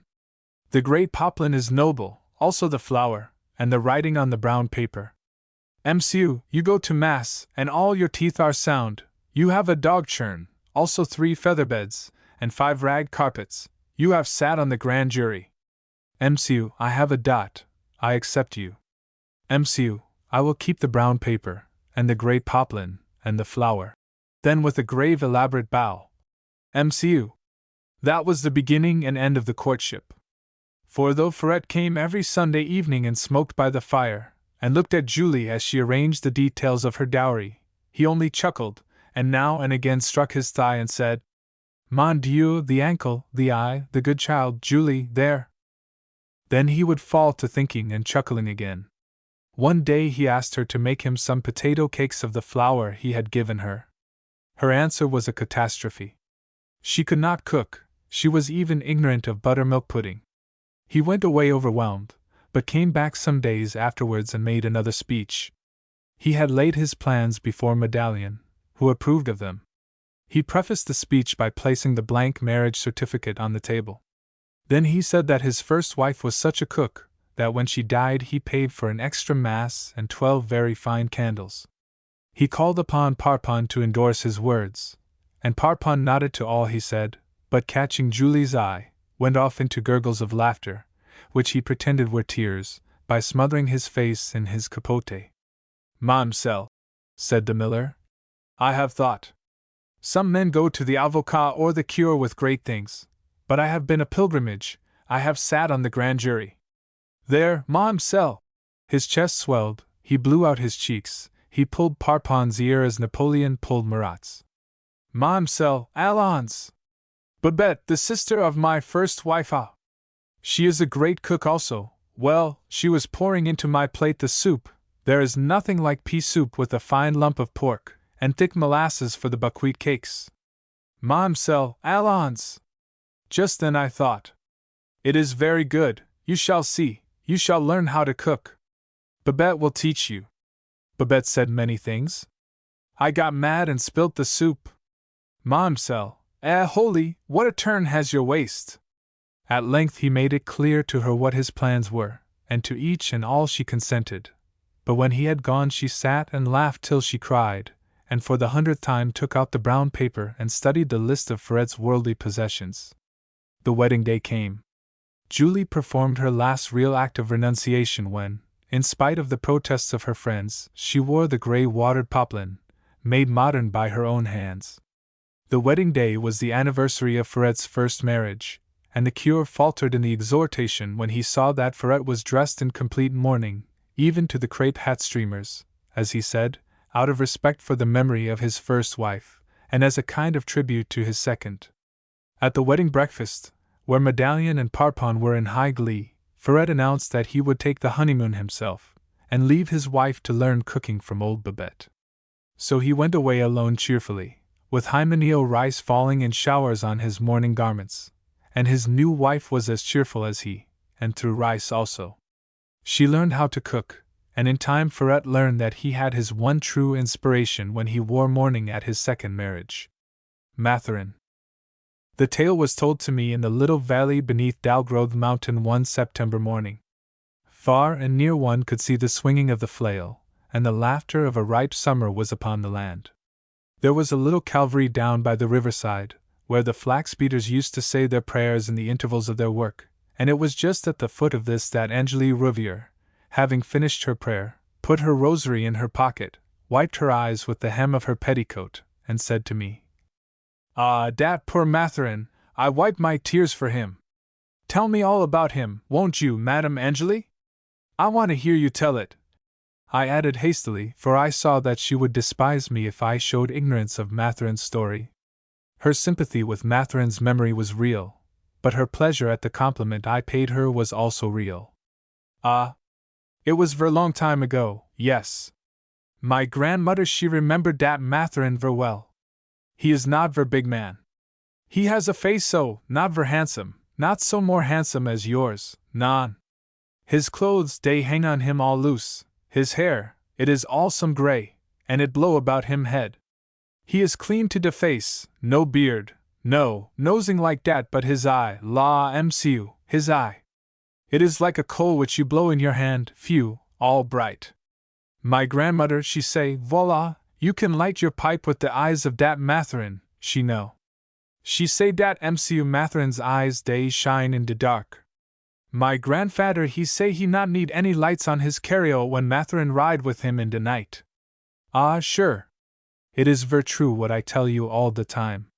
If you cut off Matherin at de chin, all the way up, you will say de top of him it is a priest.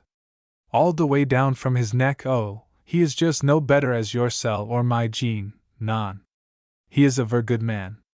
Only one bad thing he do. Dat is why I pray for him. Dat is why everybody pray for him. Only one bad thing. Sapristi, if I have only one thing to say God have mercy for, I think dat ver good. I do my penance happy. Well, dat Matherin him used to teach de school. De cure he ver fond of him.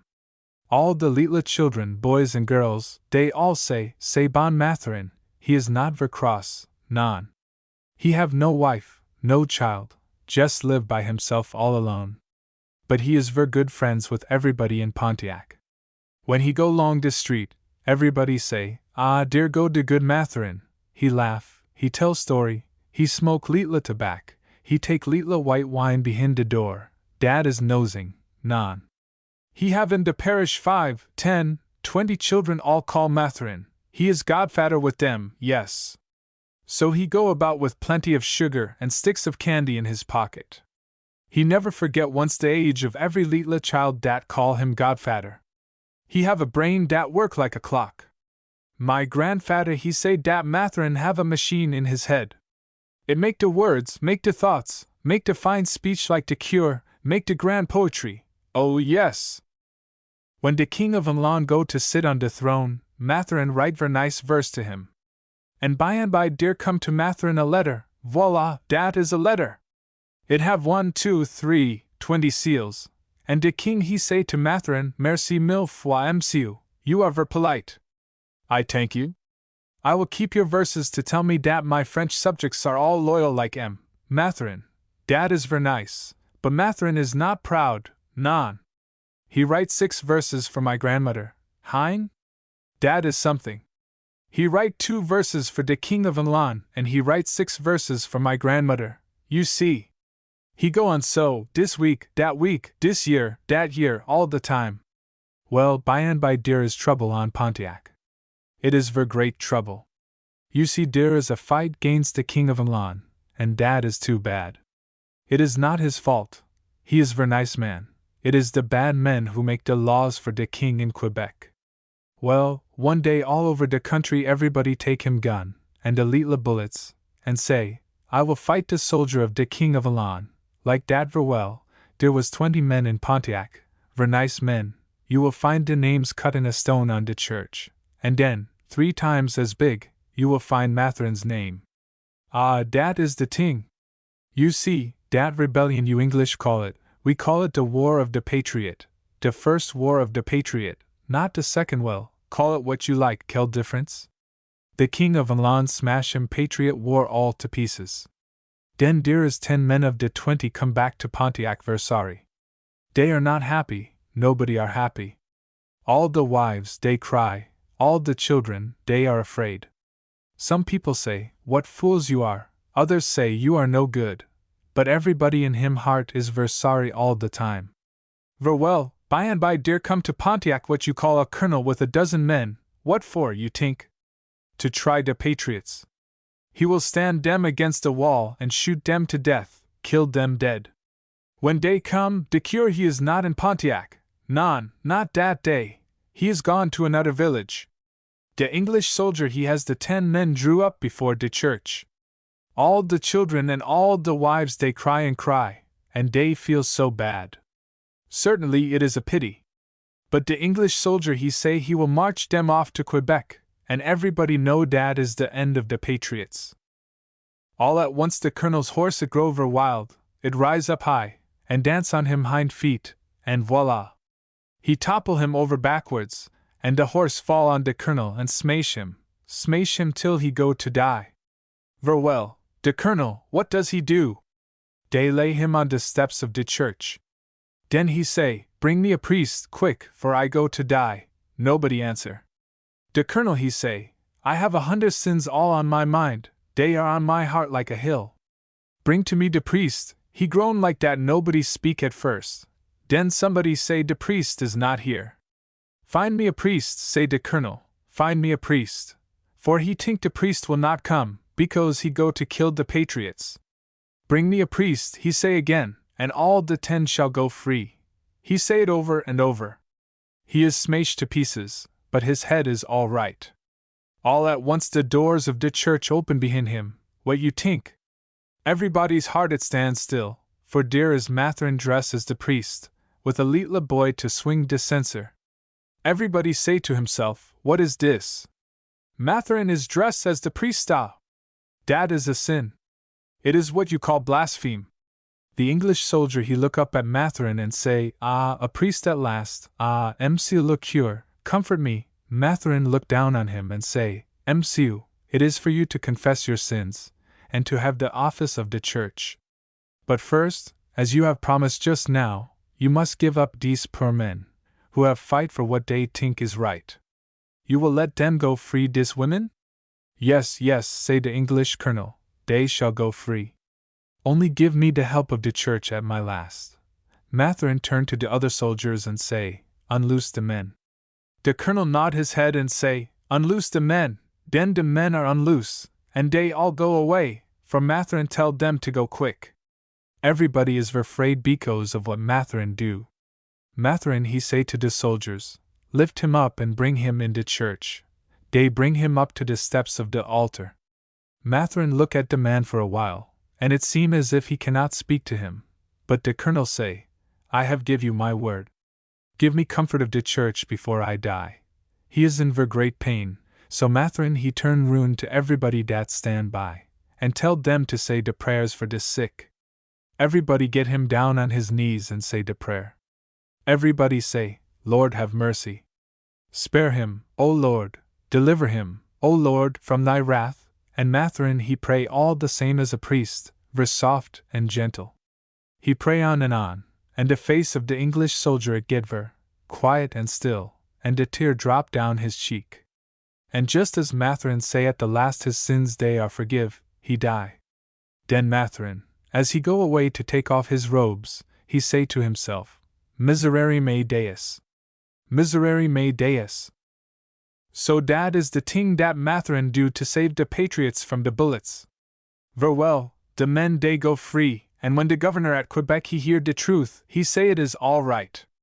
Also the English soldier die in peace and happy, because he think his sins are forgive. But den, there is Mathurin and his sin to pretend he is a priest. The cure he come back, and there is a great trouble. Mathurin he is ver quiet and still. Nobody come near him in him house, nobody go near to this school. But he sit alone all day in this school, and he work on the blackboard and he write on the slate. But there is no child come, because the cure has forbid any one to speak to Mathurin. Not till the next Sunday, then the cure sent for Mathurin to come to the church. Mathurin come to the steps of the altar, Den de cure say to him, Mathurin, you have sinned a great sin. If it was 200 years ago you would be put to death for dat. Mathurin he savor soft, dat is no matter. I am ready to die now. I did it to save de fathers of de children and de husbands of de wives. I do it to make a poor sinner happy as he go from de world. De sin is mine. Den de cure he say, de men are free, dat is good, de wives have dear husbands and de children dear fathers. Also the man who confess his sins, the English soldier, to whom you say the words of a priest of God, he is forgive. The Spirit of God it was upon him when he die, because you speak in the name of the Church. But for you, blasphemer, who take upon you the holy thing, you shall suffer. For penance, all your life you shall teach a chili no more. Voila, Monsieur le Cure he know that is the greatest penance for the poor Mathurin. Then he set him other things to do, and every month for a whole year Mathurin come on his knees all the way to the church. But the cure say, not yet are you forgive. At the end of the year Mathurin he look so thin, so white you can blow through him. Every day he go to him school and write on the blackboard, and mark on the slate, and called the roll of the school. But there is no answer, for there is no children. But all the time the wives of the men that he have saved, and the children, they pray for him. And by all the village pray for him, so sorry. It is so for 2 years, and then they say that Mathurin he go to die. He cannot come on his knees to the church, and the men whose life he save, they come to the cure and ask him to take the penance from Mathurin. The cure say, wait till next Sunday, so next Sunday Mathurin is carried to the church, he is too weak to walk on his knees. The cure he stand at the altar, and he read a letter from the Pope, which say dat Mathurin his penance is over, and he is forgive, dat the Pope himself pray for Mathurin, to save his soul. So Mathurin, all at once he stand up, and his face it smile, and he stretch out his arms as if they are on a cross, and he say, Lord I am ready to go, and he fall down. But the cure catch him as he fall, and Mathurin say, de children, let dem come to me dat I teach dem before I die. And all the children in the church they come close to him, and he sit up and smile at dem, and he say, it is the class in arithmetic. How much is 3 times 4?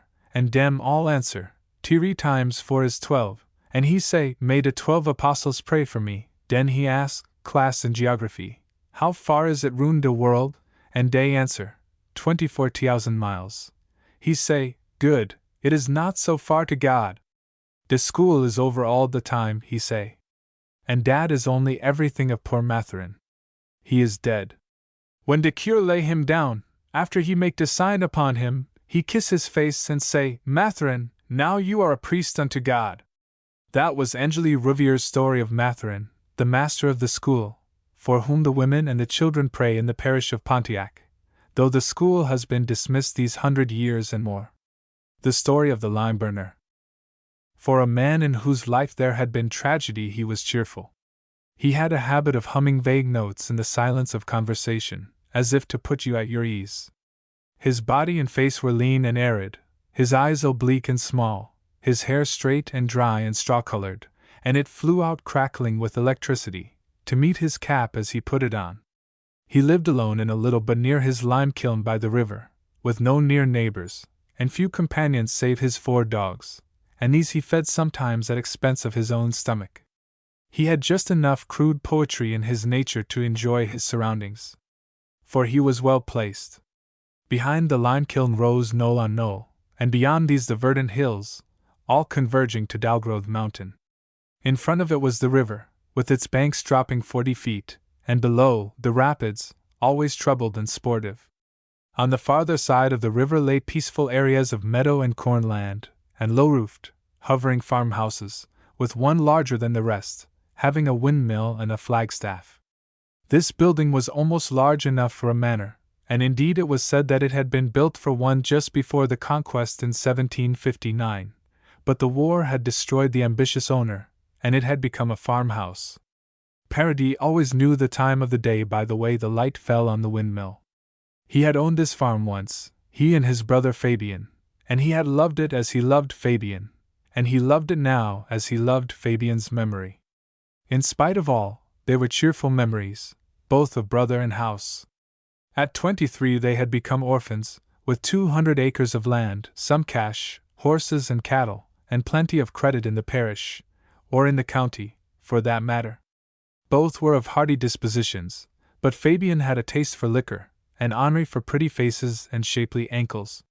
Yet no one thought the worse of them for that, especially at first. An old servant kept house for them and cared for them in her honest way, both physically and morally. She lectured them when at first there was little to lecture about.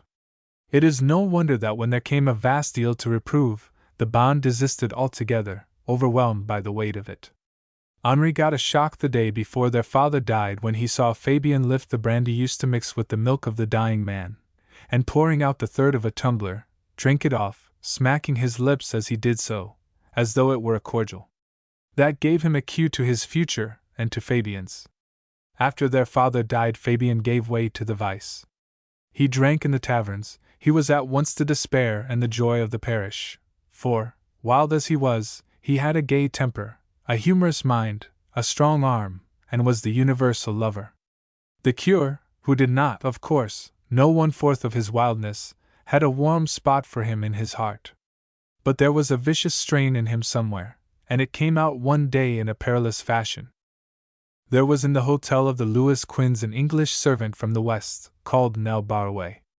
She had been in a hotel in Montreal, and it was there Fabian had seen her as she waited at table. She was a splendid-looking creature, all life and energy, tall, fair-haired, and with a charm above her kind. She was also an excellent servant, could do as much as any 2 women in any house, and was capable of more airy diablerie than any 10 of her sex in Pontiac. When Fabian had said to her in Montreal that he would come to see her again, he told her where he lived. She came to see him instead, for she wrote to the landlord of the Louis Quinze, enclosed fine testimonials, and was at once engaged. Fabian was stunned when he entered the Louis Quinze and saw her waiting at table, alert, busy, good to behold. She nodded at him with a quick smile as he stood bewildered just inside the door, then said in English, "This way, Monsieur." As he sat down he said in English also, with a laugh and with snapping eyes, "Good Lord, what brings you here, Lady Bird?" As she pushed a chair under him she whispered through his hair, "You," and then was gone away to fetch pea soup for 6 hungry men. The Louis Quinze did more business now in 3 months than it had done before in 6. But it became known among a few in Pontiac that Nell was notorious.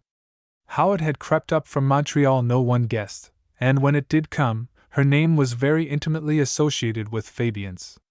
No one could say that she was not the most perfect of servants, and also no one could say that her life in Pontiac had not been exemplary. Yet wise people had made up their minds that she was determined to marry Fabian, and the wisest declared that she would do so in spite of everything. Religion, she was a Protestant, character, race. She was clever, as the young seigneur found, as the little avocat was forced to admit, as the curé allowed with a sigh, and she had no airs of badness at all and very little of usual coquetry. Fabian was enamored, and it was clear that he intended to bring the woman to the manor one way or another. Henri admitted the fascination of the woman, felt it, despaired, went to Montreal, got proof of her career, came back, and made his final and only effort to turn his brother from the girl. He had waited an hour outside the hotel for his brother, and when Fabian got in, he drove on without a word. After a while, Fabian, who was in high spirits, said, "Open your mouth, Henri.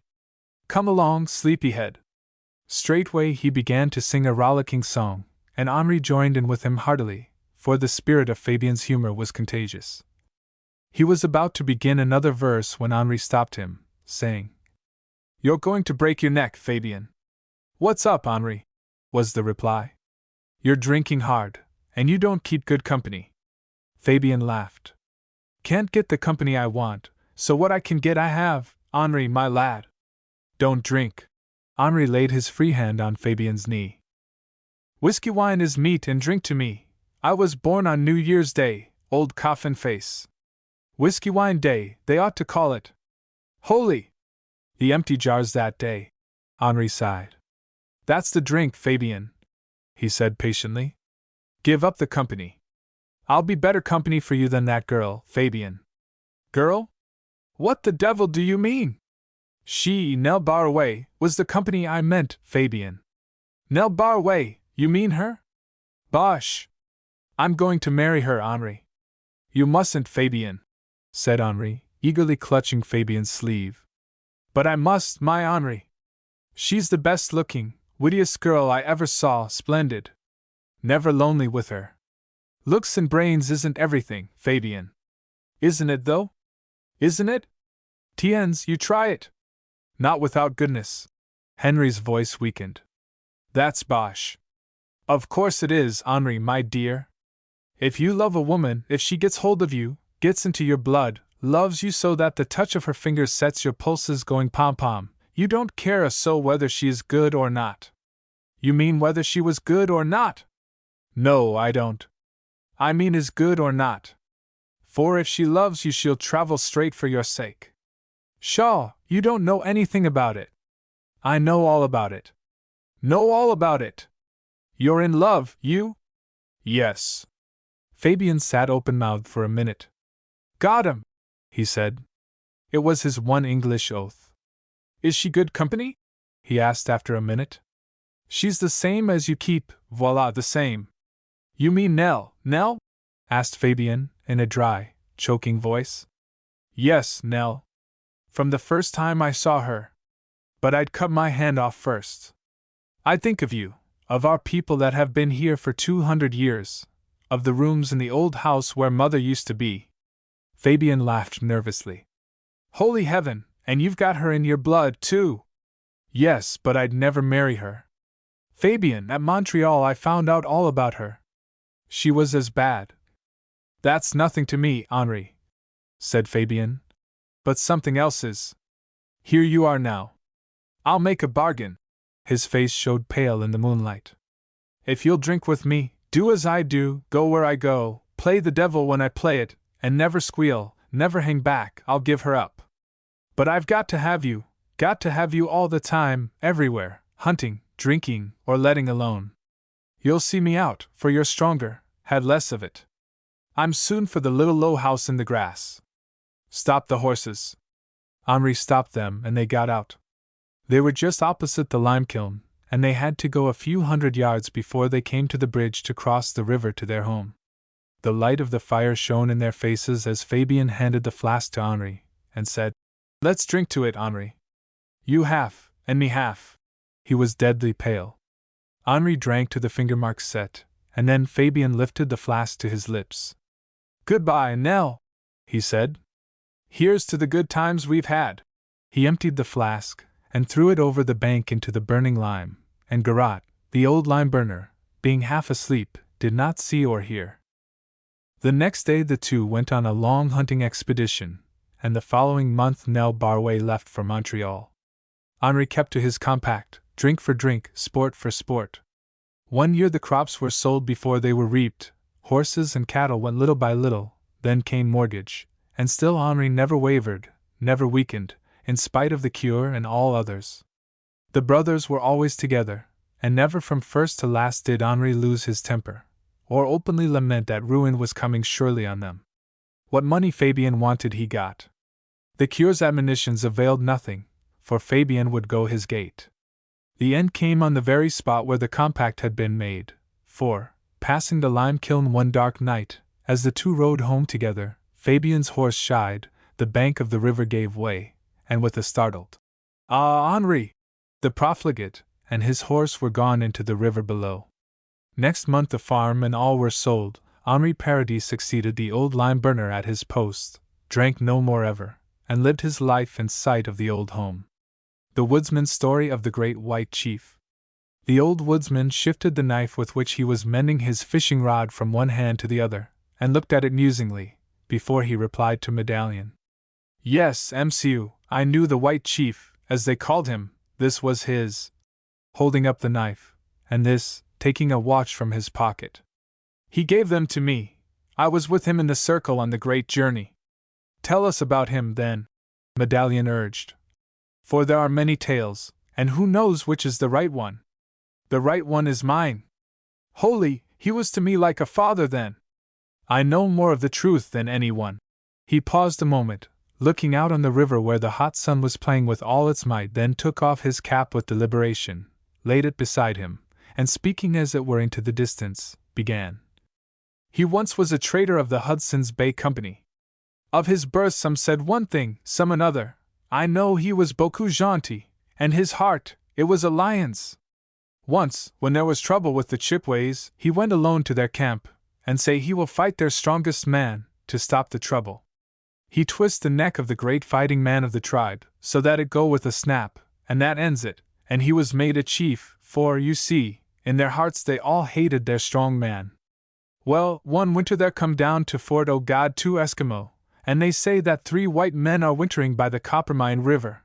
They had traveled down from the frozen seas when their ship was locked in the ice, but can get no farther. They were sick with the evil skin, and starving. The white chief say to me, Galwar, will you go to rescue them?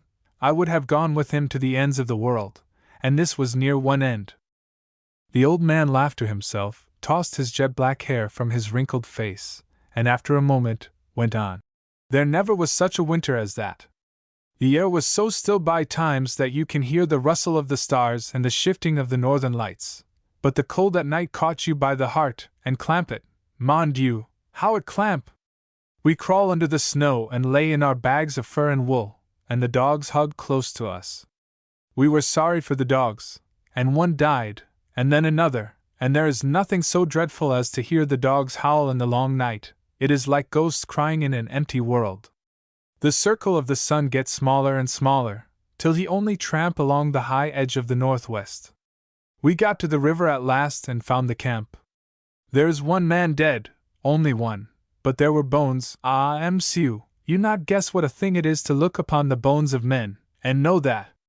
Medallion put his hand on the old man's arm. Wait a minute, he said. Then he poured out coffee for both, and they drank before the rest was told. It's a creepy story, said Medallion. But go on. Well, the white chief looked at the dead man as he sit there in the snow, with a book and a piece of paper beside him, and the pencil in the book. The face is bent forward to the knees. The white chief pick up the book and pencil, and then kneel down and gaze up in the dead man's face, all hard like stone and crusted with frost. I thought he would never stir again, he looked so long. I think he was puzzled. Then he turned and say to me, so quiet, so awful, Galwar, and got up. Well, but it was cold then, and my head seemed big and running about like a ball of air. But I light a spirit lamp, and make some coffee, and he opened the dead man's book, it is what they call a diary, and begin to read. All at once I hear a cry, and I see him drop the book on the ground, and go to the dead man, and jerk his fist as if to strike him in the face. But he did not strike. Galwar stopped, and lighted his pipe, and was so long silent that Medallion had to jog him into speaking. He puffed the smoke so that his face was in the cloud, and he said through it, No, he did not strike. He get to his feet and spoke, God forgive her, like that, and come and take up the book again, and read. He eat and drunk, and read the book again, and I know by his face that something more than cold was clamp his heart. Shall we bury him in the snow, I say? No, he spoke, let him sit there till the judgment. This is a wonderful book, Galwar, he went on. He was a brave man, but the rest. Then under his breath almost, she was so young, but a child. I not understand that. We start away soon, leaving the thing there. For 4 days, and then I see that the white chief will never get back to Fort Pentecost. But he read the dead man's book much. I cannot forget that one day. He lies down looking at the world, nothing but the waves of snow, shining blue and white on and on. The sun lift an eye of blood in the north, winking like a devil as I tried to drive death away by calling in his ear. He wake all at once, but his eyes seem asleep. He tell me to take the book to a great man in Montreal, he give me the name. Then he take out his watch, it is stop, and this knife, and put them into my hands, and then he pat my shoulder. He motioned to have the bag drawn over his head. I do it. Of course that was the end. But what about the book? Medallion asked. That book? It is strange. I took it to the man in Montreal, Tonnerre, what a fine house and good wine had he, and told him all. He whip out a scarf, and blow his nose loud, and say very angry, so, she's lost both now. What a scoundrel he was! Which one did he mean? I not understand ever since. Uncle Jim. He was no uncle of mine, but it pleased me that he let me call him Uncle Jim. It seems only yesterday that, for the first time, on a farm, over the border, from the French province, I saw him standing by a log outside the woodhouse door, splitting maple knots. He was all bent by years and hard work, with muscles of iron, hands gnarled and lumpy, but clinching like a vice, gray head thrust forward on shoulders which had carried forkfuls of hay and grain, and leaned to the cradle and the scythe, and been heaped with cordwood till they were like hide and metal, white straggling beard and red watery eyes, which, to me, were always hung with an intangible veil of mystery, though that, maybe, was my boyish fancy. Added to all this, he was so very deaf that you had to speak clear and loud into his ear, and many people he could not hear at all, if their words were not sharp cut, no matter how loud. A silent, withdrawn man he was, living close to Mother Earth, twin brother of labor, to whom morning and daytime were sounding boards for his axe, scythe, saw, flail, and milking pail, and night a round hollow of darkness into which he crept, shutting the doors called silence behind him, till the impish page of toil came tapping again, and he stepped awkwardly into the working world once more. Winter and summer saw him putting the kettle on the fire a few minutes after 4 o'clock, in winter issuing with lantern from the kitchen door to the stable and barn to feed the stock, in summer sniffing the grey dawn and looking out on his fields of rye and barley, before he went to gather the cows for milking and take the horses to water. For 40 years he and his worn-faced wife bowed themselves beneath the yoke, first to pay for the 100-acre farm, and then to bring up and educate their 7 children. Something noble in them gave them ambitions for their boys and girls which they had never had for themselves, but when had gone the 40 years, in which the little farm had twice been mortgaged to put the eldest son through college as a doctor, they faced the bitter fact that the farm had passed from them to Rodney, the second son, who had come at last to keep a hotel in a town 50 miles away. Generous-hearted people would think that these grown-up sons and daughters should have returned the old people's long toil and care by buying up the farm and handing it back to them, their rightful refuge in the decline of life. But it was not so. They were tenants where they had been owners, dependents where they had been givers, slaves where once they were masters. The old mother toiled without a servant, the old man without a helper, save in harvest time. But the great blow came when Rodney married the designing milliner who flaunted her wares opposite his barroom, and somehow, from the date of that marriage, Rodney's good fortune and the hotel declined. When he and his wife first visited the little farm after their marriage, the old mother shrank away from the young woman's painted face, and ever afterwards an added sadness showed in her bearing and in her patient's smile. But she took Rodney's wife through the house, showing her all there was to show, though that was not much. There was the little parlor with its haircloth chairs, rag carpet, center table, an iron stove with black pipes, all gaily varnished. There was the parlor bedroom off it, with the one feather bed of the house bountifully piled up with coarse homemade blankets, topped by a silk patchwork quilt, the artistic labor of the old wife's evening hours while Uncle Jim peeled apples and strung them to dry from the rafters. There was a room, dining room in summer, and kitchen dining room in winter, as clean as aged hands could scrub and dust it, hung about with stray pictures from illustrated papers, and a good old clock in the corner, ticking life and youth and hope away. There was the buttery off that, with its meager china and crockery, its window looking out on the field of rye, the little orchard of winter apples, and the hedge of cranberry bushes. Upstairs were rooms with no ceilings, where, lying on a cornhusk bed, you reached up and touched the sloping roof, with windows at the end only, facing the buckwheat field, and looking down 2 miles towards the main road, for the farm was on a concession or side road, dusty in summer, and in winter sometimes impassable for weeks together. It was not much of a home, as any one with the mind's eye can see, but 4 stalwart men and 3 fine women had been born, raised, and quartered there, until, with good clothes, and speaking decent English and tolerable French, and with money in their pockets, hardly got by the old people. One by one they issued forth into the world.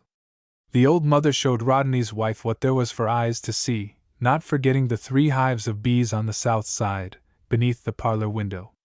She showed it with a kind of pride, for it all seemed good to her, and every dish, and every chair, and every corner in the little house had to her a glory of its own, because of those who had come and gone, the firstlings of her flock, the roses of her little garden of love, blooming now in a rougher air than ranged over the little house on the hill. She had looked out upon the pine woods to the east and the meadowland to the north, the sweet valley between the rye field and the orchard, and the good honest air that had blown there for 40 years, bracing her heart and body for the battle of love and life, and she had said through all, "Behold, it is very good." But the pert milliner saw nothing of all this. She did not stand abashed in the sacred precincts of a home where 7 times the angel of death had hovered over a birthbed. She looked into the face which Time's finger had anointed, and motherhood had etched with trouble, and said, "'Tisn't much, is it? Only a clapboard house, and no ceilings upstairs, and rag carpets shaw." And when she came to wash her hands for dinner, she threw aside the unscented, common bar soap, and shrugging her narrow shoulders at the coarse towel, wiped her fingers on her cambric handkerchief. Any other kind of a woman, when she saw the old mother going about with her twisted wrist, a doctor's bad work with a fracture, would have tucked up her dress, and tied on an apron to help. But no, she sat and preened herself with the tissue paper sort of pride of a vain milliner, or nervously shifted about, lifting up this and that, curiously supercilious, her tongue rattling on to her husband and to his mother in a shallow, foolish way. She couldn't say, however, that anything was out of order or ill-kept about the place. The old woman's rheumatic fingers made corners clean, and wood as white as snow, the stove was polished, the tins were bright, and her own dress, no matter what her work, neat as a girl's, although the old graceful poise of the body had twisted out of drawing. But the real crisis came when Rodney, having stood at the woodhouse door and blown the dinner horn as he used to do when a boy, the sound floating and crying away across the rye field, the old man came, for, strange to say, that was the one sound he could hear easily, though, as he said to himself, it seemed as small as a pin, coming from ever so far away. He came heavily up from the barnyard, mopping his red face and forehead, and now and again raising his hand to shade his eyes, concerned to see the unknown visitors, whose horse and buggy were in the stable-yard. He and Rodney greeted outside warmly enough, but there was some trepidation too in Uncle Jim's face. He felt trouble brewing, and there is no trouble like that which comes between parent and child. Silent as he was, however, he had a large and cheerful heart, and nodding his head he laughed the deep, quaint laugh which Rodney himself of all his sons had, and he was fonder of Rodney than any. He washed his hands in the little basin outside the woodhouse door, combed out his white beard, rubbed his red, watery eyes, tied a clean handkerchief round his neck, put on a rusty but clean old coat, and a minute afterwards was shaking hands for the first time with Rodney's wife. He had lived much apart from his kind, but he had a mind that fastened upon a thought, and worked it down until it was an axiom. He felt how shallow was this thin, flaunting woman of flounces and cheap rouge. He saw her sniff at the brown sugar she had always had white at the hotel, and he noted that she let Rodney's mother clear away and wash the dinner things herself. He felt the little crack of doom before it came. It came about 3 o'clock. He did not return to the rye field after dinner, but stayed and waited to hear what Rodney had to say. Rodney did not tell his little story well, for he foresaw trouble in the old home, but he had to face this and all coming dilemmas as best he might. With a kind of shamefacedness, yet with an attempt to carry the thing off lightly, he told Uncle Jim, while, inside, his wife told the old mother, that the business of the hotel had gone to pot. He did not say who was the cause of that, and they were selling out to his partner and coming to live on the farm. "I'm tired anyway of the hotel job," said Rodney. "Farming's a better life. Don't you think so, Dad?" "It's better for me, Rod," answered Uncle Jim. "It's better for me." Rodney was a little uneasy. "But won't it be better for me?" he asked. "Meb," was the slow answer. "Meb so. And then there's Mother, she's getting too old for the work, ain't she? She's done it straight along. answered the old man. Straight along till now. But Millie can help her, and we'll have a hired girl, eh? I dunno, was the brooding answer. The place ain't going to stand it. We'll get more out of it, answered Rodney. I'll stock it up, I'll put more under barley. All the thing wants is working, Dad. Put more in, get more out. Now ain't that right? The other was looking off towards the rye field, where, for 40 years, up and down the hillside he had traveled with the cradle and the scythe, putting all there was in him into it, and he answered, blinking along the avenue of the past. Meb! Rodney fretted under the old man's vague replies and said, But darn it all, can't you tell us what you think? His father did not take his eyes off the rye field. I'm thinking, he answered in the same old-fashioned way, that I've been working here since you were born, Rod. I've blundered along, somehow, just boggling my way through. I ain't got anything more to say. The farm ain't mine any more, but I'll keep my side sharp and my axe ground just as I always did, and I'm for workin' as I've always worked as long as I'm let to stay. Good Lord, Dad, don't talk that way. Things ain't going to be any different for you and Mother than they are now. Only, of course. He paused. The old man pieced out the sentence. Only, of course, there can't be two women really in one house, Rod, and you know it as well as I do. Exactly how Rodney's wife told the old mother of the great change Rodney never knew, but when he went back to the house the gray look in his mother's face told him more than her words ever told. Before they left that night the pink milliner had already planned the changes which were to celebrate her coming and her ruling. So Rodney and his wife came, all the old man prophesied in a few brief sentences to his wife proving true. There was no great struggle on the mother's part. She stepped aside from governing, and became as like a servant as could be. An insolent servant girl came, and she and Rodney's wife started a little drama of incompetency, which should end as the hotel keeping ended. Wastefulness, cheap luxury, tawdry living, took the place of the old, frugal, simple life. But the mother went about with that unchanging sweetness of face, and a body withering about a fretted soul. She had no bitterness, only a miserable distress. But every slight that was put upon her, every change, every new-fangled idea, from the white sugar to the scented soap and the yellow buggy, rankled in the old man's heart. He had resentment both for the old wife and himself, and he hated the pink milliner for the humiliation that she heaped upon them both. Rodney did not see 1/5 of it, and what he did see lost its force, because, strangely enough, he loved the gaudy wife who wore gloves on her bloodless hands as she did the housework and spent numberless afternoons in trimming her own bonnets. Her peevishness grew apace as the newness of the experience wore off. Uncle Jim seldom spoke to her, as he seldom spoke to anybody, but she had an inkling of the rancor in his heart, and many a time she put blame upon his shoulders to her husband, when some unavoidable friction came. A year, 2 years passed, which were as 10 upon the shoulders of the old people, and then, in the dead of winter, an important thing happened. About the month of March Rodney's first child was expected. At the end of January Rodney had to go away, expecting to return in less than a month. But in the middle of February, the woman's sacred trouble came before its time. And on that day there fell such a storm as had not been seen for many a year. The concession road was blocked before day had well set in. No horse could go 10 yards in it. The nearest doctor was miles away at Pontiac, and for any man to face the journey was to connive with death. The old mother came to Uncle Jim, and, as she looked out of a little unfrosted spot on the window at the blinding storm, told him that the pink milliner would die. There seemed to be no other end to it, for the chances were 100 to 1 against the strongest man making a journey for the doctor, and another 100 to 1 against the doctor's coming.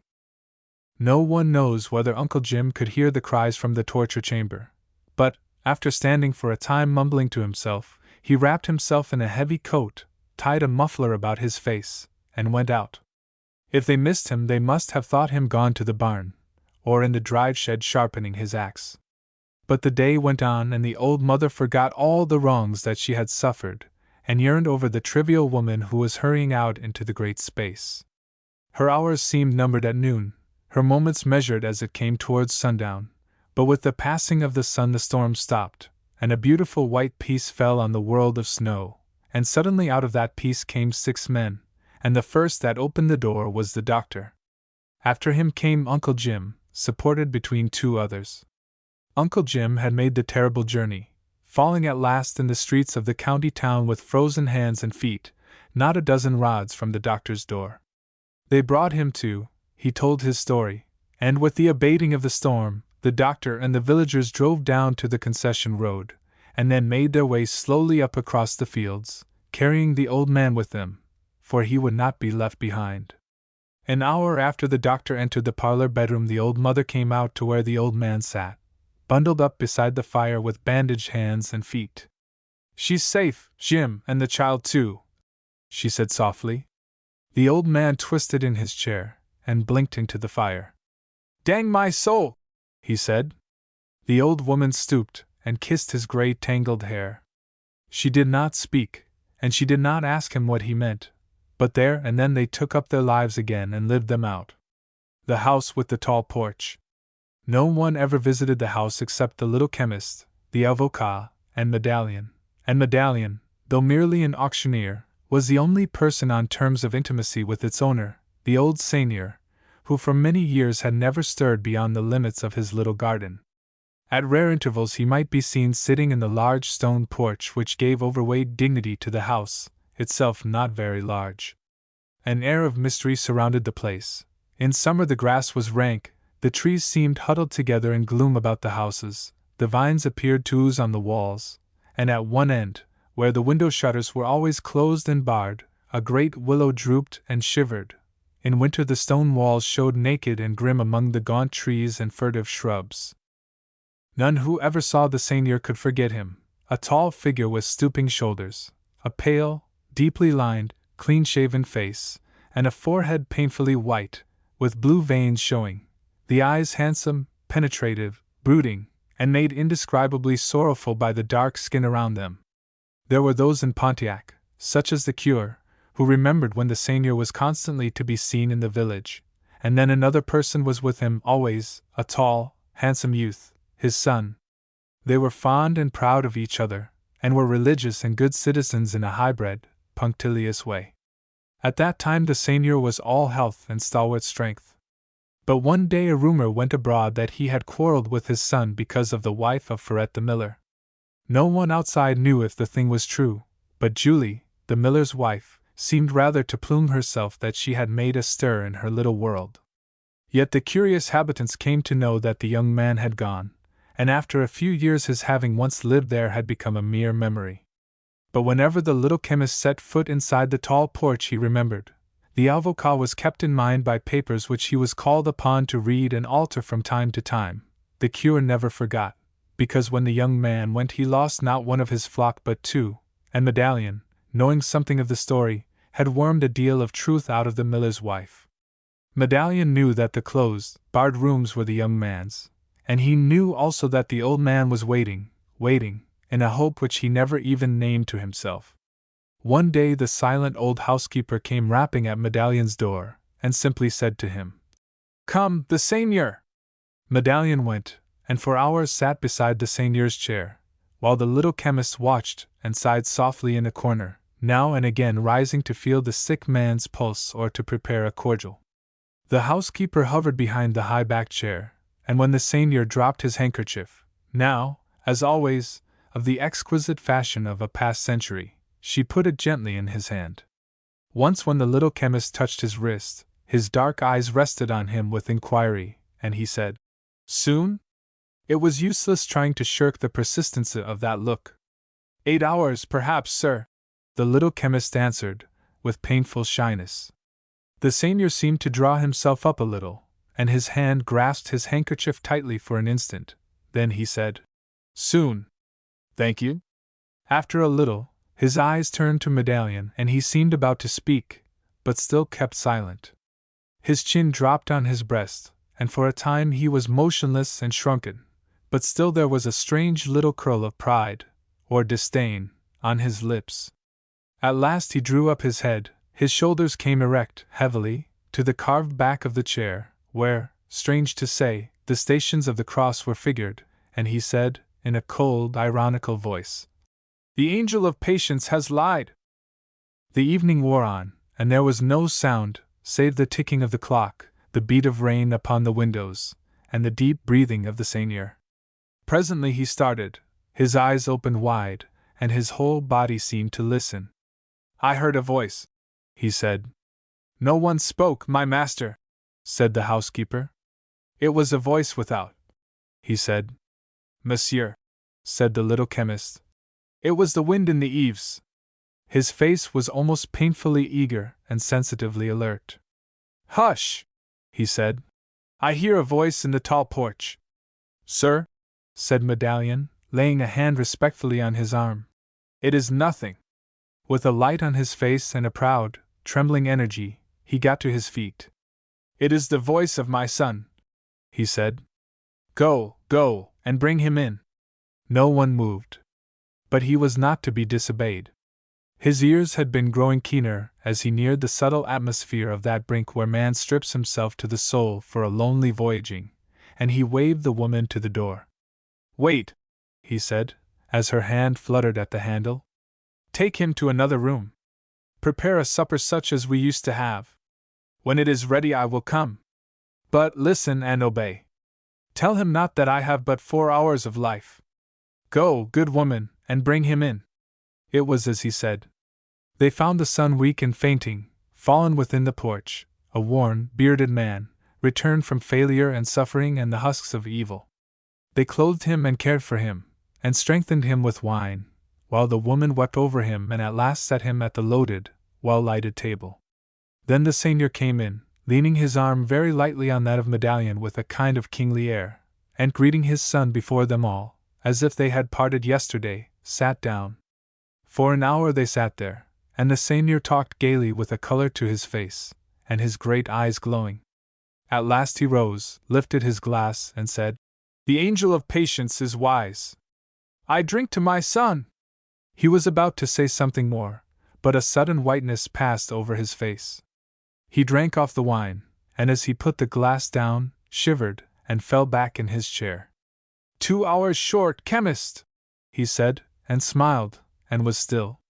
Parpon the dwarf. Parpon perched in a room at the top of the mill. He could see every house in the village, and he knew people a long distance off. He was a droll dwarf, and, in his way, had good times in the world. He turned the misery of the world into a game, and grinned at it from his high little eyrie with the dormer window.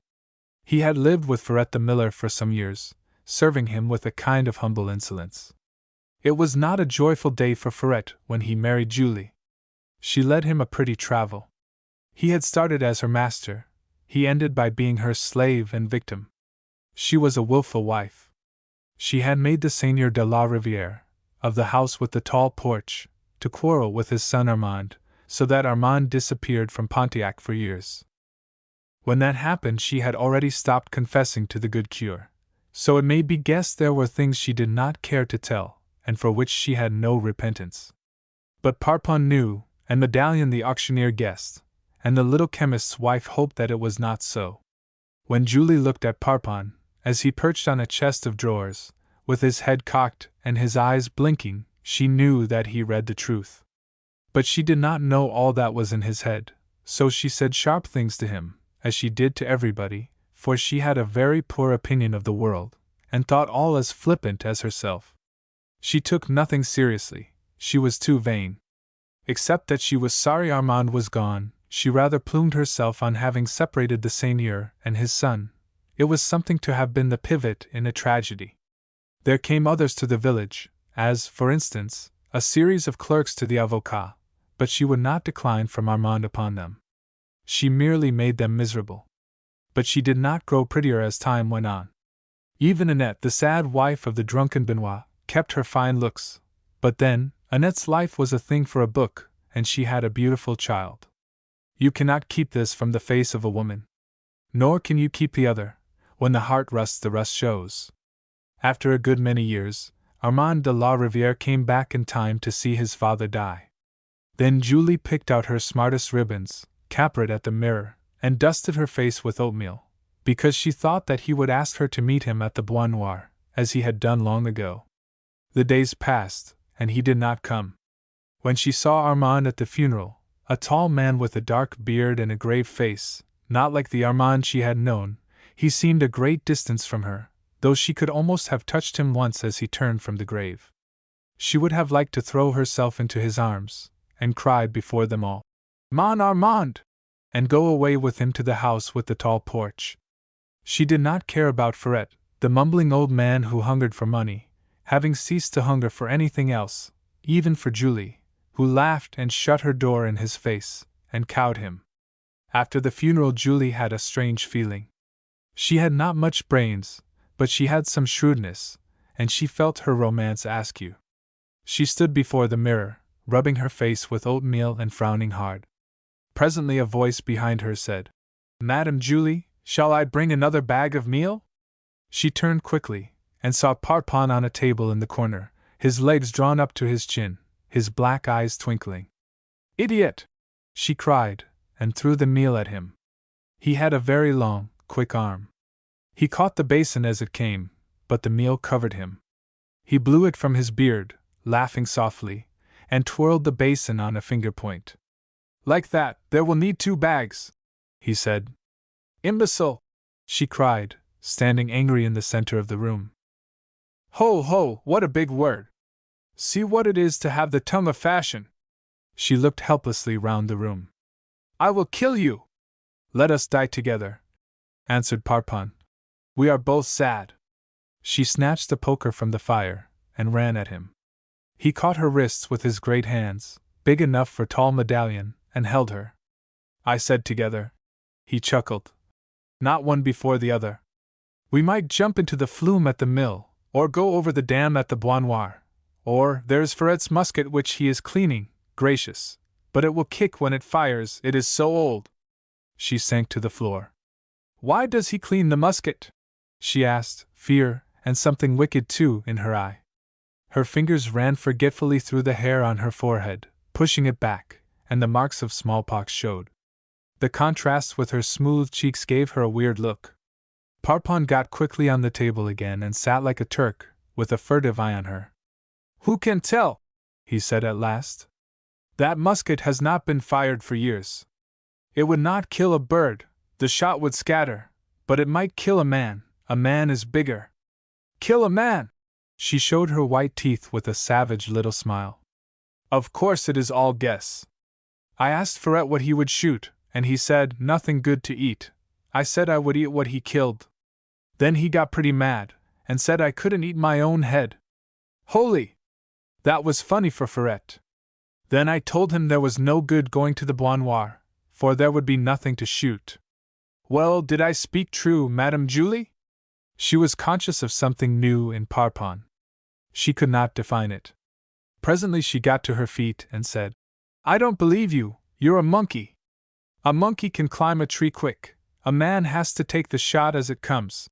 He stretched up his powerful arms, with a swift motion as of climbing, laughed, and added, "Madame Julie, Ferret has poor eyes, he could not see a hole in a ladder. But he has a kink in his head about the Bois Noir. People have talked." "Pshaw!" Julie said, crumpling her apron and throwing it out. "He is a child and a coward. He should not play with a gun, it might go off and hit him."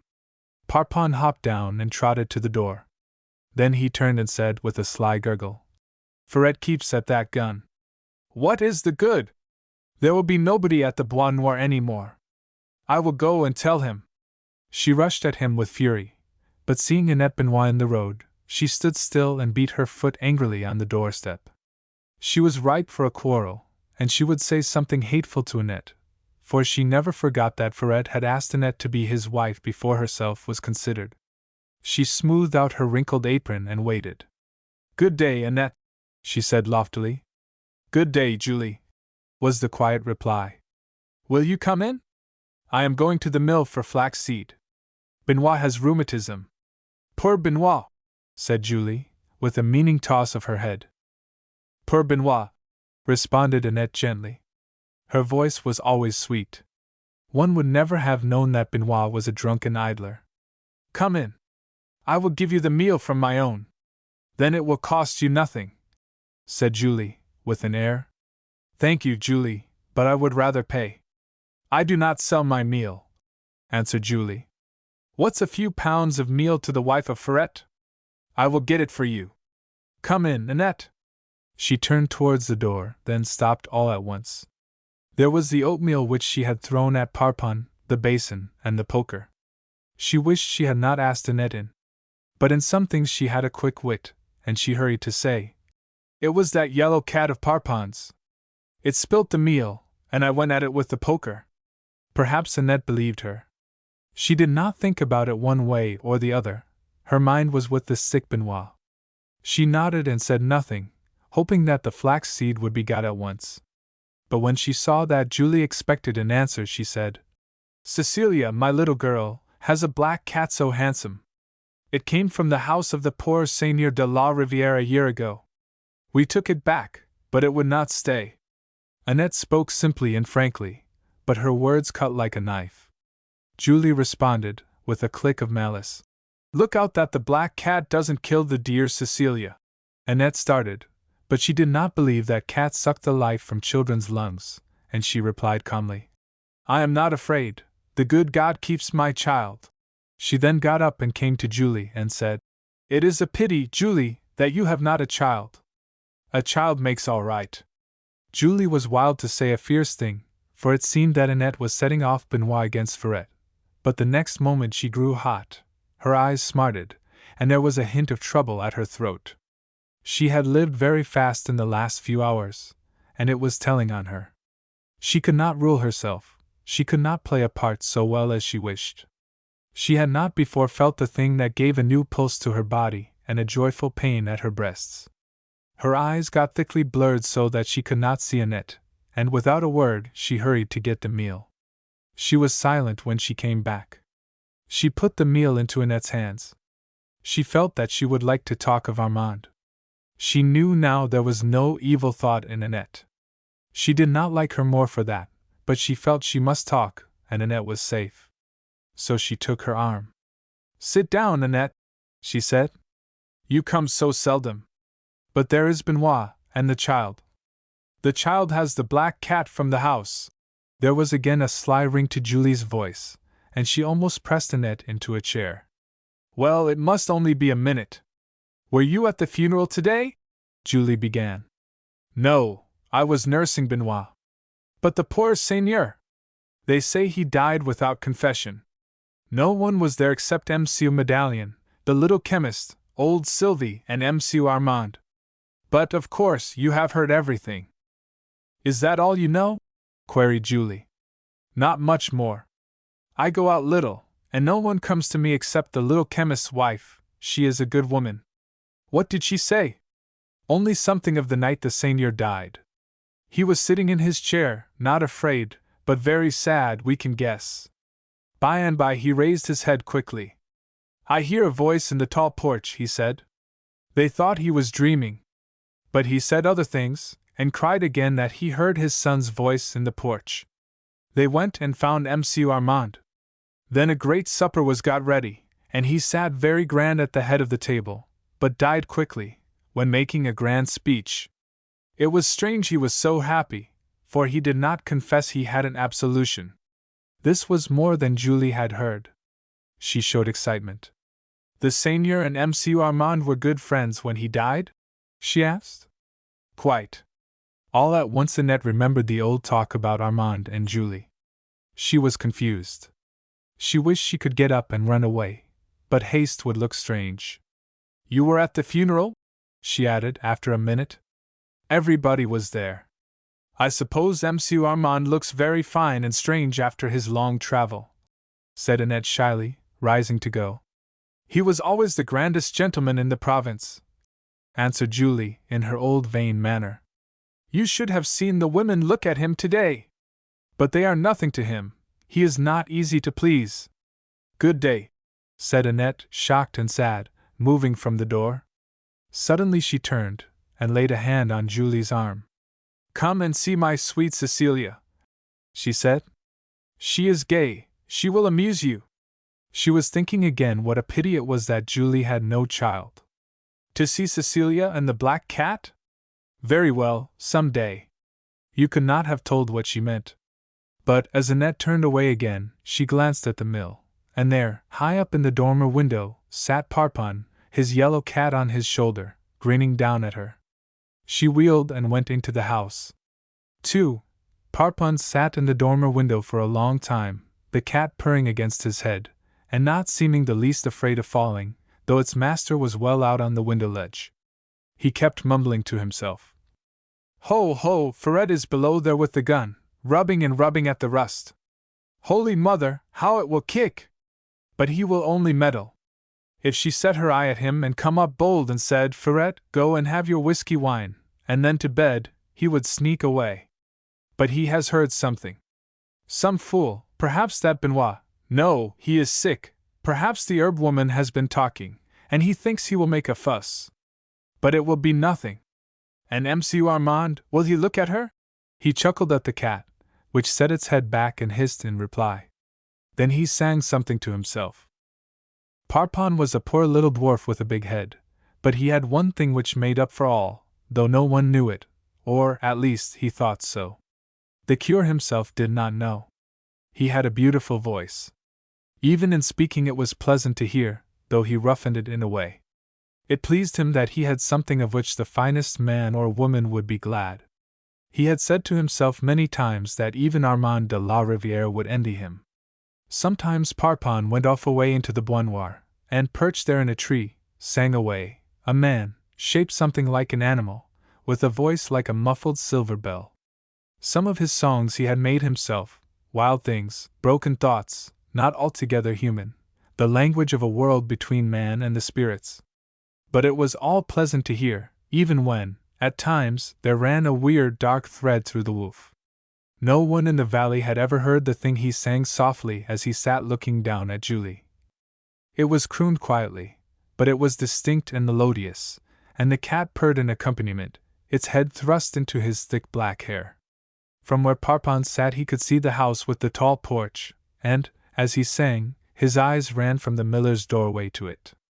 Off in the grounds of the dead seigneur's manor he could see a man push the pebbles with his foot, or twist the branch of a shrub thoughtfully as he walked. At last another man entered the garden. The two greeted warmly, and passed up and down together. 3. My good friend, said the cure, it is too late to mourn for those lost years. Nothing can give them back. As Parpon the dwarf said, you remember him, a wise little man, that Parpon, as he said one day, for everything you lose you get something, if only how to laugh at yourself. Armand nodded thoughtfully and answered, you are right, you and Parpon. But I cannot forgive myself, he was so fine a man, tall, with a grand look, and a tongue like a book. Yes, yes, I can laugh at myself, for a fool. He thrust his hands into his pockets, and tapped the ground nervously with his foot, shrugging his shoulders a little. The priest took off his hat and made the sacred gesture, his lips moving. Armand caught off his hat also, and said, you pray for him? For the peace of a good man's soul. He did not confess, he had no rights of the church, he had refused you many years. My son, he had a confessor. Armand raised his eyebrows. They told me of no one. It was the angel of patience. They walked on again for a time without a word. At last the cure said, you will remain here? I cannot tell. This here is a small world, and the little life may fret me. Nor do I know what I have of this. He waved his hands towards the house. Or of my father's property. I may need to be a wanderer again. God forbid! Have you not seen the will? I have got no farther than his grave, was the somber reply. The priest sighed. They paced the walk again in silence. At last the cure said, you will make the place cheerful, as it once was. You are persistent, replied the young man, smiling. Whoever lives here should make it less gloomy. We shall soon know who is to live here. See, there is Monsieur Guérin, and Monsieur Medallion also. The avocat to tell secrets, the auctioneer to sell them, eh? Armand went forward to the gate. Like most people, he found Medallion interesting, and the avocat and he were old friends. You did not send for me, monsieur, said the avocat timidly. But I thought it well to come, that you might know how things are, and Monsieur Medallion came because he is a witness to the will, and in a case. Here the little man coughed nervously. Joint executor with Monsieur le Curé. They entered the house. In a businesslike way Armand motioned them to chairs, opened the curtains, and rang the bell. The old housekeeper appeared, a sorrowful joy in her face, and Armand said, "Give us a bottle of the white top, Sylvie, if there is any left." "There is plenty, monsieur," she said. "None has been drunk these 12 years. The avocat coughed, and said hesitatingly to Armand, "I asked Parpon the dwarf to come, monsieur. There is a reason." Armand raised his eyebrows in surprise. "Very good," he said. "When will he be here?" "He is waiting at the Louis Quinze Hotel." "I will send for him," said Armand, and gave the message to Sylvie, who was entering the room. After they had drunk the wine placed before them, there was silence for a moment, for all were wondering why Parpon should be remembered in the seigneur's will. "Well," said Medallion at last, "a strange little dog is Parpon. I could surprise you about him, and there isn't any reason why I should keep the thing to myself. One day I was up among the rocks, looking for a strayed horse. I got tired, and lay down in the shade of the Rock of Red Pigeons, you know it. I fell asleep. Something waked me. I got up and heard the finest singing you can guess, not like any I ever heard, a wild, beautiful, shivery sort of thing. I listened for a long time. At last it stopped. Then something slid down the rock. I peeped out, and saw Parpon toddling away." The curé stared incredulously. The avocat took off his glasses and tapped his lips musingly. Armand whistled softly. "So," said Armand at last, "we have the jewel in the toad's head. The clever imp hid it all these years, even from you, Monsieur le Curé." "Even from me," said the curé, smiling. Then, gravely, "It is strange, the angel in the stunted body." "Are you sure it's an angel?" said Armand. "Who ever knew Parpon do any harm?" queried the curé. "He has always been kind to the poor," put in the avocat. "With the miller's flour," laughed Medallion. "A pardonable sin." He sent a quizzical look at the curé. "Do you remember the words of Parpon's psalm?" asked Armand. "Only a few lines, and those not easy to understand, unless one had an inkling." "Had you the inkling?" "Perhaps, monsieur," replied Medallion seriously. They eyed each other. "We will have Parpon, and after the will is read," said Armand suddenly, looking at the avocat. The avocat drew the deed from his pocket. He looked up hesitatingly, and then said to Armand, "You insist on it being read now?" Armand nodded coolly, after a quick glance at Medallion. Then the avocat began, and read to that point where the seigneur bequeathed all his property to his son, should he return, on a condition. When the avocat came to the condition, Armand stopped him.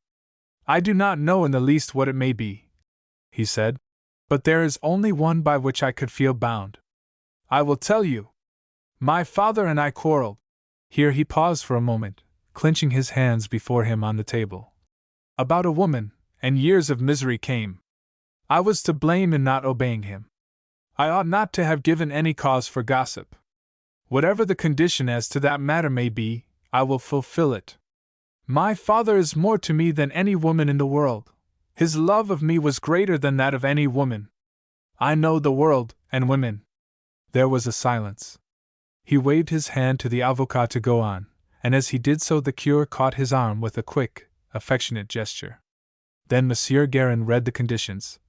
That Ferret the miller should have a deed of the land on which his mill was built, with the dam of the mill, provided that Armand should never so much as by a word again address Julie, the miller's wife. If he agreed to the condition, with solemn oath before the curé, his blessing would rest upon his dear son, whom he still hoped to see before he died. When the reading ceased there was silence for a moment, then Armand stood up, and took the will from the avocat, but instantly, without looking at it, handed it back. "The reading is not finished," he said. "And if I do not accept the condition, what then?" Again Monsieur Guérin read, his voice trembling a little. The words of the will ran, "But if this condition be not satisfied, I bequeath to my son Armand the house known as the House with the Tall Porch, and the land, according to the deed thereof, and the residue of my property, with the exception of $2,000, which I leave to the cure of the parish, the good Monsieur Fabre, I bequeath to Parpon the dwarf. Then followed a clause providing that, in any case, Parpon should have in fee simple the land known as the Bois Noir, and the hut thereon. Armand sprang to his feet in surprise, blurting out something, then sat down, quietly took the will, and read it through carefully. When he had finished he looked inquiringly, first at Monsieur Guérin, then at the cure. "Why Parpon?" he said searchingly. The cure, amazed, spread out his hands in a helpless way. At that moment Sylvie announced Parpon. Armand asked that he should be sent in. "We'll talk of the will afterwards," he added. Parpon trotted in, the door closed, and he stood blinking at them. Armand put a stool on the table. "Sit here, Parpon," he said. Medallion caught the dwarf under the arms and lifted him on the table. Parpon looked at Armand furtively. "The wild hawk comes back to its nest," he said. "Well, well, what is it you want with the poor Parpon?" He sat down and dropped his chin in his hands, looking round keenly. Armand nodded to Medallion, and Medallion to the priest, but the priest nodded back again. Then Medallion said, "You and I know the Rock of Red Pigeons, Parpon. It is a good place to perch. One's voice is all to oneself there, as you know. Well, sing us the song of the little brown diver." Parpon's hands twitched in his beard. He looked fixedly at Medallion. Presently he turned towards the cure, and shrank so that he looked smaller still. "It's all right, little son," said the cure kindly. Turning sharply on Medallion, Parpon said, "When was it you heard?" Medallion told him. He nodded, then sat very still. They said nothing, but watched him. They saw his eyes grow distant and absorbed, and his face took on a shining look, so that its ugliness was almost beautiful. All at once he slid from the stool and crouched on his knees. Then he sent out a low long note, like the toll of the bellbird. From that time no one stirred as he sang, but sat and watched him. They did not even hear Sylvie steal in gently and stand in the curtains at the door. The psalm was weird, with a strange thrilling charm. It had the slow dignity of a chant, the roll of an epic, the delight of wild beauty. It told of the little good folk of the Scarlet Hills, in vague elusive phrases, their noiseless wanderings, their sojourning with the eagle, the wolf, and the deer, their triumph over the winds, the whirlpools, and the spirits of evil fame. It filled the room with the cry of the west wind, it called out of the frozen seas ghosts of forgotten worlds, it coaxed the soft breezes out of the south, it made them all to be at the whistle of the scarlet hunter who ruled the north. Then, passing through veil after veil of mystery, it told of a grand seigneur whose boat was overturned in a whirlpool, and was saved by a little brown diver. And the end of it all, and the heart of it all, was in the last few lines, clear of allegory.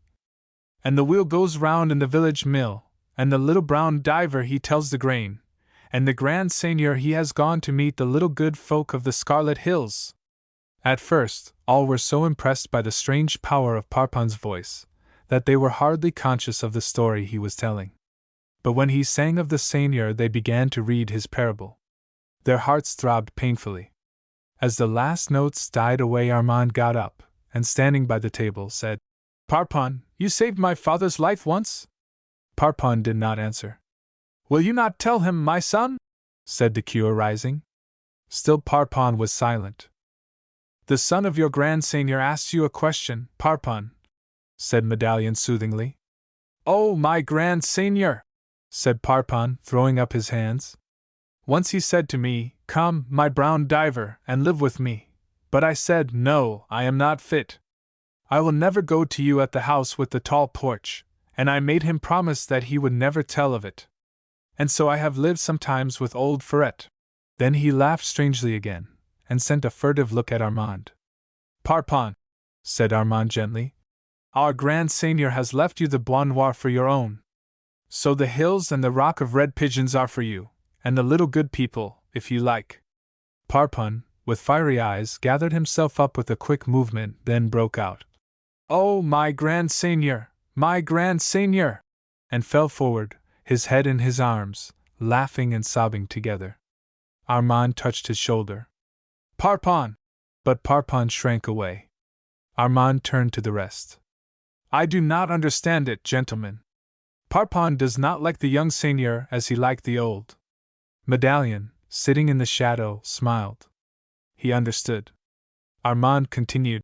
As for this testament, gentlemen, I will fulfill its conditions, though I swear, were I otherwise minded regarding the woman. Here Parpon raised his head swiftly. I would not hang my hat for an hour in the tall porch. They rose and shook hands, then the wine was poured out, and they drank it off in silence. Parpon, however, sat with his head in his hands.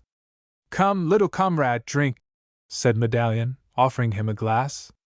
Parpon made no reply, but caught up the will, kissed it, put it into Armand's hand, and then, jumping down from the table, ran to the door and disappeared through it. 4. The next afternoon the avocat visited old Ferret. Ferret was polishing a gun, mumbling the while. Sitting on some bags of meal was Parpon, with a fierce twinkle in his eye. Monsieur Guérin told Ferret briefly what the seigneur had left him. With a quick, greedy chuckle Ferret threw the gun away. Man alive! Said he. Tell me all about it. Ah, the good news! There is nothing to tell, he left it, that is all. Oh, the good seigneur! Cried Ferret. The grand seigneur! Someone laughed scornfully in the doorway. It was Julie. Look there! She cried. He gets the land, and throws away the gun. Brag and coward Miller! It is for me to say the grand seigneur! She tossed her head. She thought the old seigneur had relented towards her. She turned away to the house with a flaunting air, and got her hat.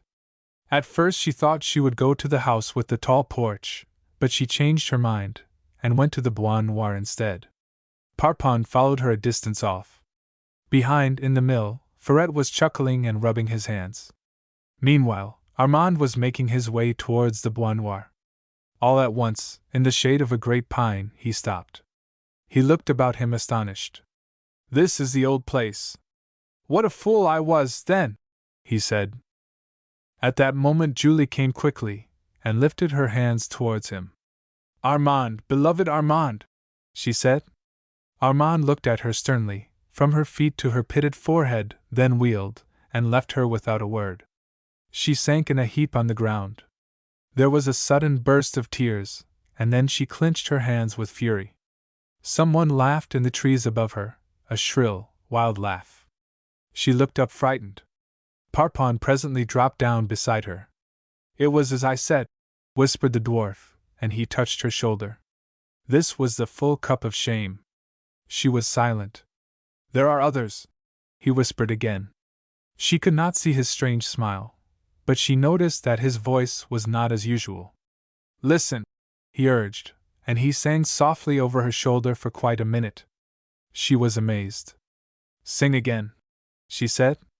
I have wanted to sing to you like that for many years, he replied, and he sang a little more. He cannot sing like that. He wheedled, and he stretched his arm around her shoulder. She hung her head, then flung it back again as she thought of Armand. I hate him, she cried. I hate him. You will not throw meal on me any more, or call me idiot? He pleaded. No, Parpon, she said. He kissed her on the cheek. She did not resent it. But now he drew away, smiled wickedly at her, and said, See, we are even now, poor Julie! Then he laughed, holding his little sides with huge hands. Imbecile! He added, and turning, trotted away towards the rock of red pigeons. She threw herself, face forward, in the dusty needles of the pines. When she rose from her humiliation, her face was as one who has seen the rags of Harlequinade stripped from that mummer life, leaving only naked being. She had touched the limits of the endurable. Her sordid little hopes had split into fragments. But when a human soul faces upon its past, and sees a gargoyle at every milestone where an angel should be, and in one flash of illumination, the touch of genius to the smallest mind, understands the pitiless comedy, there comes the still stoic outlook. Julie was transformed. All the possible years of her life were gathered into the force of one dreadful moment, dreadful and wonderful. Her mean vanity was lost behind the pale sincerity of her face. She was sincere at last. The trivial commonness was gone from her coquetting shoulders and drooping eyelids, and from her body had passed its flexuous softness. She was a woman, suffering, human, paying the price. She walked slowly the way that Parpon had gone. Looking neither to right nor left, she climbed the long hillside, and at last reached the summit, where, bundled in a steep corner, was the rock of red pigeons. As she emerged from the pines, she stood for a moment, and leaned with outstretched hand against a tree, looking into the sunlight. Slowly her eyes shifted from the rock to the great ravine, to whose farther side the sun was giving bastions of gold. She was quiet. Presently she stepped into the light and came softly to the rock. She walked slowly round it, as though looking for someone. At the lowest side of the rock, rude narrow hollows were cut for the feet. With a singular ease she climbed to the top of it. It had a kind of hollow, in which was a rude seat, carved out of the stone. Seeing this, a set look came to her face. She was thinking of Parpon, the master of this place. Her business was with him. She got down slowly, and came over to the edge of the precipice. Steadying herself against a sapling, she looked over. Down below was a whirlpool, rising and falling, a hungry funnel of death. She drew back. Presently she peered again, and once more withdrew. She gazed round, and then made another tour of the hill, searching. She returned to the precipice. As she did so she heard a voice. She looked and saw Parpon seated upon a ledge of rock not far below. A mocking laugh floated up to her. But there was trouble in the laugh too, a bitter sickness. She did not notice that. She looked about her. Not far away was a stone, too heavy to carry but perhaps not too heavy to roll. Foot by foot she rolled it over. She looked. He was still there. She stepped back. As she did so a few pebbles crumbled away from her feet and fell where Parpon perched. She did not see or hear them fall. He looked up, and saw the stone creeping upon the edge. Like a flash he was on his feet, and springing into the air to the right, caught a tree steadfast in the rock. The stone fell upon the ledge, and bounded off again. The look of the woman did not follow the stone. She ran to the spot above the whirlpool, and sprang out and down. From Parpon there came a wail such as the hills of the north never heard before. Dropping upon a ledge beneath, and from that to a jutting tree, which gave way, he shot down into the whirlpool. He caught Julie's body as it was churned from life to death, and then he fought. There was a demon in the whirlpool, but God and demon were working in the man. Nothing on earth could have unloosed that long, brown arm from Julie's drenched body. The sun lifted an eyelid over the yellow bastions of rock, and saw the fight. Once, twice, the shaggy head was caught beneath the surface, but at last the man conquered.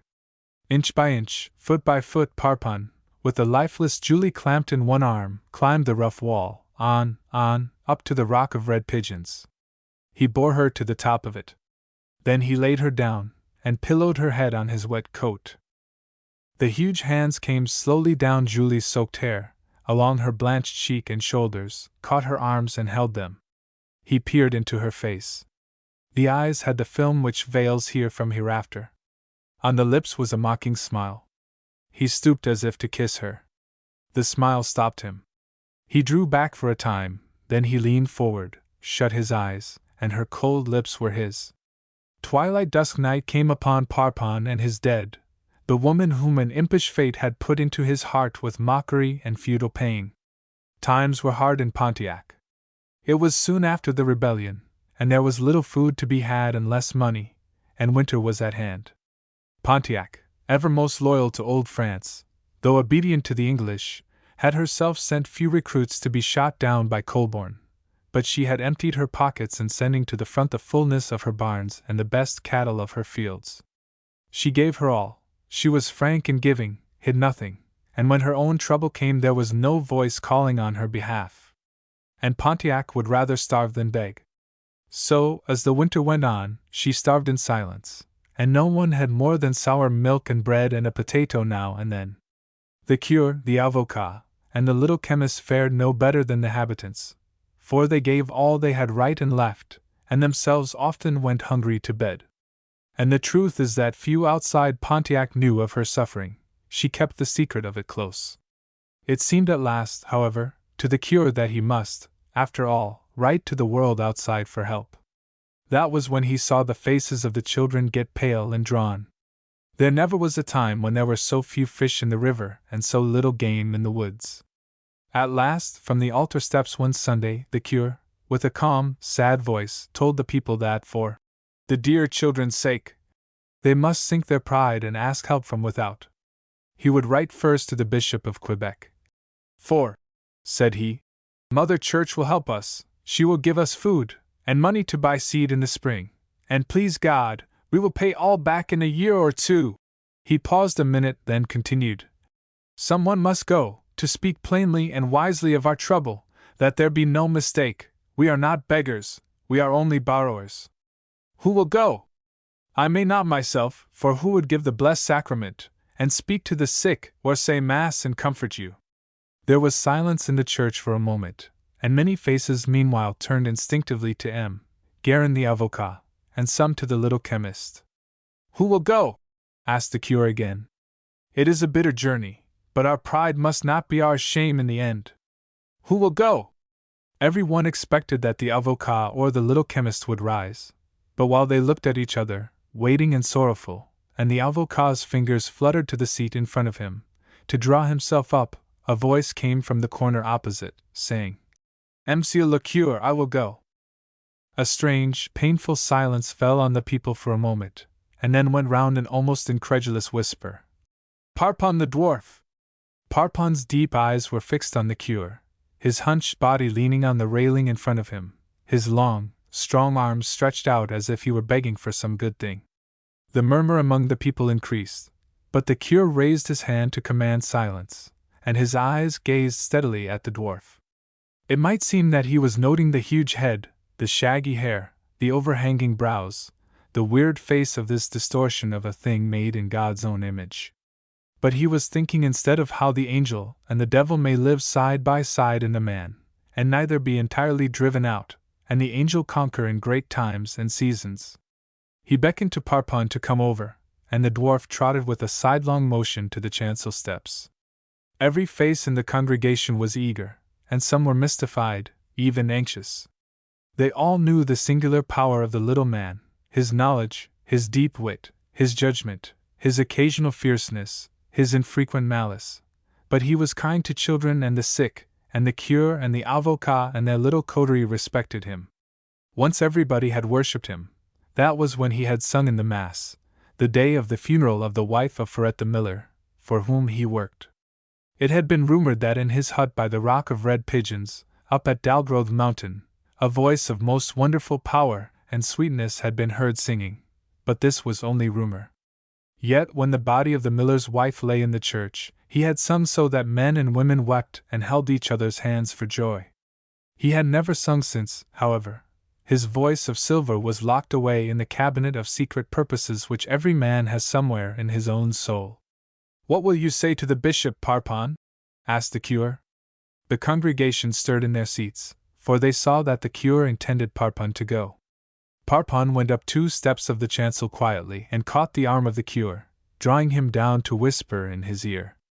A flush and then a peculiar soft light passed over the curé's face, and he raised his hand over Parpon's head in benediction and said, "Go, my son, and the blessing of God and of his dear son be with you."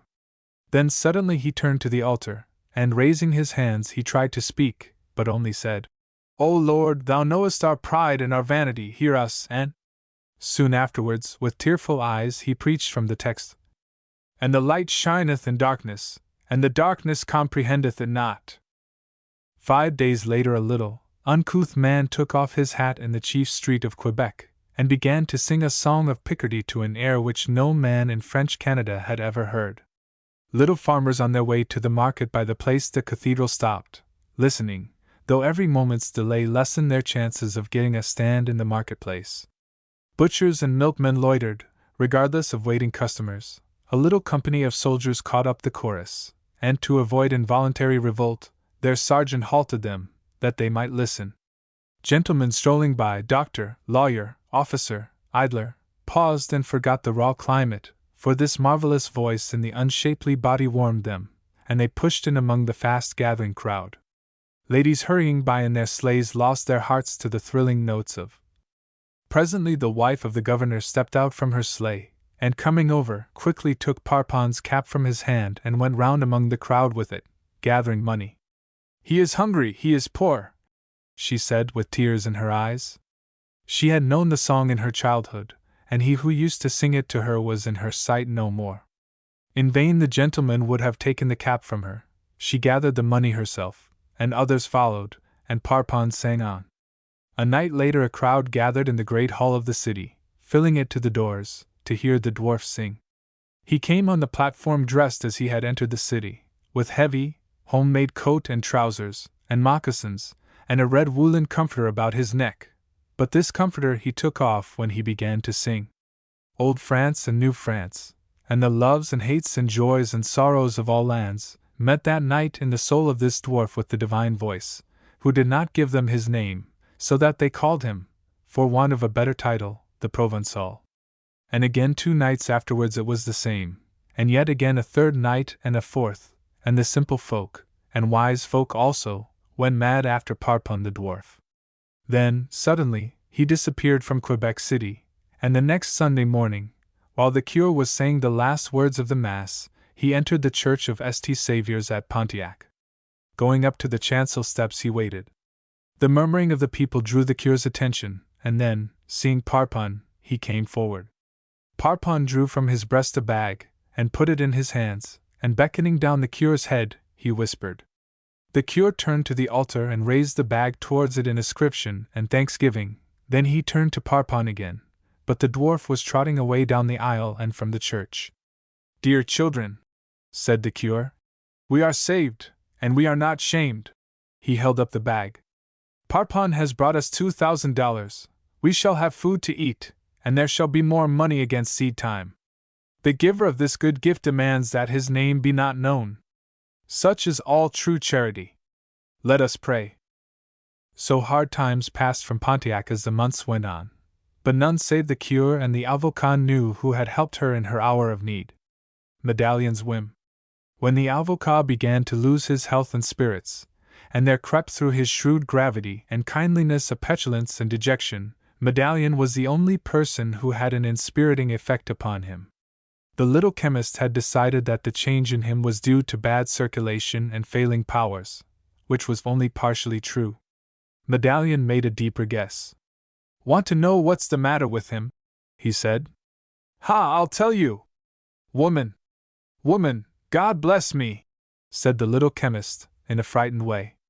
"Woman, little man, I mean the want of a woman," said Medallion. The curé, who was present, shrugged his shoulders. "He has an excellent cook, and his bed and jackets are well aired. I see them constantly at the windows." A laugh gurgled in Medallion's throat. He loved these innocent folk, but himself went twice a year to Quebec City and had more expanded views. "Woman, padre," nodding to the priest, and rubbing his chin so that it rasped like sandpaper. "Woman, my druggist," throwing a sly look at the chemist. "Woman, neither as cook nor bottle washer, is what he needs. Every man out of holy orders," this in deference to his good friend the curé, "arrives at the time when his youth must be renewed, or he becomes as dried bones, like an empty house, furniture sold off. Can only be renewed one way, woman. Well, here's our avocat, and there's his remedy. He's got the cooking and the clean fresh linen. He must have a wife, the very best." "Ah, my friend, you are droll," said the curé, arching his long fingers at his lips and blowing gently through them, but not smiling in the least, rather serious, almost reproving. "It is such a whim, said the little chemist, shaking his head and looking through his glasses sideways like a wise bird. "Ha, you shall see! The man must be saved, our curé shall have his fees, our druggist shall provide the finest essences for the feast, no more pills. And we shall dine with our avocat once a week, with asparagus in season for the curé, and a little good wine for all.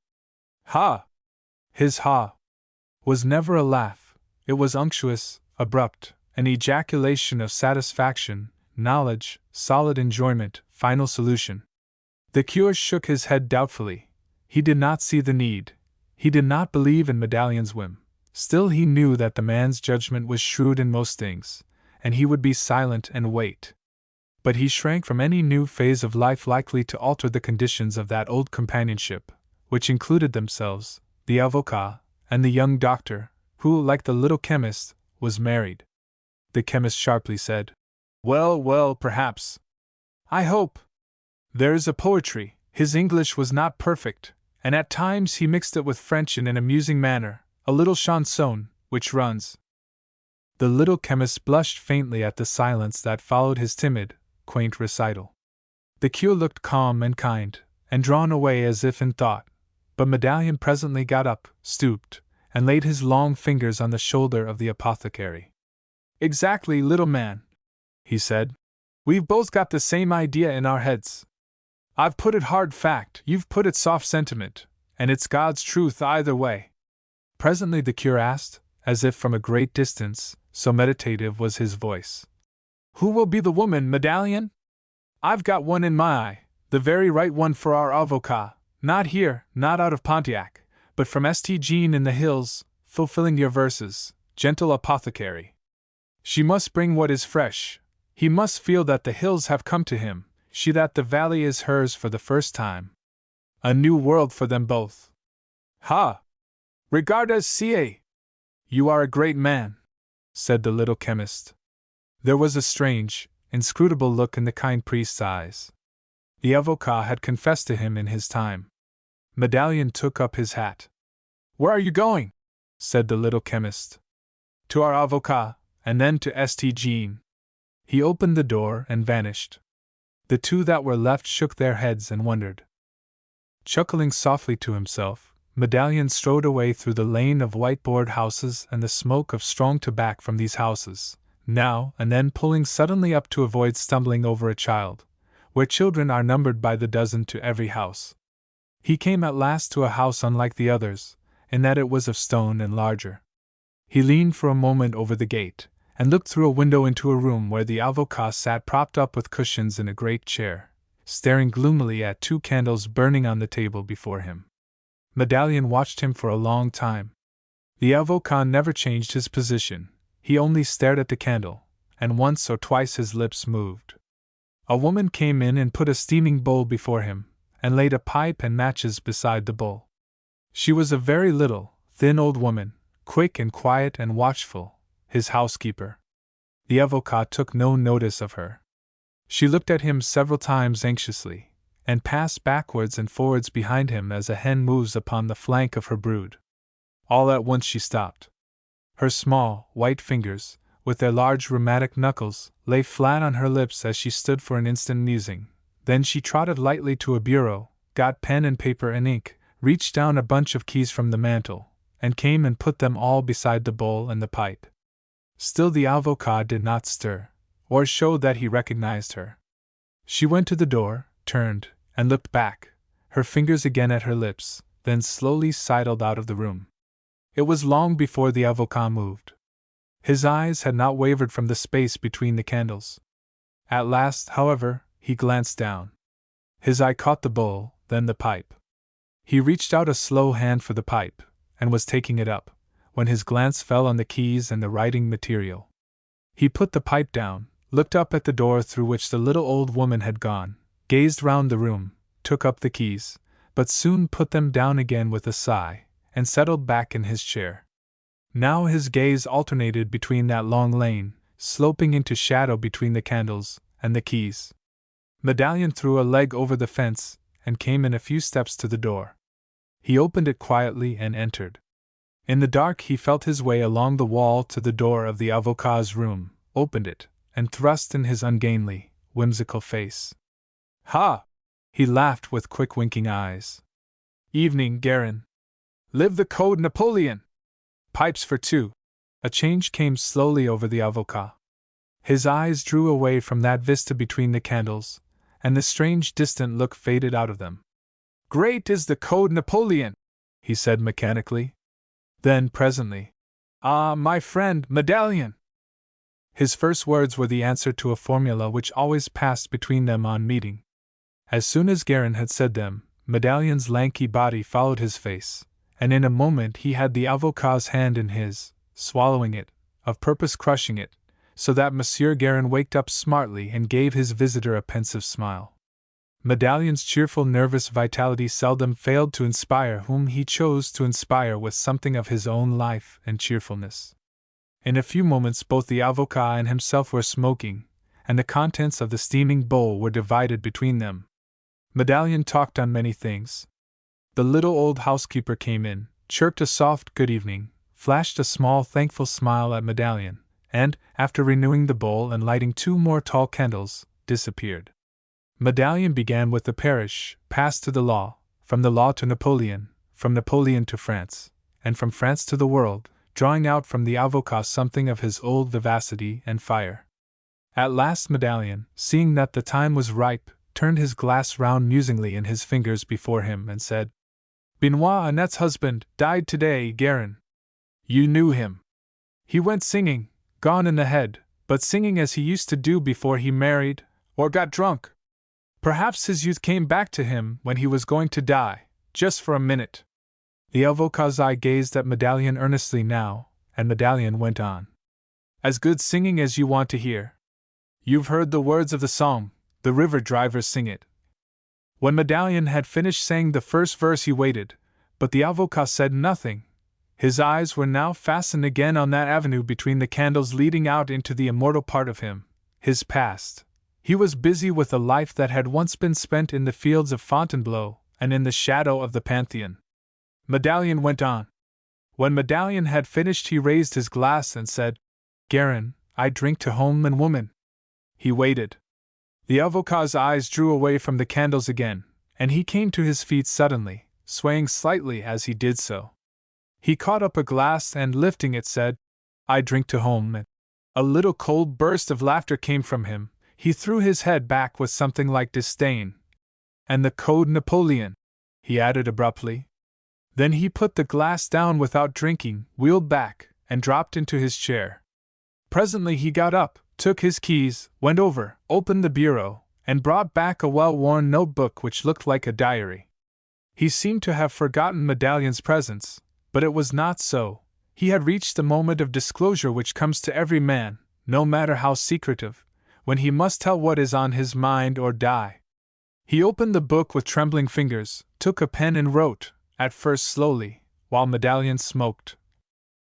September 13th. It is 25 years ago today. Mon Dieu, how we danced that night on the flags before the Sorbonne. How gay we were in the Maison Bleue. We were gay and happy, Lully and I, 2 rooms and a few francs ahead every week. That night we danced and poured out the light wine, because we were to be married tomorrow. Perhaps there would be a child, if the priest blessed us, she whispered to me as we watched the soft traveling moon in the gardens of the Luxembourg. Well, we danced. There was an artist with us. I saw him catch Lully about the waist, and kiss her on the neck. She was angry, but I did not think of that. I was mad with wine. I quarreled with her, and said to her a shameful thing. Then I rushed away. We were not married the next day. I could not find her. One night, soon after, there was a revolution of students at Montparnasse. I was hurt. I remember that she came to me then and nursed me, but when I got well she was gone. Then came the secret word from the government that I must leave the country or go to prison. I came here. Alas! It is long since we danced before the Sorbonne, and supped at the Maison Bleue. I shall never see again the gardens of the Luxembourg. Well, that was a mad night 25 years ago. His pen went faster and faster. His eyes lighted up, he seemed quite forgetful of Medallion's presence. When he finished, a fresh change came over him. He gathered his thin fingers in a bunch at his lips, and made an airy salute to the warm space between the candles. He drew himself together with a youthful air, and held his grey head gallantly. Youth and age in him seemed almost grotesquely mingled. Sprightly notes from the song of a café chantant hovered on his thin, dry lips. Medallion, amused, yet with a hushed kind of feeling through all his nerves, pushed the avocat's tumbler till it touched his fingers. The thin fingers twined round it, and once more he came to his feet. He raised the glass. 2. For a minute he got no further. To the wedding eve, he said, and sipped the hot wine. Presently he pushed the little well-worn book over to Medallion. I have known you 15 years, Red, he said. He gave Medallion a meaning look out of his now flashing eyes. Medallion's bony face responded cordially. Of course, he answered, picked up the book, and read what the avocat had written. It was on the last page. When he had finished reading, he held the book musingly. His whim had suddenly taken on a new color. The avocat, who had been walking up and down the room, with the quick step of a young man, stopped before him, took the book from him, turned to the first page, and handed it back silently. Medallion read. Quebec, September 13th, 18 It is 1 year since. I shall learn to laugh some day.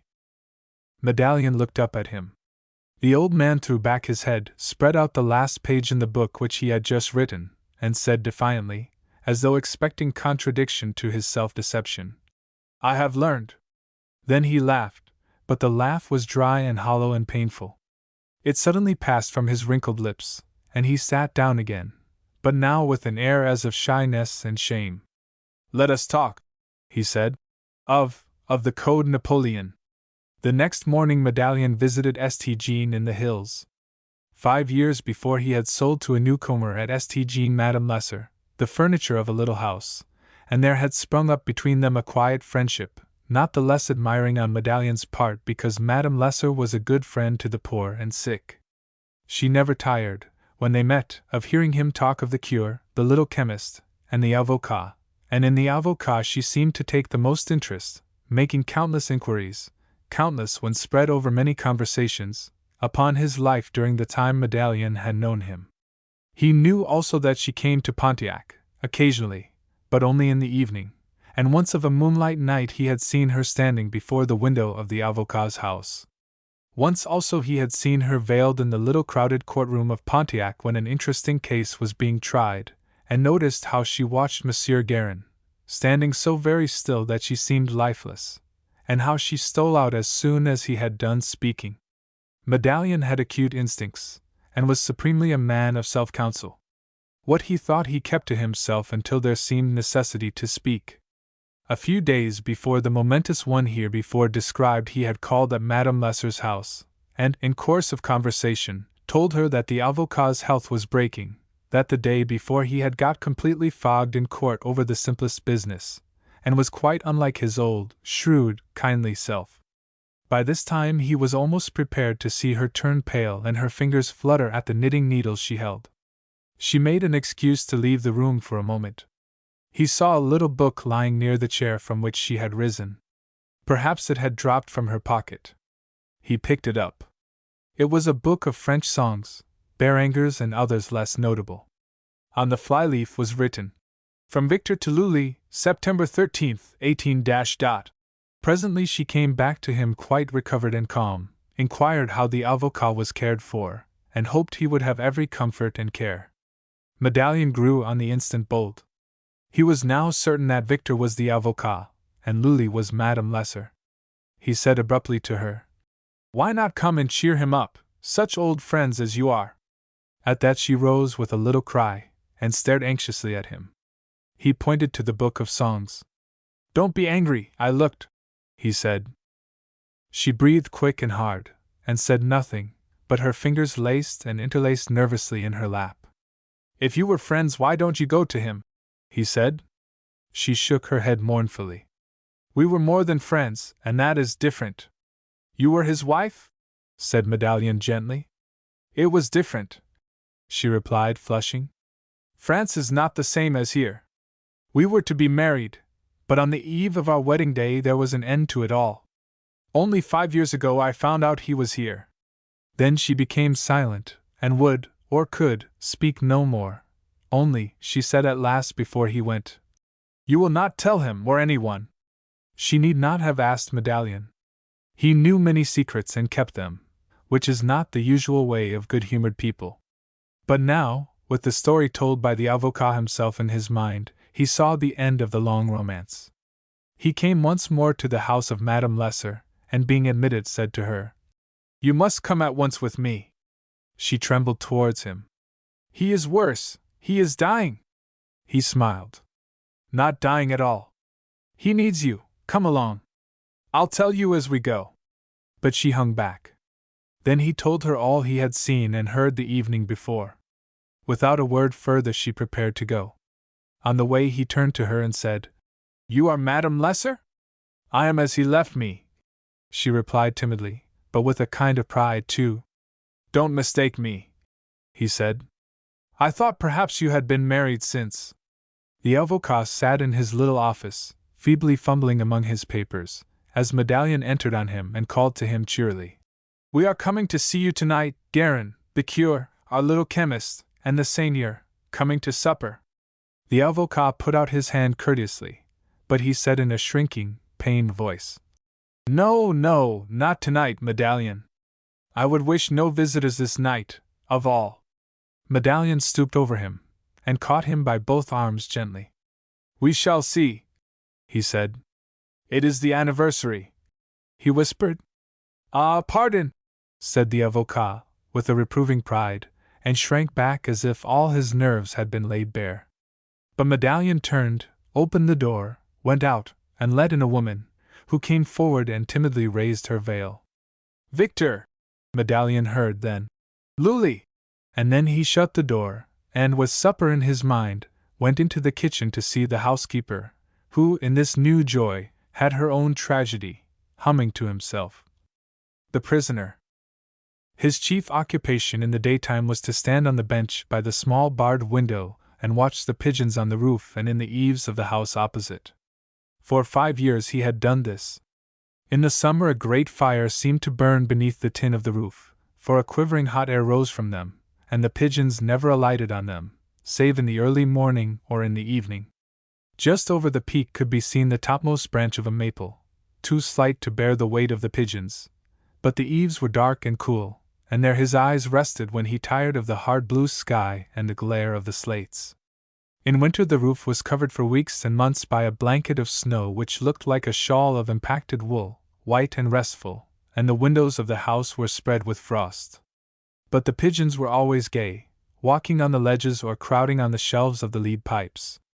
He studied them much, but he loved them more.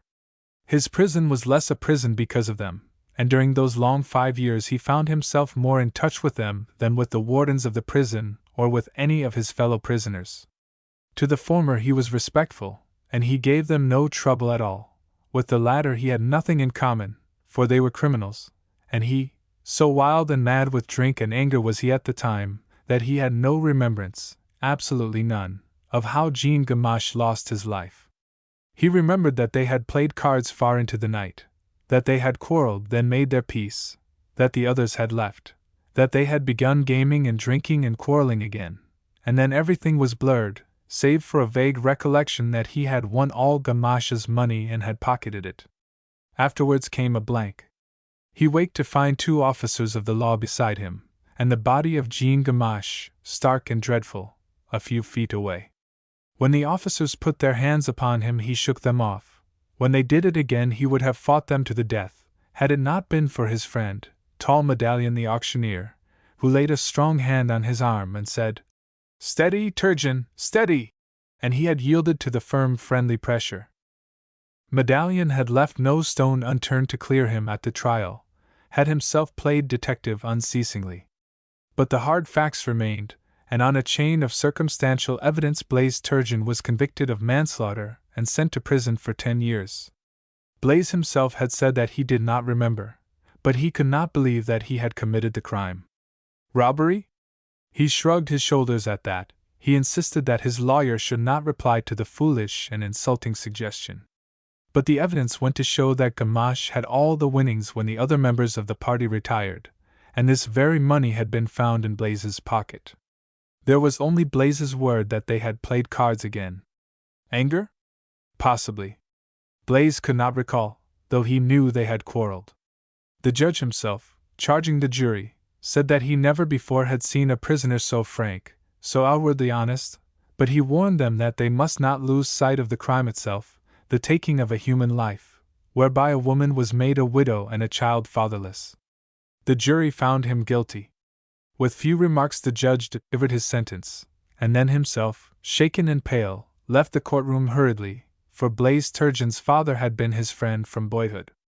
Blaise took his sentence calmly, looking the jury squarely in the eyes, and when the judge stopped, he bowed to him, and then turned to the jury and said, "Gentlemen, you have ruined my life. You don't know, and I don't know, who killed the man. You have guessed, and I take the penalty. Suppose I'm innocent, how will you feel when the truth comes out? You've known me more or less these 20 years, and you said, with evidently no more knowledge than I've got, that I did this horrible thing. I don't know but that one of you did it. But you are safe, and I take my 10 years. He turned from them, and, as he did so, he saw a woman looking at him from a corner of the courtroom, with a strange, wild expression. At the moment he saw no more than an excited, bewildered face, but afterwards this face came and went before him, flashing in and out of dark places in a kind of mockery. As he went from the courtroom, another woman made her way to him in spite of the guards. It was the little chemist's wife, who, years before, had been his father's housekeeper, who knew him when his eyes first opened on the world. "My poor Blaise! My poor Blaise!" she said, clasping his manacled hands. In prison he refused to see all visitors, even Medallion, the little chemist's wife, and the good Father Fabre. Letters, too, he refused to accept and read. He had no contact, wished no contact with the outer world, but lived his hard, lonely life by himself, silent, studious, for now books were a pleasure to him. He had entered his prison a wild, excitable, dissipated youth, and he had become a mature, brooding man. 5 years had done the work of 20. The face of the woman who looked at him so strangely in the courtroom haunted him so that at last it became a part of his real life, lived largely at the window where he looked out at the pigeons on the roof of the hospital. "She was sorry for me," he said many a time to himself. He was shaken with misery often, so that he rocked to and fro as he sat on his bed, and a warder heard him cry out even in the last days of his imprisonment, "O God, canst thou do everything but speak?" And again, "That hour, the memory of that hour, in exchange for my ruined life." One day the jailer came to him and said, "Monsieur Turgeon, you are free. The governor has cut off 5 years from your sentence." Then he was told that people were waiting without, Medallion, the little chemist and his wife, and others more important. But he would not go to meet them, and he stepped into the open world alone at dawn the next morning, and looked out upon a still sleeping village. Suddenly there stood before him a woman, who had watched by the prison gates all night, and she put out her hand in entreaty, and said with a breaking voice, "You are free at last!" He remembered her, the woman who had looked at him so anxiously and sorrowfully in the courtroom. "Why did you come to meet me?" he asked. "I was sorry for you. But that is no reason. I once committed a crime," she whispered, with shrinking bitterness. "That's bad," he said. "Were you punished?" He looked at her keenly, almost fiercely, for a curious suspicion shot into his mind. She shook her head and answered no. "That's worse. I let someone else take my crime upon him and be punished for it," she said, an agony in her eyes. "Why was that?" "I had a little child," was her reply. "And the man who was punished instead? He was alone in the world," she said. A bitter smile crept to his lips, and his face was afire. He shut his eyes, and when they opened again discovery was in them. "I remember you now," he said. "I remember now. I waked and saw you looking at me that night. Who was the father of your child?" "Jean Gamache," she replied. "He ruined me and left me to starve. I am innocent of his death," he said quietly and gladly. She nodded. He was silent for a moment. "The child still lives?" he asked. She nodded again. "Well, let it be so," he said. "But you owe me 5 years, and a good name. I wish to God I could give them back," she cried, tears streaming down her cheeks. "It was for my child. He was so young. It can't be helped now," he said, sighing, and he turned away from her. "Won't you forgive me?" she asked bitterly. "Won't you give me back those 5 years?" "If the child did not need me, I would give my life," she answered. I owe it to you. Her haggard, hunted face made him sorry. He, too, had suffered.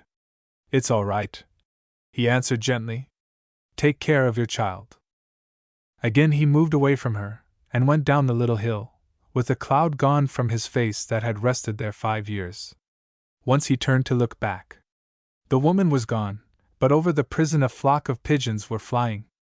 He took off his hat to them. Then he went through the town, looking neither to right nor left, and came to his own house, where the summer morning was already entering the open windows, though he had thought to find the place closed and dark. The little chemist's wife met him in the doorway. She could not speak, nor could he, but he kissed her as he had done when he went condemned to prison. Then he passed on to his own room, and entering, sat down before the open window, and peacefully drank in the glory of a new world. But more than once he choked down a sob rising in his throat. An upset price. Once Secord was as fine a man to look at as you would care to see, with a large intelligent eye, a clear, healthy skin, and a full, brown beard.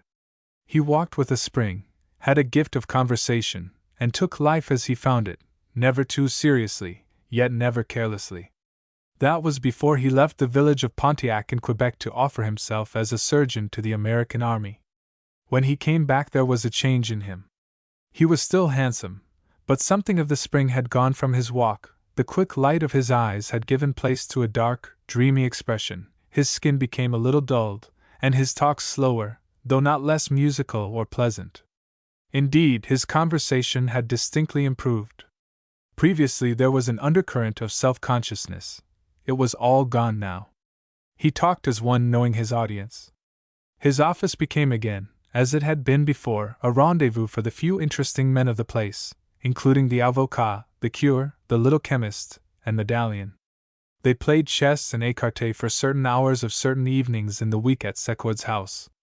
Medallion was the first to notice that the wife, whom Secord had married soon after he came back from the war, occasionally put down her work and looked with a curious inquiring expression at her husband as he talked. It struck Medallion that she was puzzled by some change in Secord. Secord was a brilliant surgeon and physician.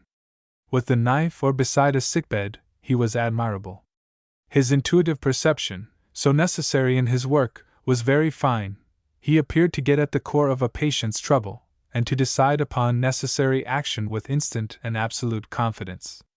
Some delicate operation performed by him was recorded and praised in the Lancet, and he was offered a responsible post in a medical college, and, at the same time, the goodwill of a valuable practice. He declined both, to the lasting astonishment, yet personal joy, of the cure and the avocat, but as time went on, not so much to the surprise of the little chemist and Medallion. After 3 years, the sleepy little chemist waked up suddenly in his chair one day, and said, "Parbleu, God bless me!" He loved to mix his native language with English, got up and went over to Secord's office, adjusted his glasses, looked at Secord closely, caught his hand with both of his own, shook it with shy abruptness, came back to his shop, sat down, and said, "God bless my soul! Regardes ca." Medallion made his discovery sooner.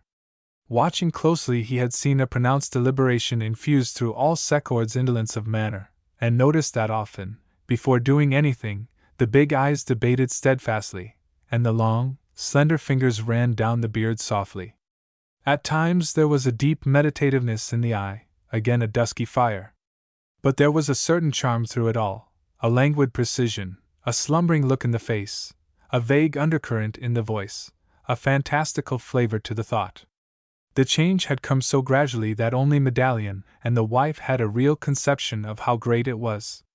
Medallion had studied Secord from every standpoint. At the very first he wondered if there was a woman in it. Much thinking on a woman, whose influence on his life was evil or disturbing, might account somewhat for the change in Secord. But seeing how fond the man was of his wife, Medallion gave up that idea. It was not liquor, for Secord never touched it. One day, however, when Medallion was selling the furniture of a house, he put up a feather bed, and, as was his custom, for he was a whimsical fellow, let his humor have play. He used many metaphors as to the virtue of the bed, crowning them with the statement that you slept in it dreaming as delicious dreams as though you had eaten poppy, or mandragora, or, he stopped short, said, "By jingo, that's it!"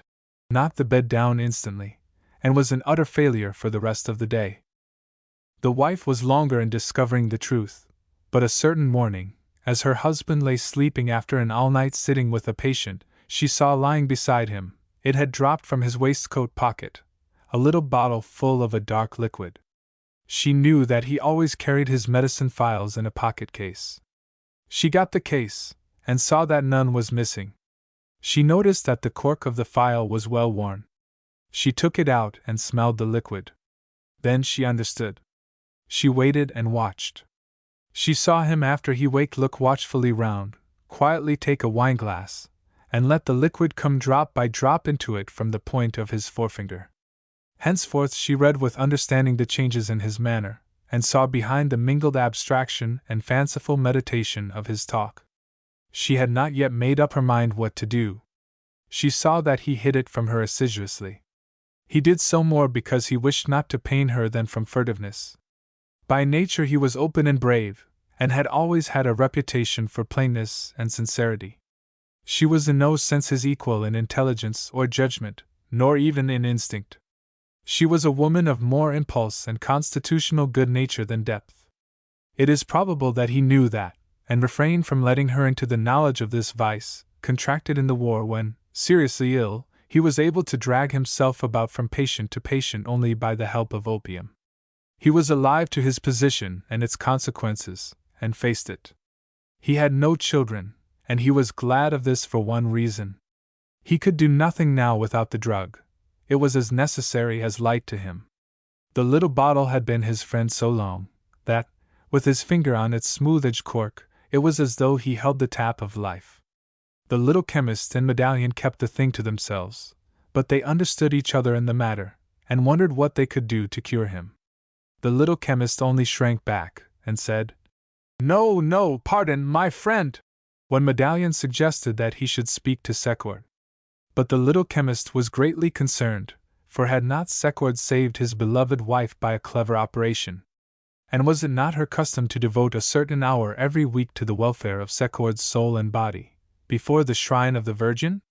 Her husband told her now that Secord was in trouble, and though he was far from being devout himself, he had a shy faith in the great sincerity of his wife.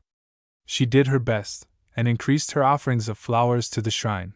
Also, in her simplicity, she sent Secord's wife little jars of jam to comfort him. One evening the little coterie met by arrangement at the doctor's house. After waiting an hour or two for Secord, who had been called away to a critical case, the avocat and the cure went home, leaving polite old-fashioned messages for their absent hosts. But the little chemist and Medallion remained. For a time Mrs. Secord remained with them, then retired, begging them to await her husband, who, she knew, would be grateful if they stayed. The little chemist, with timid courtesy, showed her out of the room, then came back and sat down. They were very silent. The little chemist took off his glasses a half-dozen times, wiped them, and put them back. Then suddenly turned on Medallion. "You mean to speak tonight?" "Yes, that's it. Regardes ca. Well, well." Medallion never smoked harder than he did then. The little chemist looked at him nervously again and again, listened towards the door, fingered with his tumbler, and at last hearing the sound of sleigh bells, suddenly came to his feet, and said, "Voila, I will go to my wife." And catching up his cap, and forgetting his overcoat, he trotted away home in a fright. What Medallion did or said to Secord that night neither ever told. But it must have been a singular scene, for when the humorist pleads or prays there is no pathos like it, and certainly Medallion's eyes were red when he wrapped up the little chemist at dawn, caught him by the shoulders, turned him round several times, thumped him on the back, and called him a bully old boy, and then, seeing the old wife in her quaint padded nightgown, suddenly hugged her, threw himself into a chair, and almost shouted for a cup of coffee. At the same time Mrs. Secord was alternately crying and laughing in her husband's arms, and he was saying to her, "I'll make a fight for it, Leslie, a big fight, but you must be patient, for I expect I'll be a devil sometimes without it. Why, I've eaten a dram a day of the stuff, or drunk its equivalent in the tincture. No, never mind praying. Be a brick and fight with me, that's the game, my girl. He did make a fight for it, such an one as few men have made and come out safely. For those who dwell in the pit never suffer as do they who struggle with this appetite. He was too wise to give it up all at once. He diminished the dose gradually, but still very perceptibly. As it was, it made a marked change in him. The necessary effort of the will gave a kind of hard coldness to his face, and he used to walk his garden for hours at night in conflict with his enemy. His nerves were uncertain, but, strange to say, when, it was not often, any serious case of illness came under his hands, he was somehow able to pull himself together and do his task gallantly enough. But he had had no important surgical case since he began his cure. In his heart he lived in fear of one, for he was not quite sure of himself. In spite of effort to the contrary, he became irritable, and his old pleasant fantasies changed to gloomy and bizarre imaginings. The wife never knew what it cost her husband thus, day by day, to take a foe by the throat and hold him in check. She did not guess that he knew if he dropped back even once he could not regain himself.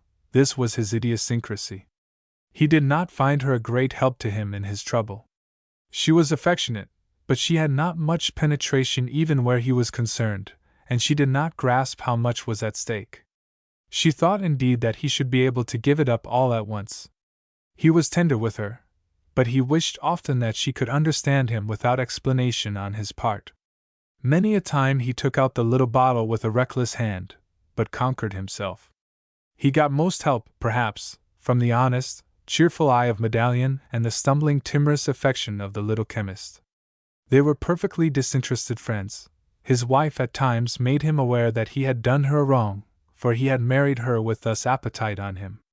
He did not defend himself, but he wished she would, even if she had to act it, make him believe in himself more. One morning against his will he was irritable with her, and she said something that burnt like caustic. He smiled ironically, and pushed his newspaper over to her, pointing to a paragraph. It was the announcement that an old admirer of hers whom she had passed by for her husband, had come into a fortune. "Perhaps you've made a mistake," he said. She answered nothing, but the look she gave was unfortunate for both. He muffled his mouth in his long silken beard as if to smother what he felt impelled to say, then suddenly rose and left the table. At this time he had reduced his dose of the drug to 8 drops twice a day. With a grim courage he resolved to make it 5 all at once. He did so, and held to it. Medallion was much with him in these days. One morning in the spring he got up, went out in his garden, drew in the fresh, sweet air with a great gulp, picked some lovely crab-apple blossoms, and, with a strange glowing look in his eyes, came in to his wife, put them into her hands, and kissed her. It was the anniversary of their wedding day. Then, without a word, he took from his pocket the little phial that he had carried so long, rolled it for an instant in his palm, felt its worn, discolored cork musingly, and threw it out of the window. "Now, my dear," he whispered, "we will be happy again." He held to his determination with a stern anxiety. He took a month's vacation, and came back better. He was not so happy as he hoped to be, yet he would not whisper to himself the reason why. He felt that something had failed him somewhere. One day a man came riding swiftly up to his door to say that his wife's father had met with a bad accident in his great mill. Secord told his wife. A peculiar troubled look came into his face as he glanced carefully over his instruments and through his medicine case. "God, I must do it alone," he said. The old man's injury was a dangerous one. A skillful operation was necessary. As Secord stood beside the sufferer, he felt his nerves suddenly go, just as they did in the war before he first took the drug. His wife was in the next room. He could hear her. He wished she would make no sound at all. Unless this operation was performed successfully, the sufferer would die. He might die anyhow. Secord tried to gather himself up to his task, but he felt it was of no use. A month later, when he was more recovered physically, he would be able to perform the operation, but the old man was dying now, while he stood helplessly stroking his big brown beard. He took up his pocket medicine case, and went out where his wife was. Excited and tearful, she started up to meet him, painfully inquiring. "Can you save him?" she said. "Oh, James, what is the matter? You are trembling." "It's just this way, Leslie. My nerve is broken. I can't perform the operation as I am, and he will die in an hour if I don't." She caught him by the arm. "Can you not be strong? You have a will. Will you not try to save my father, James? Is there no way?" "Yes, there is one way," he said. He opened the pocket case and took out a phial of laudanum. "This is the way. I can pull myself together with it. It will save his life." There was a dogged look in his face. "Well? Well?" she said. "Oh, my dear father, will you not keep him here?" A peculiar cold smile hovered about his lips. "But there is danger to me in this, and remember, he is very old." "Oh!" she cried. "How can you be so shocking, so cruel?" She rocked herself to and fro. "If it will save him, and you need not take it again, ever. But I tell you, do you not hear him? He is dying." She was mad with grief. She hardly knew what she said. Without a word, he dropped the tincture swiftly in a wineglass of water, drank it off, shivered, drew himself up with a start, gave a sigh as if some huge struggle was over, and went in to where the old man was. 3 hours after, he told his wife that her father was safe. When, after a hasty kiss, she left him and went into the room of sickness, and the door closed after her, standing where she had left him, he laughed a hard crackling laugh, and said between his teeth, "An upset price." Then he poured out another portion of the dark tincture, the largest he had ever taken, and tossed it off. That night he might have been seen feeling about the grass in a moonlit garden. At last he put something in his pocket with a quick, harsh chuckle of satisfaction. It was a little black bottle with a well-worn cork. A fragment of lives. They met at last, Debar and Villiers, the man who had stolen from him the woman he loved. Both had wronged the woman, but Villiers most, for he had let her die because of jealousy. They were now in a room alone in the forest of St. Sebastian. Both were quiet, and both knew that the end of their feud was near. Going to a cupboard, Debar brought out 4 glasses and put them on the table. Then from 2 bottles he poured out what looked like red wine, 2 glasses from each bottle. Putting the bottles back, he returned to the table. "Do you dare to drink with me?" Debar asked, nodding towards the glasses. "2 of the glasses have poison in them, 2 have good red wine only. We will move them about and then drink. Both may die, or only one of us." Villiers looked at the other with contracting, questioning eyes. "You would play that game with me?" he asked, in a mechanical voice. "It would give me great pleasure." The voice had a strange, ironical tone. "It is a grand sport, as one would take a run at a crevasse and clear it, or fall. If we both fall, we are in good company. If you fall, I have the greater joy of escape. If I fall, you have the same joy." "I am ready," was the answer. "But let us eat first." A great fire burned in the chimney, for the night was cool. It filled the room with a gracious heat and with huge, comfortable shadows. Here and there on the wall a tin cup flashed back the radiance of the fire, the barrel of a gun glistened soberly along a rafter, and the long, wiry hair of an otterskin in the corner sent out little needles of light. Upon the fire a pot was simmering, and a good savor came from it. A wind went lilting by outside the butt in tune with the singing of the kettle. The ticking of a huge, old-fashioned repeating watch on the wall was in unison with these. Debar rose from the table, threw himself upon the little pile of otter skins, and lay watching Villiers and mechanically studying the little room. Villiers took the 4 glasses filled with the wine and laid them on a shelf against the wall, then began to put the table in order for their supper, and to take the pot from the fire. Debar noticed that just above where the glasses stood on the shelf a crucifix was hanging, and that red crystal sparkled in the hands and feet where the nails should be driven in. There was a painful humor in the association. He smiled, then turned his head away, for old memories flashed through his brain. He had been an acolyte once. He had served at the altar. Suddenly Debar rose, took the glasses from the shelf and placed them in the middle of the table, the death's head for the feast. As they sat down to eat, the eyes of both men unconsciously wandered to the crucifix, attracted by the red sparkle of the rubies. They drank water with the well-cooked meat of the wapiti, though red wine faced them on the table. Each ate heartily, as though a long day were before them and not the shadow of the long night. There was no speech save that of the usual courtesies of the table. The fire, and the wind, and the watch seemed the only living things besides themselves, perched there between heaven and earth. At length the meal was finished, and the two turned in their chairs towards the fire.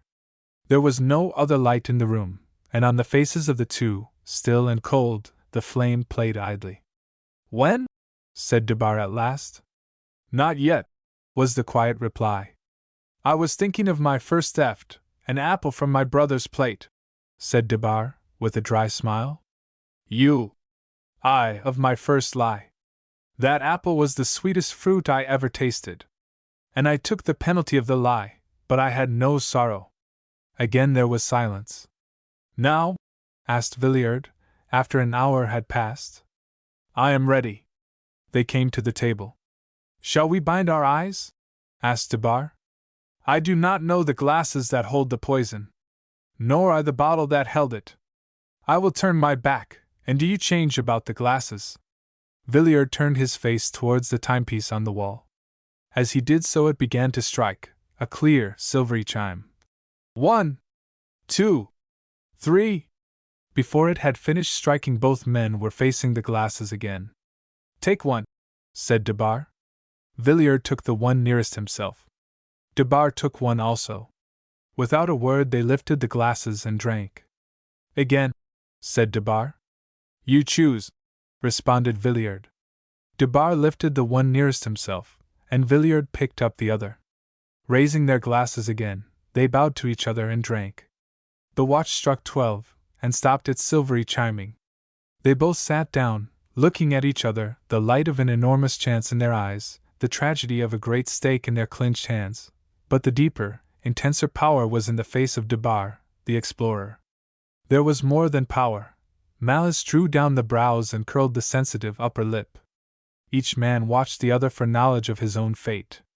The glasses lay straggling along the table, emptied of death and life. All at once a horrible pallor spread over the face of Villiard, and his head jerked forward. He grasped the table with both hands, twitching and trembling. His eyes stared wildly at Debar, to whose face the flush of wine had come, whose look was now maliciously triumphant. Villiard had drunk both glasses of the poison. "I win!" Debar stood up. Then, leaning over the table towards the dying man, he added, "You let her die well. Would you know the truth? She loved you, always." Villiard gasped, and his look wandered vaguely along the opposite wall. Debar went on. "I played the game with you honestly, because it was the greatest man could play. And I, too, sinned against her. Now die. She loved you, murderer!" The man's look still wandered distractedly along the wall. The sweat of death was on his face. His lips were moving spasmodically. Suddenly his look became fixed. He found voice. "Pardon, Jesu!" he said, and stiffened where he Saturday his eyes were fixed on the jeweled crucifix. Debar snatched it from the wall, and hastening to him held it to his lips, but the warm sparkle of the rubies fell on eyes that were cold as frosted glass. Debar saw that he was dead. "Because the woman loved him," he said, gazing curiously at the dead man. He turned, went to the door and opened it, for his breath choked him. All was still on the wooded heights and in the wide valley. "Because the woman loved him he repented," said Debar again with a half-cynical gentleness as he placed the crucifix on the dead man's breast. "The man that died at Alma. The man who died at Alma had a Kilkenny brogue that you could not cut with a knife, but he was called Kilquantity, a name as Scotch as MacGregor. Kilquantity was a retired soldier, on pension, and Pontiac was a place of peace and poverty. The only gentry were the cure, the avocat, and the young seigneur, but of the three the only one with a private income was the young seigneur. What should such a common man as Kilquantity do with a private income? It seemed almost suspicious, instead of creditable, to the minds of the simple folk at Pontiac, for they were French, and poor, and laborious, and Kilquantity drew his pension from the headquarters of the English government, which they only knew by legends wafted to them over great tracts of country from the city of Quebec. When Kilquanity first came with his wife, it was without introductions from anywhere, unlike everybody else in Pontiac, whose family history could be instantly reduced to an exact record by the cure. He had a smattering of French, which he turned off with oily brusqueness. He was not close-mouthed, he talked freely of events in his past life, and he told some really wonderful tales of his experiences in the British Army. He was no braggart, however, and his one great story which gave him the nickname by which he was called at Pontiac was told far more in a spirit of laughter at himself than in praise of his own part in the incident. The first time he told the story was in the house of Medallion the auctioneer. "Ah, the night it was," said Kilquanity after a pause, blowing a cloud of tobacco smoke into the air. "The night it was, me darlings! Bither cauld in that Russian country, though but late summer, and nothin' to ate but a lump of bread, no bigger than a dicky bird's skull, nothin' to drink but wather. Tubble, and for clothes to wear, mother of Moses! That was a bad day for clothes. We got between no barrack quilts that night. No stockin' had I insoid me boots, no shirt had I but a harse quilt sewed into me, no heart I had insoid me body, nothin' at all but duty and standin' to orders, me BYS. Says Sergeant Major Kilpatrick to me, Kilquanity, says he, there's better places than River Alma to live by, says he. Faith, and by the Liffey I wish I was this moment, Liffey's in old Ireland, Frenchies. But Kilquanity, says he, faith, and it's the Liffey we'll never see again, and put that in your pipe and smoke it, and through for him. But that night, that night! Ivory bone in me body was atchin', and sure me heart was atchin' too, for the poor BYS that were fightin' hard and gettin' little for it. Bither cauld it was, bither cauld, and the BYS droppin' down, droppin', with the Russian bullets in thim. Kilquanity, says Sergeant Major Kilpatrick to me, it's this standin' still, while we do be droppin', that girds the soul avier. The sight it was. The BYS of the regiment standin' shoulder to shoulder, and the faces AVM blue with powder, and red with blood, and the bits o' BYS droppin' round me loike twigs of an ould tree in a storm. Just a cryin' a bit avia gurgle through the teeth, and divil the one o' thim would see the Liffey side any more. The Russians are chargin', shouts Sergeant Major Kilpatrick. The Russians are chargin', here they come, standin' besoid me was a bit of a lump of a BY, as foine a lad as ever stood in the boots of me regiment, The look of his face was the look o' the dead. The Russians are comin', they're chargin', says Sergeant Major Kilpatrick, and the bit avia BY, that had nothin' to eat all day, throws down his gun and turns round to run. 18 years old he was, only 18, just a straight slip of a lad from Malahide. Hoot on! Teddy, says I, hoot on! How'll you face your mother if you turn your back on the enemy of your country? The BY looks me in the eyes long enough to wink 3 times, picks up his gun, and stood like a rock, he did, till the Russians charged us, roared on us, and I saw me slip of a BY go down under the sabre of a damned Cossack. Mother! I heard him say, mother! And that's all I heard him say, and the mother waitin' away aft there by the Liffey soid. Wurra, the BYS go down to battle and the mothers wait at home. Some of the BYS come back, but the most of them stay where the battle laves em. Wurra, many's the BY went down that day by Alma River, and niver come back. There I was standin', when hell broke loose on the BYS of me regiment, and divil the one o' me knows if I killed a Russian that day or not. But Sergeant Major Kilpatrick, a bit of a liar was the Sergeant Major, says he, it was ting ye killed Kilquanity. He says that to me the night that I left the regiment forever, and all the BYS standin' round and liftin' lasses and saying, Kilquanity, as if it was sugar and honey in their mouths. The sound of it. Kilquanity, says he, it was ting ye killed. But BYS, the Sergeant Major was an awful liar. If he could be doin' anybody any good by lyin', sure he would be lyin' all the time. But it's little I know how many I killed, for I was killed myself that day. A Russian sabre claved the shoulder and neck of me, and down I went, and over me trampled a squadron of Russian harzas, and I stopped thinkin'. So acy, I slipped away out avy the fight. The shriekin' and roarin' kept dwindlin' and dwindlin', and I dropped all into a foine schlape, so quiet, so acy. And I thought that slip avy a lad from the Liffey soid was hooting me hand, and sayin' Mother! Mother! And we both went ashlape. And the BYS of the regiment, when Alma was over, they said to each other, the BYS, they said, Kilquanity's dead. And the trenches was dug, and all we foine dead BYS was laid in long rows loike candles in the trenches. And I was laid in among them, and Sergeant Major Kilpatrick standin' there and looking at me and sayin', Poor BY, poor BY. But when they threw another man on top of me, I waked up out o' that beautiful schlape, and give him a kick. You're not polite, says I to myself. Sure, I couldn't spake, there was no strength in me. And they threw another man on, and I kicked again, and the sergeant major he sees it, and shouts out, Kilkin Idy's leg is kickin', says he. And they pulled off the two poor divils that had been thrown o' tap o' me, and the sergeant major lifts me head, and he says you're not killed, Kilquanity, says he. Divil a word could I spake, but I winked at him, and Captain Masham standin' by whips out a flask. Put that between his teeth, says he. When I got it there, trust me for not letting it go. And the sergeant major says to me, I have hopes of you, Kilquanity, when you do be drinkin' like that. A foine healthy corpse I am, and a foine thirsty, healthy corpse I am, says I. A dozen hands stretched out to give Kilquanity a drink, for even the best storyteller of Pontiac could not have told his tale so well. Yet the success achieved by Kilquanity at such moments was discounted through long months of mingled suspicion and doubtful tolerance. Although both he and his wife were Catholics, so they said, and so it seemed, Kilquanity never went to confession or took the blessed sacrament. The cure spoke to Kilquanity's wife about it, and she said she could do nothing with her husband.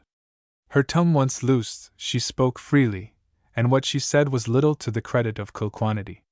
Not that she could urge any horrible things against him, but she railed at minor faults till the cure dismissed her with some good advice upon wives rehearsing their husbands' faults, even to the parish priest. Mrs. Kilquanity could not get the cure to listen to her, but she was more successful elsewhere. One day she came to get Kilquanity's pension, which was sent every 3 months through M. Guerin, the avocat. After she had handed over the receipt prepared beforehand by Kilquanity, she replied to M. Guerin's inquiry concerning her husband in these words. Mr. Guerin, sir, such a man it is, enough to break the heart of any woman. And the temper of him, Mr. Guerin, the temper of him's that awful, awful. No consideration, and that ugly-hearted, got when a soldier be why. The things he does, my, the things he does. She threw up her hands with an air of distraction. Well, and what does he do, madam? Asked the avocat simply. And what he says, too, the awful of it. Ah, the bad sour heart in him. What's he lyin' in his bed for now, and the new year comin' on, when we ought to be praisin' God and enjoyin' each other's company in this blessed world? What's he lying between the quilts now for, but by token of the bad heart in him? It's a wicked could he has, and how did he come by it? I'll tell ye, Mr. Guerin. So wild was he, yesterday it was a week, so black mad with something I'd said to him and something that slipped from me hand at his head, that he turns his back on me, throws open the door, steps out into the snow, and standing there alone, he curses the wide world. Oh dear Mr. Guerin, he cursed the wide world, standing there in the snow.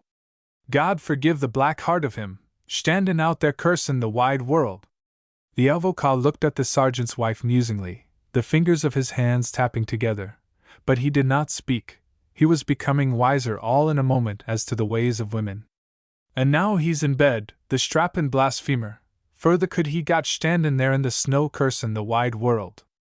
Ah, Mr. Guerin, pity a poor woman that has to live with the loike so that. The avocat still did not speak.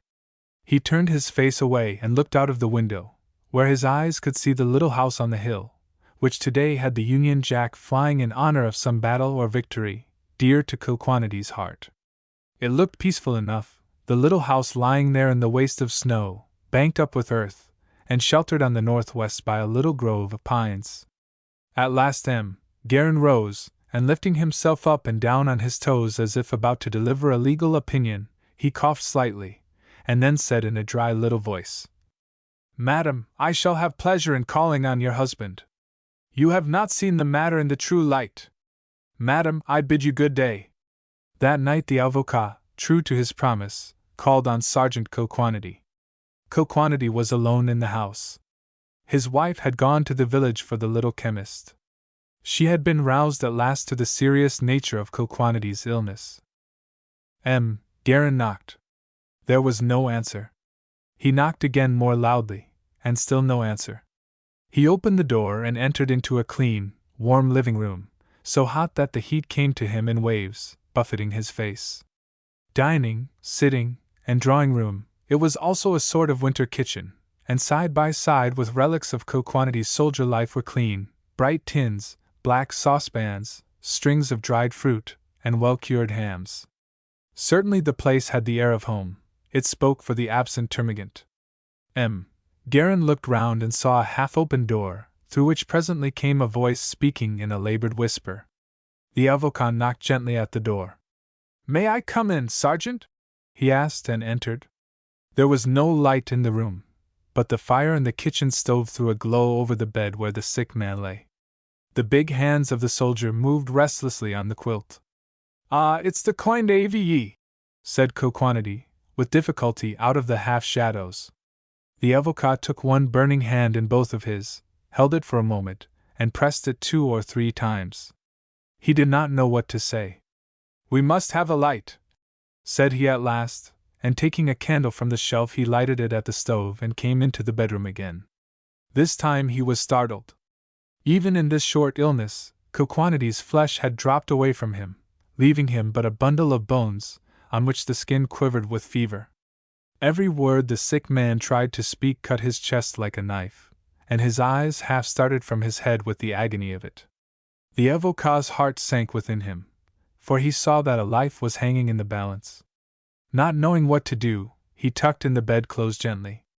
"I do be thinkin'," said the strained, whispering voice. "I do be thinkin' I could schmoke." The avocat looked round the room, saw the pipe on the window, and cutting some tobacco from a plug, he tenderly filled the old black corn cob. Then he put the stem in Kilquanity's mouth and held the candle to the bowl. Kilquanity smiled, drew a long breath, and blew out a cloud of thick smoke. For a moment he puffed vigorously, then, all at once, the pleasure of it seemed to die away, and presently the bowl dropped down on his chin. Guerin lifted it away. Kilquanity did not speak, but kept saying something over and over again to himself, looking beyond Guerin abstractedly. At that moment the front door of the house opened, and presently a shrill voice came through the door. Schmokin', are ye, Kilquanity? As soon as me back's turned, it's playin' the fool." She stopped short, seeing the avocat. "Beggin' your pardon, Mr. Guerin," she said. "I thought it was only Kilquanity here, and he would no more sense than a babby." Kilquanity's eyes closed, and he buried one side of his head in the pillow, that her shrill voice should not pierce his ears. "The little chemist 'll be comin' in a minute, dear Mr. Guerin," said the wife presently, and she began to fuss with the bedclothes and to be nervously and uselessly busy. "Ah, lave them alone, darlin'," whispered Kilquanity, tossing. Her officiousness seemed to hurt him more than the pain in his chest. Guerin did not wait for the little chemist to arrive, but after pressing the sergeant's hand he left the house and went straight to the house of the cure, and told him in what condition was the black sheep of his flock. When Guerin returned to his own home he found a visitor in his library. It was a woman, between 40 and 50 years of age, who rose slowly to her feet as the avocat entered, and without preliminary, put into his hands a document. "That is who I am," she said. "Mary Murdoch that was, Mary Kilquanity that is." The avocat held in his hands the marriage lines of Matthew Kilquanity of the parish of Malahide and Mary Murdoch of the parish of St. Giles, London. The avocat was completely taken aback. He blew nervously through his pale fingers, raised himself up and down on his toes, and grew pale through suppressed excitement. He examined the certificate carefully, though from the first he had no doubt of its accuracy and correctness. "Well?" said the woman, with a hard look in her face and a hard note in her voice. "Well?" The avocat looked at her musingly for a moment. All at once there had been unfolded to him Kilquanity's story. In his younger days Kilquanity had married this woman with a face of tin and a heart of leather. It needed no confession from Kilquanity's own lips to explain by what hard paths he had come to the reckless hour when, at Blackpool, he had left her forever, as he thought. In the flush of his criminal freedom he had married again, with the woman who shared his home on the little hillside behind the parish church, she believing him a widower. Mary Murdoch, with the stupidity of her class, had never gone to the right quarters to discover his whereabouts until a year before this day when she stood in the avocat's library. At last, through the War Office, she had found the whereabouts of her missing Matthew. She had gathered her little savings together, and, after due preparation, had sailed away to Canada to find the soldier boy whom she had never given anything but bad hours in all the days of his life with her. "Well," said the woman, "you're a lawyer, have you nothing to say? You pay his pension, next time you'll pay it to me. I'll teach him to leave me and my kid and go off with an Irish cook." The avocat looked her steadily in the eyes, and then delivered the strongest blow that was possible from the opposite side of the case. "Madam," said he, "Madam, I regret to inform you that Matthew Kilquanity is dying." "Dying, is he?" said the woman, with a sudden change of voice and manner, but her whine did not ring true. "The poor darlin', and only that Irish hag to care for him. Has he made a will?" she added eagerly. Kilquanity had made no will, and the little house on the hillside, and all that he had, belonged to this woman who had spoiled the first part of his life, and had come now to spoil the last part. An hour later the avocat, the cure, and the two women stood in the chief room of the little house on the hillside. The door was shut between the two rooms, and the little chemist was with Kilquanity. The cure's hand was on the arm of the first wife, and the avocat's upon the arm of the second. The two women were glaring eye to eye, having just finished as fine a torrent of abuse of each other, and of Kilquanity, as can be imagined. Kilquanity himself, with the sorrow of death upon him, though he knew it not, had listened to the brawl, his chickens come home to roost at last. The first Mrs. Kilquanity had sworn, with an oath that took no account of the cure's presence, that not a stick nor a stone nor a rag nor a penny should that Irish slattern have of Matthew Kilquanity's. The cure and the avocat had quieted them at last, and the cure spoke sternly now to both women. "In the presence of death," said he, "have done with your sinful clatter. Stop quarreling over a dying man. Let him go in peace, let him go in peace.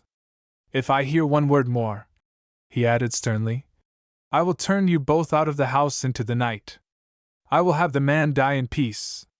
Opening the door of the bedroom, the cure went in and shut the door, bolting it quietly behind him.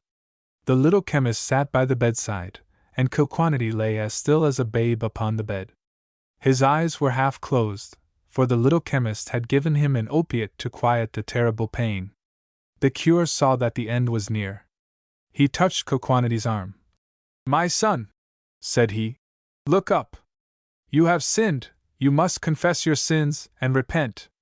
Kilquanity looked up at him with dazed but half-smiling eyes. "Are they gone? Are the women gone?" The cure nodded his head. Kilquanity's eyes closed and opened again. "They're gone, thin. Oh, the foin of it, the foin of it," he whispered. "So quiet, so acy, so quiet. Faith, I'll just be schlaping. I'll be schlaping now." His eyes closed, but the cure touched his arm again. "My son," said he, "look up. Do you thoroughly and earnestly repent you of your sins?" His eyes opened again. "Ease, father, oh ease. There's been a dale o' noise, there's been a dale o' noise in the world, father," said he. "Oh, so quiet now. I do be schlaping." A smile came upon his face. "Oh, the foin of it. I do be schlaping. And he fell into a noiseless sleep. The Baron of Beaugard. "The manor house at Beaugard, monsieur? Ah, certainly, I mind it very well.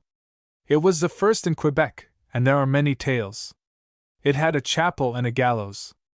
Its baron, he had the power of life and death, and the right of the seigneur, you understand, which he used only once, and then what trouble it made for him and the woman, and the barony, and the parish, and all the country. What is the whole story, Leroux? Said Medallion, who had spent months in the seigneur's company, stalking game, and tales, and legends of the St. Lawrence. Leroux spoke English very well. His mother was English. Mais, I do not know for sure, but the Abbé Frontoine, he and I were snowed up together in that same house which now belongs to the church, and in the big fireplace, where we sat on a bench, toasting our knees and our bacon, he told me the tale as he knew it. He was a great scholar, there is none greater. He had found papers in the wall of the house, and from the government chest he got more. Then there were the tales handed down, and the records of the church, for she knows the true story of every man that has come to New France from first to last. So, because I have a taste for tales, and gave him some, he told me of the Baron of Beaugard, and that time he took the right of the seigneur, and the end of it all. Of course it was 150 years ago, when Bigot was intendant. What a rascal was that Bigot, robber and deceiver! He never stood by a friend, and never fought fair a foe, so the Abbé said. Well, Beaugard was no longer young. He had built the manor house, he had put up his gallows, he had his vassals, he had been made a lord. He had quarrelled with Bigot, and had conquered, but at great cost, for Bigot had such power, and the governor had trouble enough to care for himself against Bigot, though he was Beaugard's friend. Well, there was a good lump of a fellow who had been a soldier, and he picked out a girl in the seigneury of Beaugard to make his wife. It is said the girl herself was not set for the man, for she was of finer stuff than the peasants about her, and showed it. But her father and mother had a dozen other children, and what was this girl, this Felice, to do? She said yes to the man, the time was fixed for the marriage, and it came along. So, at the very hour of the wedding Beaugard came by, for the church was in mending, and he had given leave it should be in his own chapel. Well, he rode by just as the bride was coming out with the man, Gavroche. When Beaugard saw Felice, he gave a whistle, then spoke in his throat, reined up his horse, and got down. He fastened his eyes on the girls. A strange look passed between them. He had never seen her before, but she had seen him often, and when he was gone had helped the housekeeper with his rooms. She had carried away with her a stray glove of his. Of course it sounds droll, and they said of her when all came out that it was wicked, but evil is according to a man's own heart, and the girl had hid this glove as she hid whatever was in her soul, hid it even from the priest. Well, the Baron looked and she looked, and he took off his hat, stepped forward, and kissed her on the cheek. She turned pale as a ghost, and her eyes took the color that her cheeks lost. When he stepped back he looked close at the husband. "What is your name?" he said. "Gavroche, Monsieur le Baron," was the reply. "Gavroche, Gavroche," he said, eyeing him up and down. "You have been a soldier?" "Yes, Monsieur le Baron." "You have served with me?" "Against you, Monsieur le Baron, when Bigot came fighting." "Better against me than for me," said the Baron, speaking to himself, though he had so strong a voice that what he said could be heard by those near him, that is, those who were tall, for he was 6½ feet, with legs and shoulders like a bull. He stooped and stroked the head of his hound for a moment, and all the people stood and watched him, wondering what next. At last he said, "And what part played you in that siege, Gavroche?" Gavroche looked troubled, but answered, "It was in the way of duty, Monsieur le Baron. I with 5 others captured the relief party sent from your cousin the Seigneur of Vadrome." "Oh," said the Baron, looking sharp, "you were in that, were you? Then you know what happened to the young Marmette?" Gavroche trembled a little, but drew himself up and said, "Monsieur le Baron, he tried to kill the intendant, there was no other way." "What part played you in that, Gavroche?" Some trembled, for they knew the truth, and they feared the mad will of the Baron. "I ordered the firing party, Monsieur le Baron," he answered. The Baron's eyes got fierce and his face hardened, but he stooped and drew the ears of the hound through his hand softly. "Marmette was my cousin's son, and had lived with me," he said. "A brave lad, and he had a nice hatred of vileness, else he had not died." A strange smile played on his lips for a moment, then he looked at Felice steadily. Who can tell what was working in his mind? "War is war," he went on, "and Bigot was your master, Gavroche. but the man pays for his master's sins this way or that. Yet I would not have it different, no, not a jot. Then he turned round to the crowd, raised his hat to the curé, who stood on the chapel steps, once more looked steadily at Felice, and said, "You shall all come to the manor house, and have your feastings there, and we will drink to the homecoming of the fairest woman in my barony." With that he turned round, bowed to Felice, put on his hat, caught the bridle through his arm, and led his horse to the manor house. This was in the afternoon. Of course, whether they wished or not, Gavroche and Felice could not refuse, and the people were glad enough, for they would have a free hand at meat and wine, the Baron being liberal of table. And it was as they guessed, for though the time was so short, the people at Beaugard soon had the tables heavy with food and drink. It was just at the time of candle-lighting the Baron came in and gave a toast. "To the dwellers in Eden tonight," he said, "Eden against the time of the angel and the sword."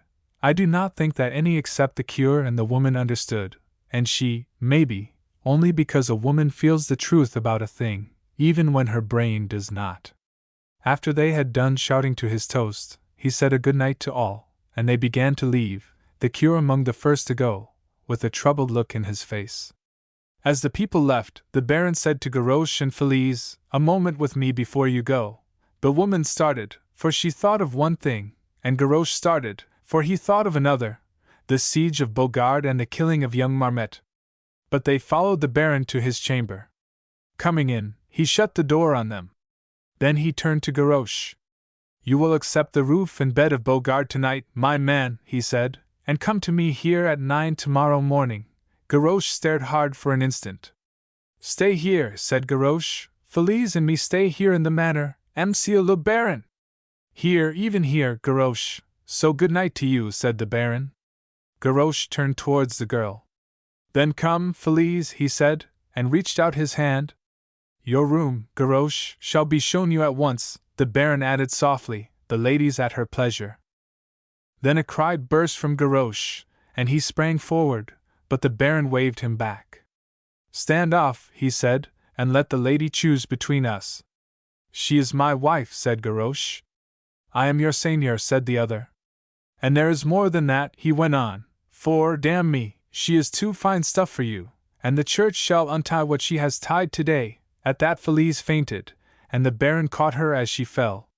He laid her on a couch, keeping an eye on Gavroche the while. "Loose her gown," he said, "while I get brandy." Then he turned to a cupboard, poured liquor, and came over. Gavroche had her dress open at the neck and bosom, and was staring at something on her breast. The Baron saw also, stooped with a strange sound in his throat, and picked it up. "My glove," he said. "And on her wedding day," he pointed. "There on the table is its mate, fished this morning from my hunting coat, a pair the governor gave me. You see, man, you see her choice." At that he stooped, and put some brandy to her lips. Gavroche drew back sick and numb, and did nothing, only stared. Felice came to herself soon, and when she felt her dress open, gave a cry. Gavroche could have killed her then, when he saw her shudder from him, as if afraid, over towards the Baron, who held the glove in his hand, and said, "See, Gavroche, you had better go. In the next room they will tell you where to sleep. Tomorrow, as I said, you will meet me here. We shall have things to say, you and I." Ah, that Baron, he had a queer mind, but in truth he loved the woman, as you shall see. Gavroche got up without a word, went to the door and opened it, the look of the Baron and the woman following him, for there was a devil in his eye. In the other room there were men waiting, and he was taken to a chamber and locked in. You can guess what that night must have been to him. "What was it to the Baron and Felice?" asked Medallion. "MCU, what do you think? Beaugard had never had an eye for women, loving his hounds, fighting, quarreling, doing wild, strong things. So, all at once, he was face to face with a woman who has the look of love in her face, who was young, and fine of body, so the Abbé said, and was walking to marriage at her father's will and against her own, carrying the Baron's glove in her bosom. What should Beaugard do? But no, ah no, MCU, not as you think, not quite. Wild, with the bit in his teeth, yes, but at heart, well, here was the one woman for him. He knew it all in a minute, and he would have her once and for all, until death should come their way. And so he said to her, as he raised her, she drawing back afraid, her heart hungering for him, yet fear in her eyes, and her fingers trembling as she softly pushed him from her. You see, she did not know quite what was in his heart. She was the daughter of a tenant vassal, who had lived in the family of a grand seigneur in her youth, the friend of his child.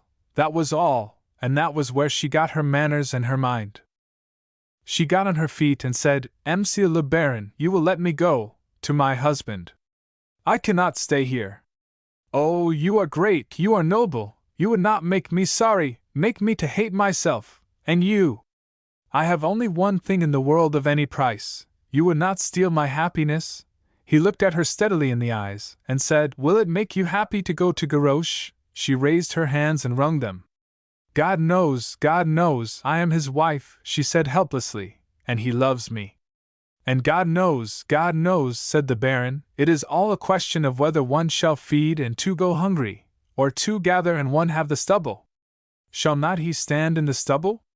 What has he done to merit you? What would he do? You are for the master, not the man, for love, not the feeding on, for the manor house and the hunt, not the cottage and the loom.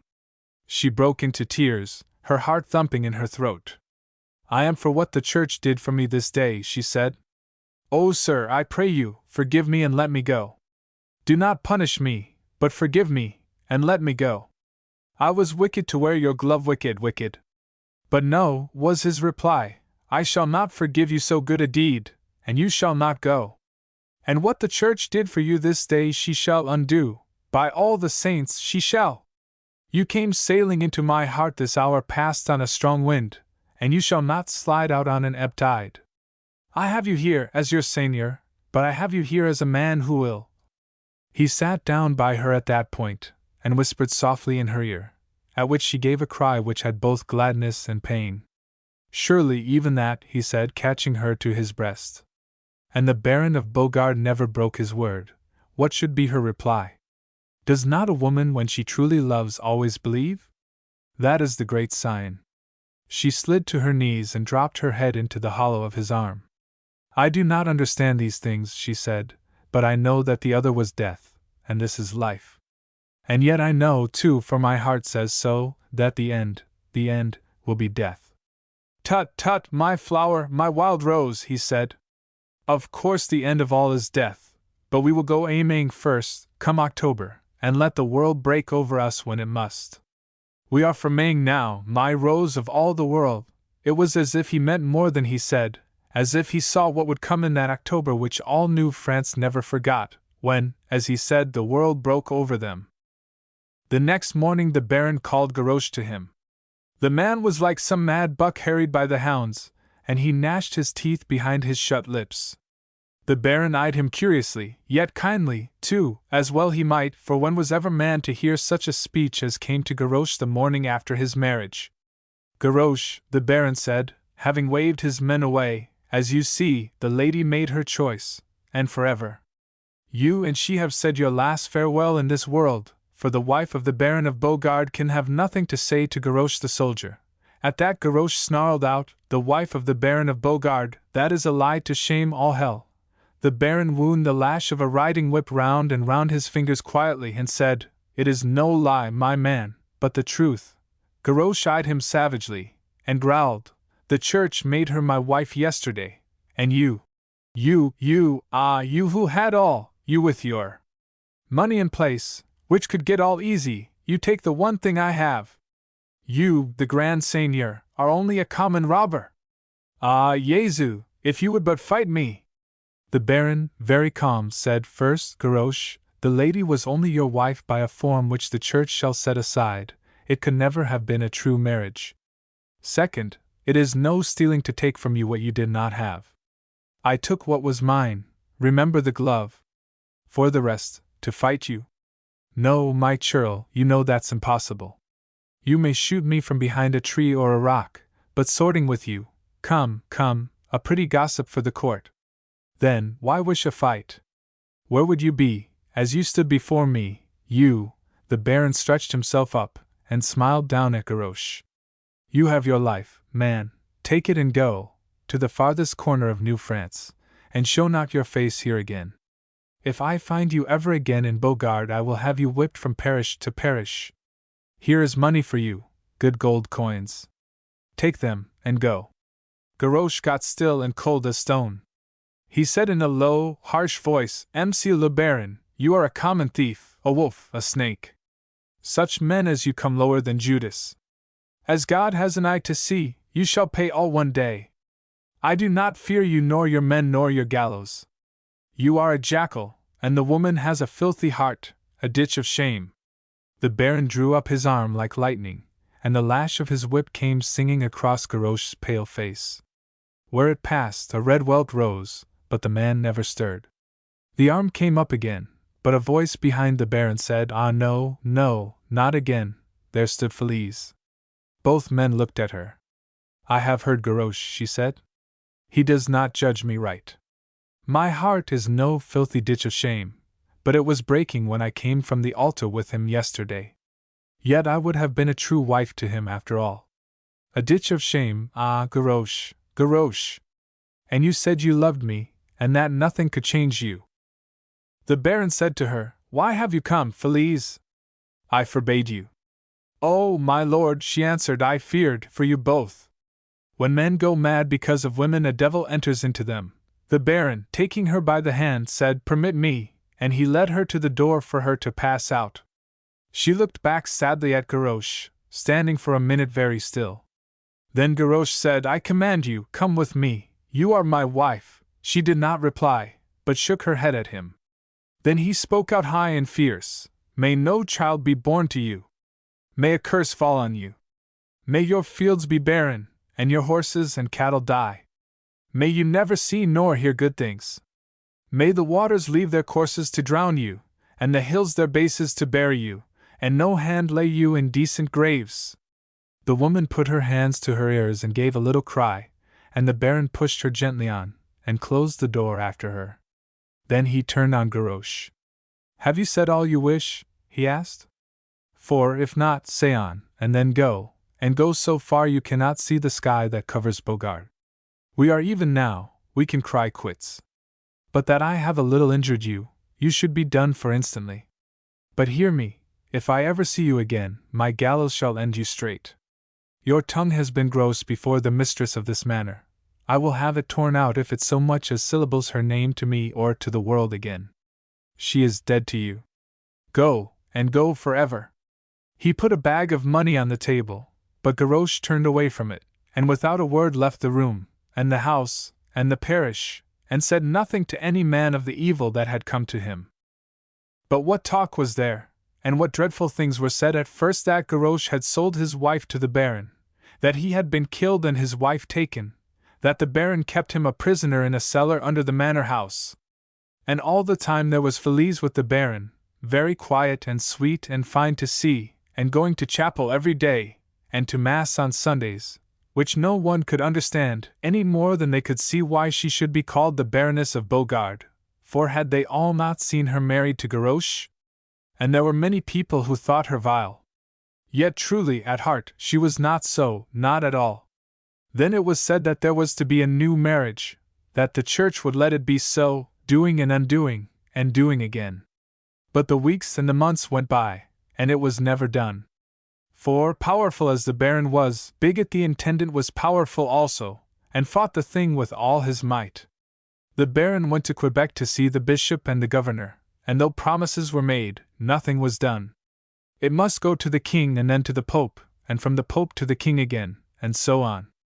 And the months and the years went by as they waited, and with them came no child to the manor house of Bogard. That was the only sad thing, that and the waiting, so far as man could see. For never were man and woman truer to each other than these, and never was a lady of the manor kinder to the poor, or a lord freer of hand to his vassals. He would bluster sometimes, and string a peasant up by the heels, but his gallows was never used, and what was much in the minds of the people, the cure did not refuse the woman the sacrament. At last the Baron, fierce because he knew that Bigot was the cause of the great delay, so that he might not call Felice his wife, seized a transport on the river, which had been sent to brutally levy upon a poor gentleman, and when Bigot's men resisted, shot them down. Then Bigot sent against Bogard a company of artillery, and some soldiers of the line. The guns were placed on a hill looking down on the manor house across the little river. In the evening the cannons arrived, and in the morning the fight was to begin. The guns were loaded and everything was ready. At the manor all was making ready also, and the Baron had no fear. But Felise's heart was heavy, she knew not why. "Eugene," she said, "if anything should happen." "Nonsense, my Felice," he answered, "what should happen?" If you were taken, were killed," she said. "Nonsense, my Rose," he said again, "I shall not be killed." "But if I were, you should be at peace here." "Ah, no, no," said she. "Never. Life to me is only possible with you. I have had nothing but you, none of those things which give peace to other women, none. But I have been happy, yes, very happy.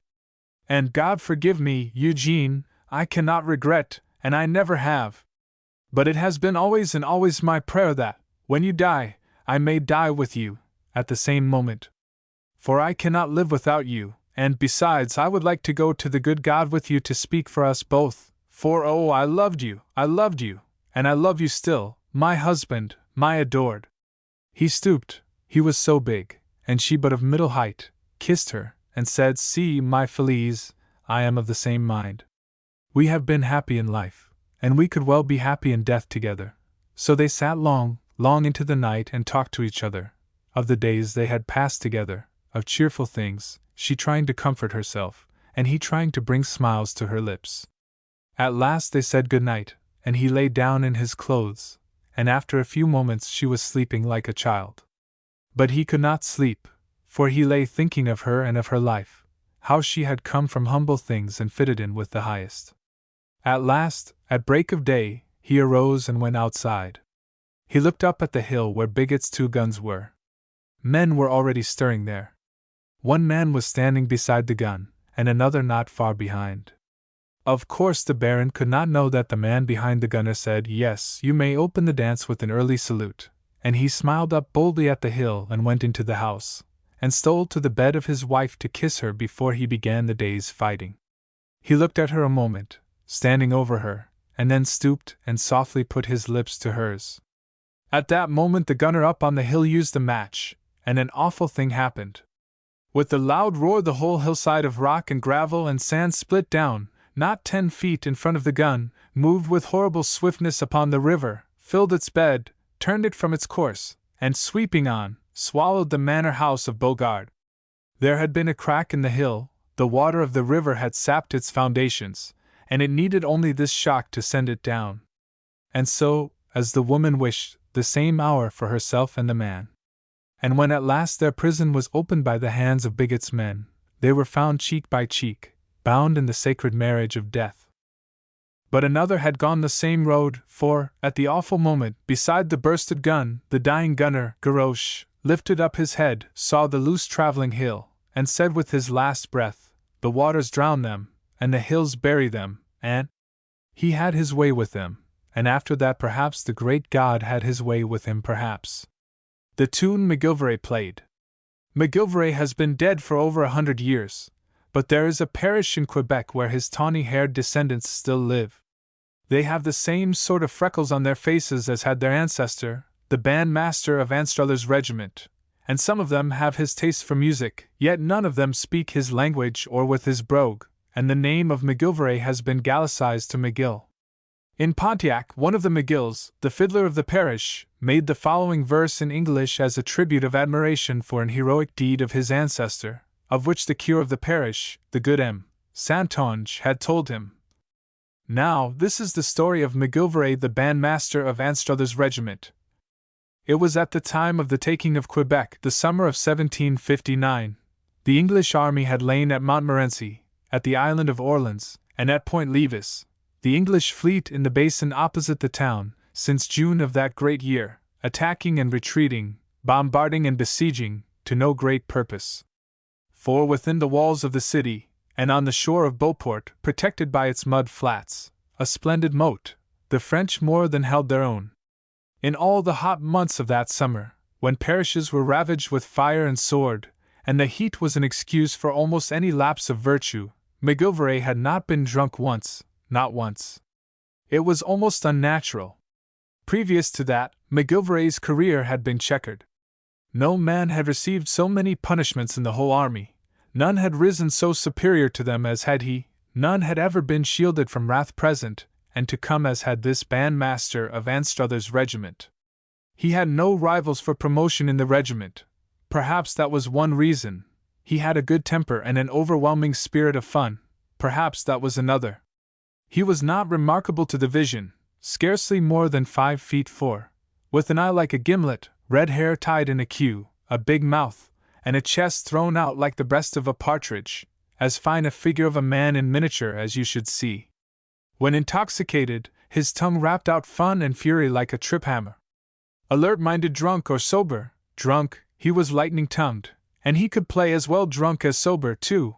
But more than once a sympathetic officer altered the tactics that McGilvary might not be compelled to march, and so expose his condition. Standing still, he was quite fit for duty. He never got really drunk. At the top, his brain was always clear, no matter how useless were his legs. But the wonderful thing was that for 6 months McGilvary's legs were as steady as his head was right. At first the regiment was unbelieving, and his resolution to drink no more was scoffed at in the non-com mess. He stuck to it, however, and then the cause was searched for, and not found. He had not turned religious, he was not fanatical, he was of sound mind. What was it? When the sergeant major suggested a woman, they held him down, for they said McGilvary had not made love to women since the day of his weaning, and had drunk consistently all the time. Yet it was a woman. A fortnight or so after Wolfe's army and Saunders' fleet had sat down before Quebec, McGilvary, having been told by a sentry at Montmorency where Anstruther's regiment was camped, that a French girl on the other side of the stream had kissed her hand to him and sung across in laughing insolence. He had forthwith set out to hail this daughter of Gaul, if perchance she might be seen again. At more than ordinary peril he crossed the river on a couple of logs, lashed together, some distance above the spot where the picket had seen Mademoiselle. It was a moonlight night, and he might easily have been picked off by a bullet, if a wary sentry had been alert and malicious. But the truth was that many of these pickets on both sides were in no wise unfriendly to each other, and more than once exchanged tobacco and liquor across the stream. As it chanced, however, no sentry saw McGilvary, and presently, safely landed, he made his way down the stream. Even at the distance he was from the falls, the rumble of them came up the long walls of firs and maples with a strange, half-moaning sound. All else was still. He came down until he was opposite the spot where his English picket was posted, and then he halted and surveyed his ground. Nothing human in sight, no sound of life, no sign of habitation. At this moment, however, his stupidity in thus rushing into danger, the foolishness of pursuing a woman whom he had never seen, and a French woman at that, the punishment that would be meted out to him if his adventure was discovered, all these came to him. They stunned him for a moment, and then presently, as if in defiance of his own thoughts, he began to sing softly. Malbrook s'en vat en guerre. Suddenly, in one confused moment, he was seized, and a hand was clapped over his mouth. 3 French soldiers had him in their grip, stalwart fellows they were, of the regiment of Béarn. He had no strength to cope with them. He at once saw the futility of crying out, so he played the eel, and tried to slip from the grasp of his captors. But though he gave the trio an awkward 5 minutes, he was at last entirely overcome, and was carried away in triumph through the woods. More than once they passed a sentry, and more than once campfires round which soldiers slept or dozed. Now and again one would raise his head, and with a laugh, or a "Sapristi!" or a "Sacre bleu!" drop back into comfort again. After about 10 minutes' walk he was brought to a small wooden house, the door was thrown open, he was tossed inside, and the soldiers entered after. The room was empty save for a bench, some shelves, a table, on which a lantern burned, and a rude crucifix on the wall. McGilvary sat down on the bench, and in 5 minutes his feet were shackled, while a chain fastened to a staple in the wall held him in secure captivity. "How you like yourself now?" asked a huge French corporal who had learned English from an English girl at St. Malo years before. "If you tie a bit o' pink ribbon round me neck, I'd die wid pride," said McGilvary, spitting on the ground in defiance at the same time. The big soldier laughed, and told his comrades what the bandmaster had said. One of them grinned, but the other frowned sullenly and said, Avez-vous tabac? Have you to be a co? Said the big soldier instantly, interpreting. Not for a Johnny Crapeau like you, and put that in your pipe and smoke it, said McGilvray, winking at the big fellow, and spitting on the ground before the surly one, who made a motion as if he would bayonet McGilvray where he sat. He shall die, the cursed English soldier, said Johnny Crapeau. Some other day will do, said McGilvray. What does he say? Asked Johnny Crapeau. He says he'll give each of us 3 pounds of tobacco, if we let him go, answered the corporal. McGilvray knew by the corporal's voice that he was lying, and he also knew that, somehow, he had made a friend. Why are lying, me darlin', me bloody beauty? Interposed McGilvray. If we don't take him to headquarters now, he'll send across and get the tobacco, interpreted the corporal to Johnny Crapeau. If he doesn't get the tobacco, he'll be hung for a spy, said Johnny Crapeau, turning on his heel. Do we all agree? Said the corporal. The others nodded their heads, and, as they went out, McGilvray said after them, I'll dance a jig on your sepulchres, ye swabs! He roared, and he spat on the ground again in defiance. Johnny Crapeau turned to the corporal. I'll kill him very dead, said he, if that tobacco doesn't come. You tell him so, he added, jerking a thumb towards McGilvray. You tell him so.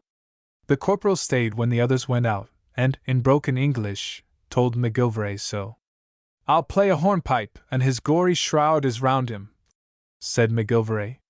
The corporal grinned from ear to ear. You like a chew tobac? Said he, pulling out a dirty knob of a black plug. McGilvray had found a man after his own heart. Sing a song, a sixpence, said he. What sort's that for a gentleman and a corporal, too? Feel in me trousies pocket, said he, which is for me frines for iver. McGilvray had now hopes of getting free, but if he had not taken a fancy to me baby corporal, as he called the Frenchman, he would have made escape or release impossible, by insulting him and every one of them as quick as winking. After the corporal had emptied one pocket, Now the other, man, oh wee wee, said McGilvray, and presently the two were drinking what the flask from the trousies pocket contained. So well did McGilvray work upon the Frenchman's bonhomie that the corporal promised he should escape. He explained how McGilvray should be freed, that at midnight someone would come and release him, while he, the corporal, was with his companions, so avoiding suspicion as to his own complicity. McGilvray and the corporal were to meet again and exchange courtesies after the manner of brothers, if the fortunes of war permitted. McGilvray was left alone. To while away the time he began to whistle to himself, and what with whistling, and what with winking and talking to the lantern on the table, and calling himself painful names, he endured his captivity well enough. It was near midnight when the lock turned in the door and presently stepped inside a girl. Malbrook s'en va-t en guerre, said she, and nodded her head to him humorously. By this McGilvray knew that this was the maid that had got him into all this trouble.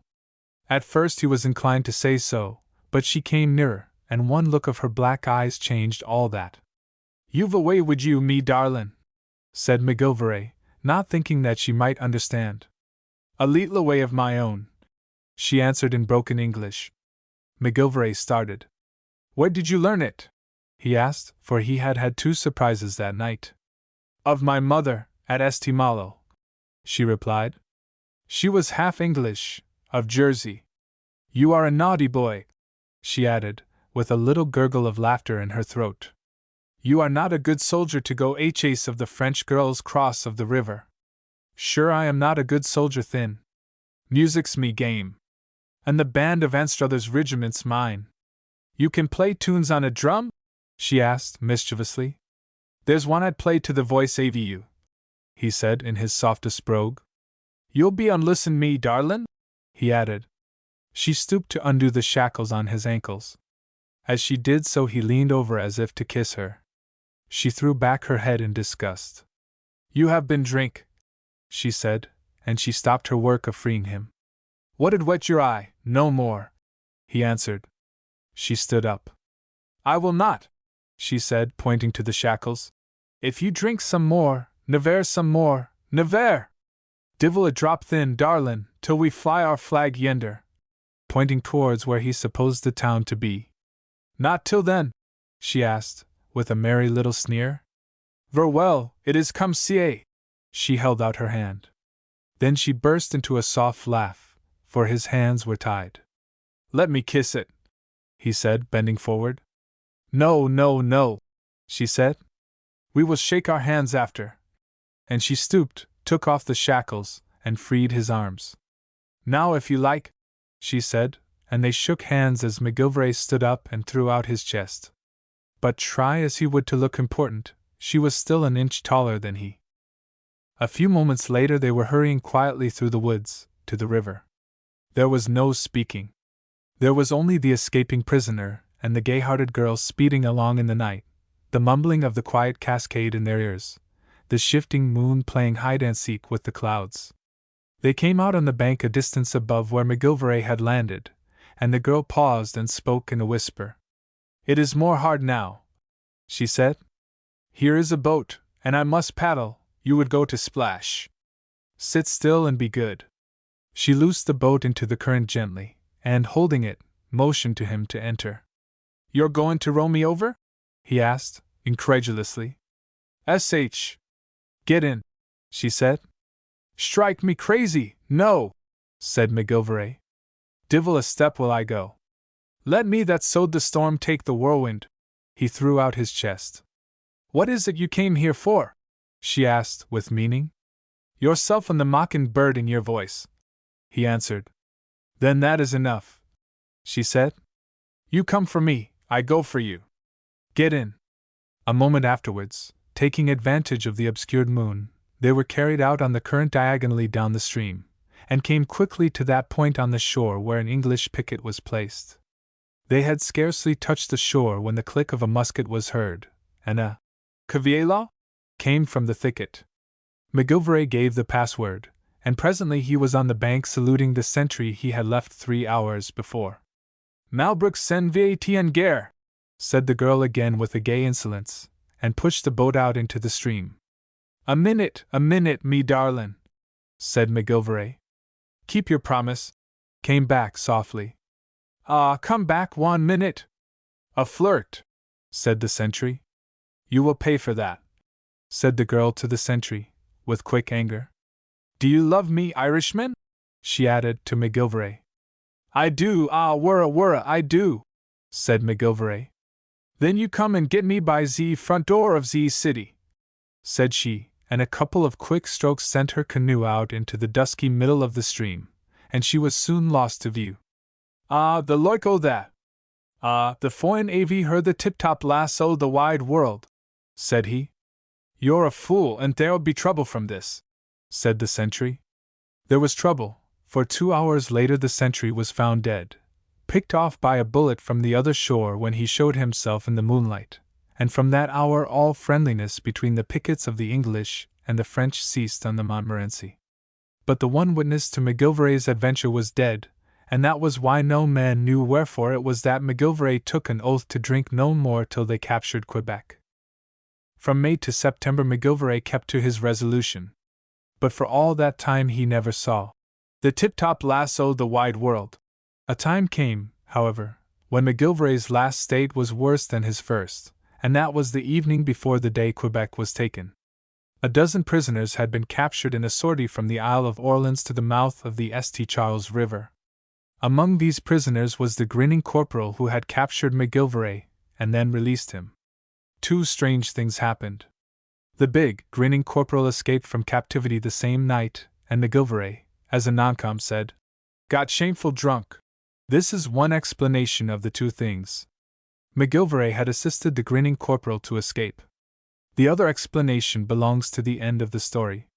In any case, McGilvray got shameful drunk, and was going large through the camp.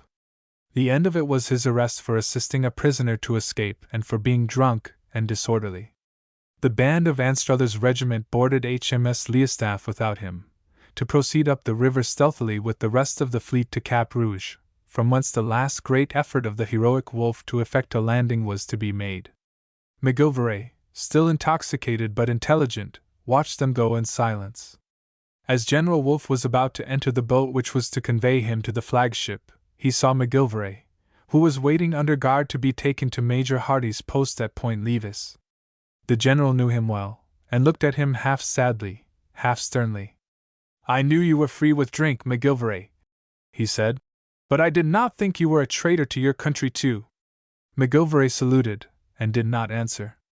"You might have waited till after tomorrow, man," said the general, his eyes flashing. "My soldiers should have good music tomorrow." McGilvray saluted again, but made no answer. As if with a sudden thought, the general waved off the officers and men near him, and beckoned McGilvray to him. "I can understand the drink in a bad soldier," he said, "but you helped a prisoner to escape. Come, man, we may both be dead tomorrow, and I'd like to feel that no soldier in my army is willfully a foe of his country. He did the same for me, when I was taken prisoner, Your Excellency, and, Your Excellency, 'twas a matter of a woman, too." The general's face relaxed a little.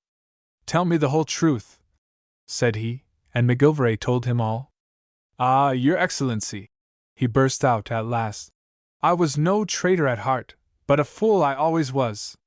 Your Excellency, court-martial and death's no matter to me, but I'd like to play wantoon again, to lead the bys tomorrow. Wantoon, General, and I'll be dacently shot before the day's over. Ah, Your Excellency, wantoon more, and to be with the bys following the General." The general's face relaxed still more. "I take you at your word," said he. He gave orders that McGilvray should proceed at once aboard the flagship, from whence he should join Anstruther's regiment at Cap Rouge. The general entered the boat, and McGilvray followed with some non-com officers in another. It was now quite dark, and their motions, or the motions of the vessels of war, could not be seen from the French encampment or the citadel. They neared the flagship, and the general, followed by his officers, climbed up. Then the men in McGilvray's boat climbed up also, until only himself and another were left. At that moment the general, looking down from the side of the ship, said sharply to an officer beside him, "What's that?" He pointed to a dark object floating near the ship, from which presently came a small light with a hissing sound. "It's a fire organ, sir," was the reply. A fire organ was a raft, carrying long tubes like the pipes of an organ, and filled with explosives. They were used by the French to send among the vessels of the British fleet to disorganize and destroy them. The little light which the general saw was the burning fuse. The raft had been brought out into the current by French sailors, the fuse had been lighted, and it was headed to drift towards the British ships. The fleet was now in motion, and apart from the havoc which the bursting fire organ might make, the light from the explosion would reveal the fact that the English men-o'-war were now moving towards Cap Rouge. This knowledge would enable Montcalm to detect Wolfe's purpose, and he would at once move his army in that direction. The west side of the town had meager military defenses, the great cliffs being thought impregnable. But at this point Wolfe had discovered a narrow path up a steep cliff.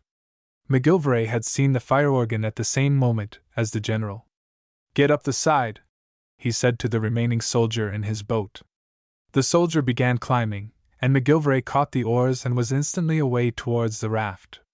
The general, looking over the ship's side, understood his daring purpose. In the shadow, they saw him near it, they saw him throw a boat hook and catch it, and then attach a rope.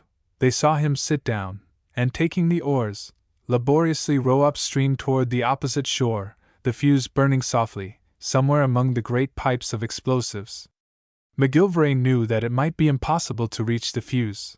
There was no time to spare, and he had set about to row the devilish machine out of range of the vessels which were carrying Wolfe's army to a forlorn hope. For minutes those on board the man-o'-war watched and listened. Presently nothing could be seen, not even the small glimmer from the burning fuse. Then, all at once, there was a terrible report, and the organ pipes belched their hellish music upon the sea. Within the circle of light that the explosion made, there was no sign of any ship, but, strangely tall in the red glare, stood McGilvray in his boat. An instant he stood so, then he fell, and presently darkness covered the scene. The furious music of death and war was over. There was silence on the ship for a time as all watched and waited. Presently an officer said to the general, "I'm afraid he's gone, sir." "Send a boat to search," was the reply. "If he is dead," the general took off his hat, "we will, please God, bury him within the French citadel tomorrow." But McGilvray was alive, and in half an hour he was brought aboard the flagship, safe and sober. The general praised him for his courage, and told him that the charge against him should be withdrawn. "You've wiped all out, McGilvray," said Wolfe. "We see you are no traitor. Only a fool of a bandmaster who wanted one tune more, your excellency," said McGilvray. "Beware drink, beware women," answered the general. But advice of that sort is thrown away on such as McGilvray. The next evening after Quebec was taken, and McGilvray went in at the head of his men playing "The Men of Harlech," he met in the streets the woman that had nearly been the cause of his undoing. Indignation threw out his chest. "It's you, Thin," he said, and he tried to look scornfully at her. "Have you keep your promise?" she said, hardly above her breath. "What's that to you?" he asked, his eyes firing up. "I got drunk last night, after I set your husband free, after he told me you was his wife. We're even now, Decaver. I saved him, and the divil give you joy of that salvation, and that husband, say I." "Husband!" she exclaimed. "Who was my husband?" "The big grinning corporal," he answered. "He is shot this morning," she said, her face darkening. "And besides, he was never my husband. He said he was," replied McGilvray eagerly. "He was always a liar," she answered. "He decaved you too, Thin?" asked McGilvray, his face growing red. She did not answer, but all at once a change came over her, the half-mocking smile left her lips, tears suddenly ran down her cheeks, and without a word she turned and hurried into a little alley, and was lost to view, leaving McGilvray amazed and confounded. It was days before he found her again, and three things only that they said are of any moment here. "We'll lave the past behind us," he said, "and the pit below for me, if I'm not a good husband to ye." "You will not drink no more?" she asked, putting a hand on his shoulder. "Not till the Frenchies take Quebec again," he answered,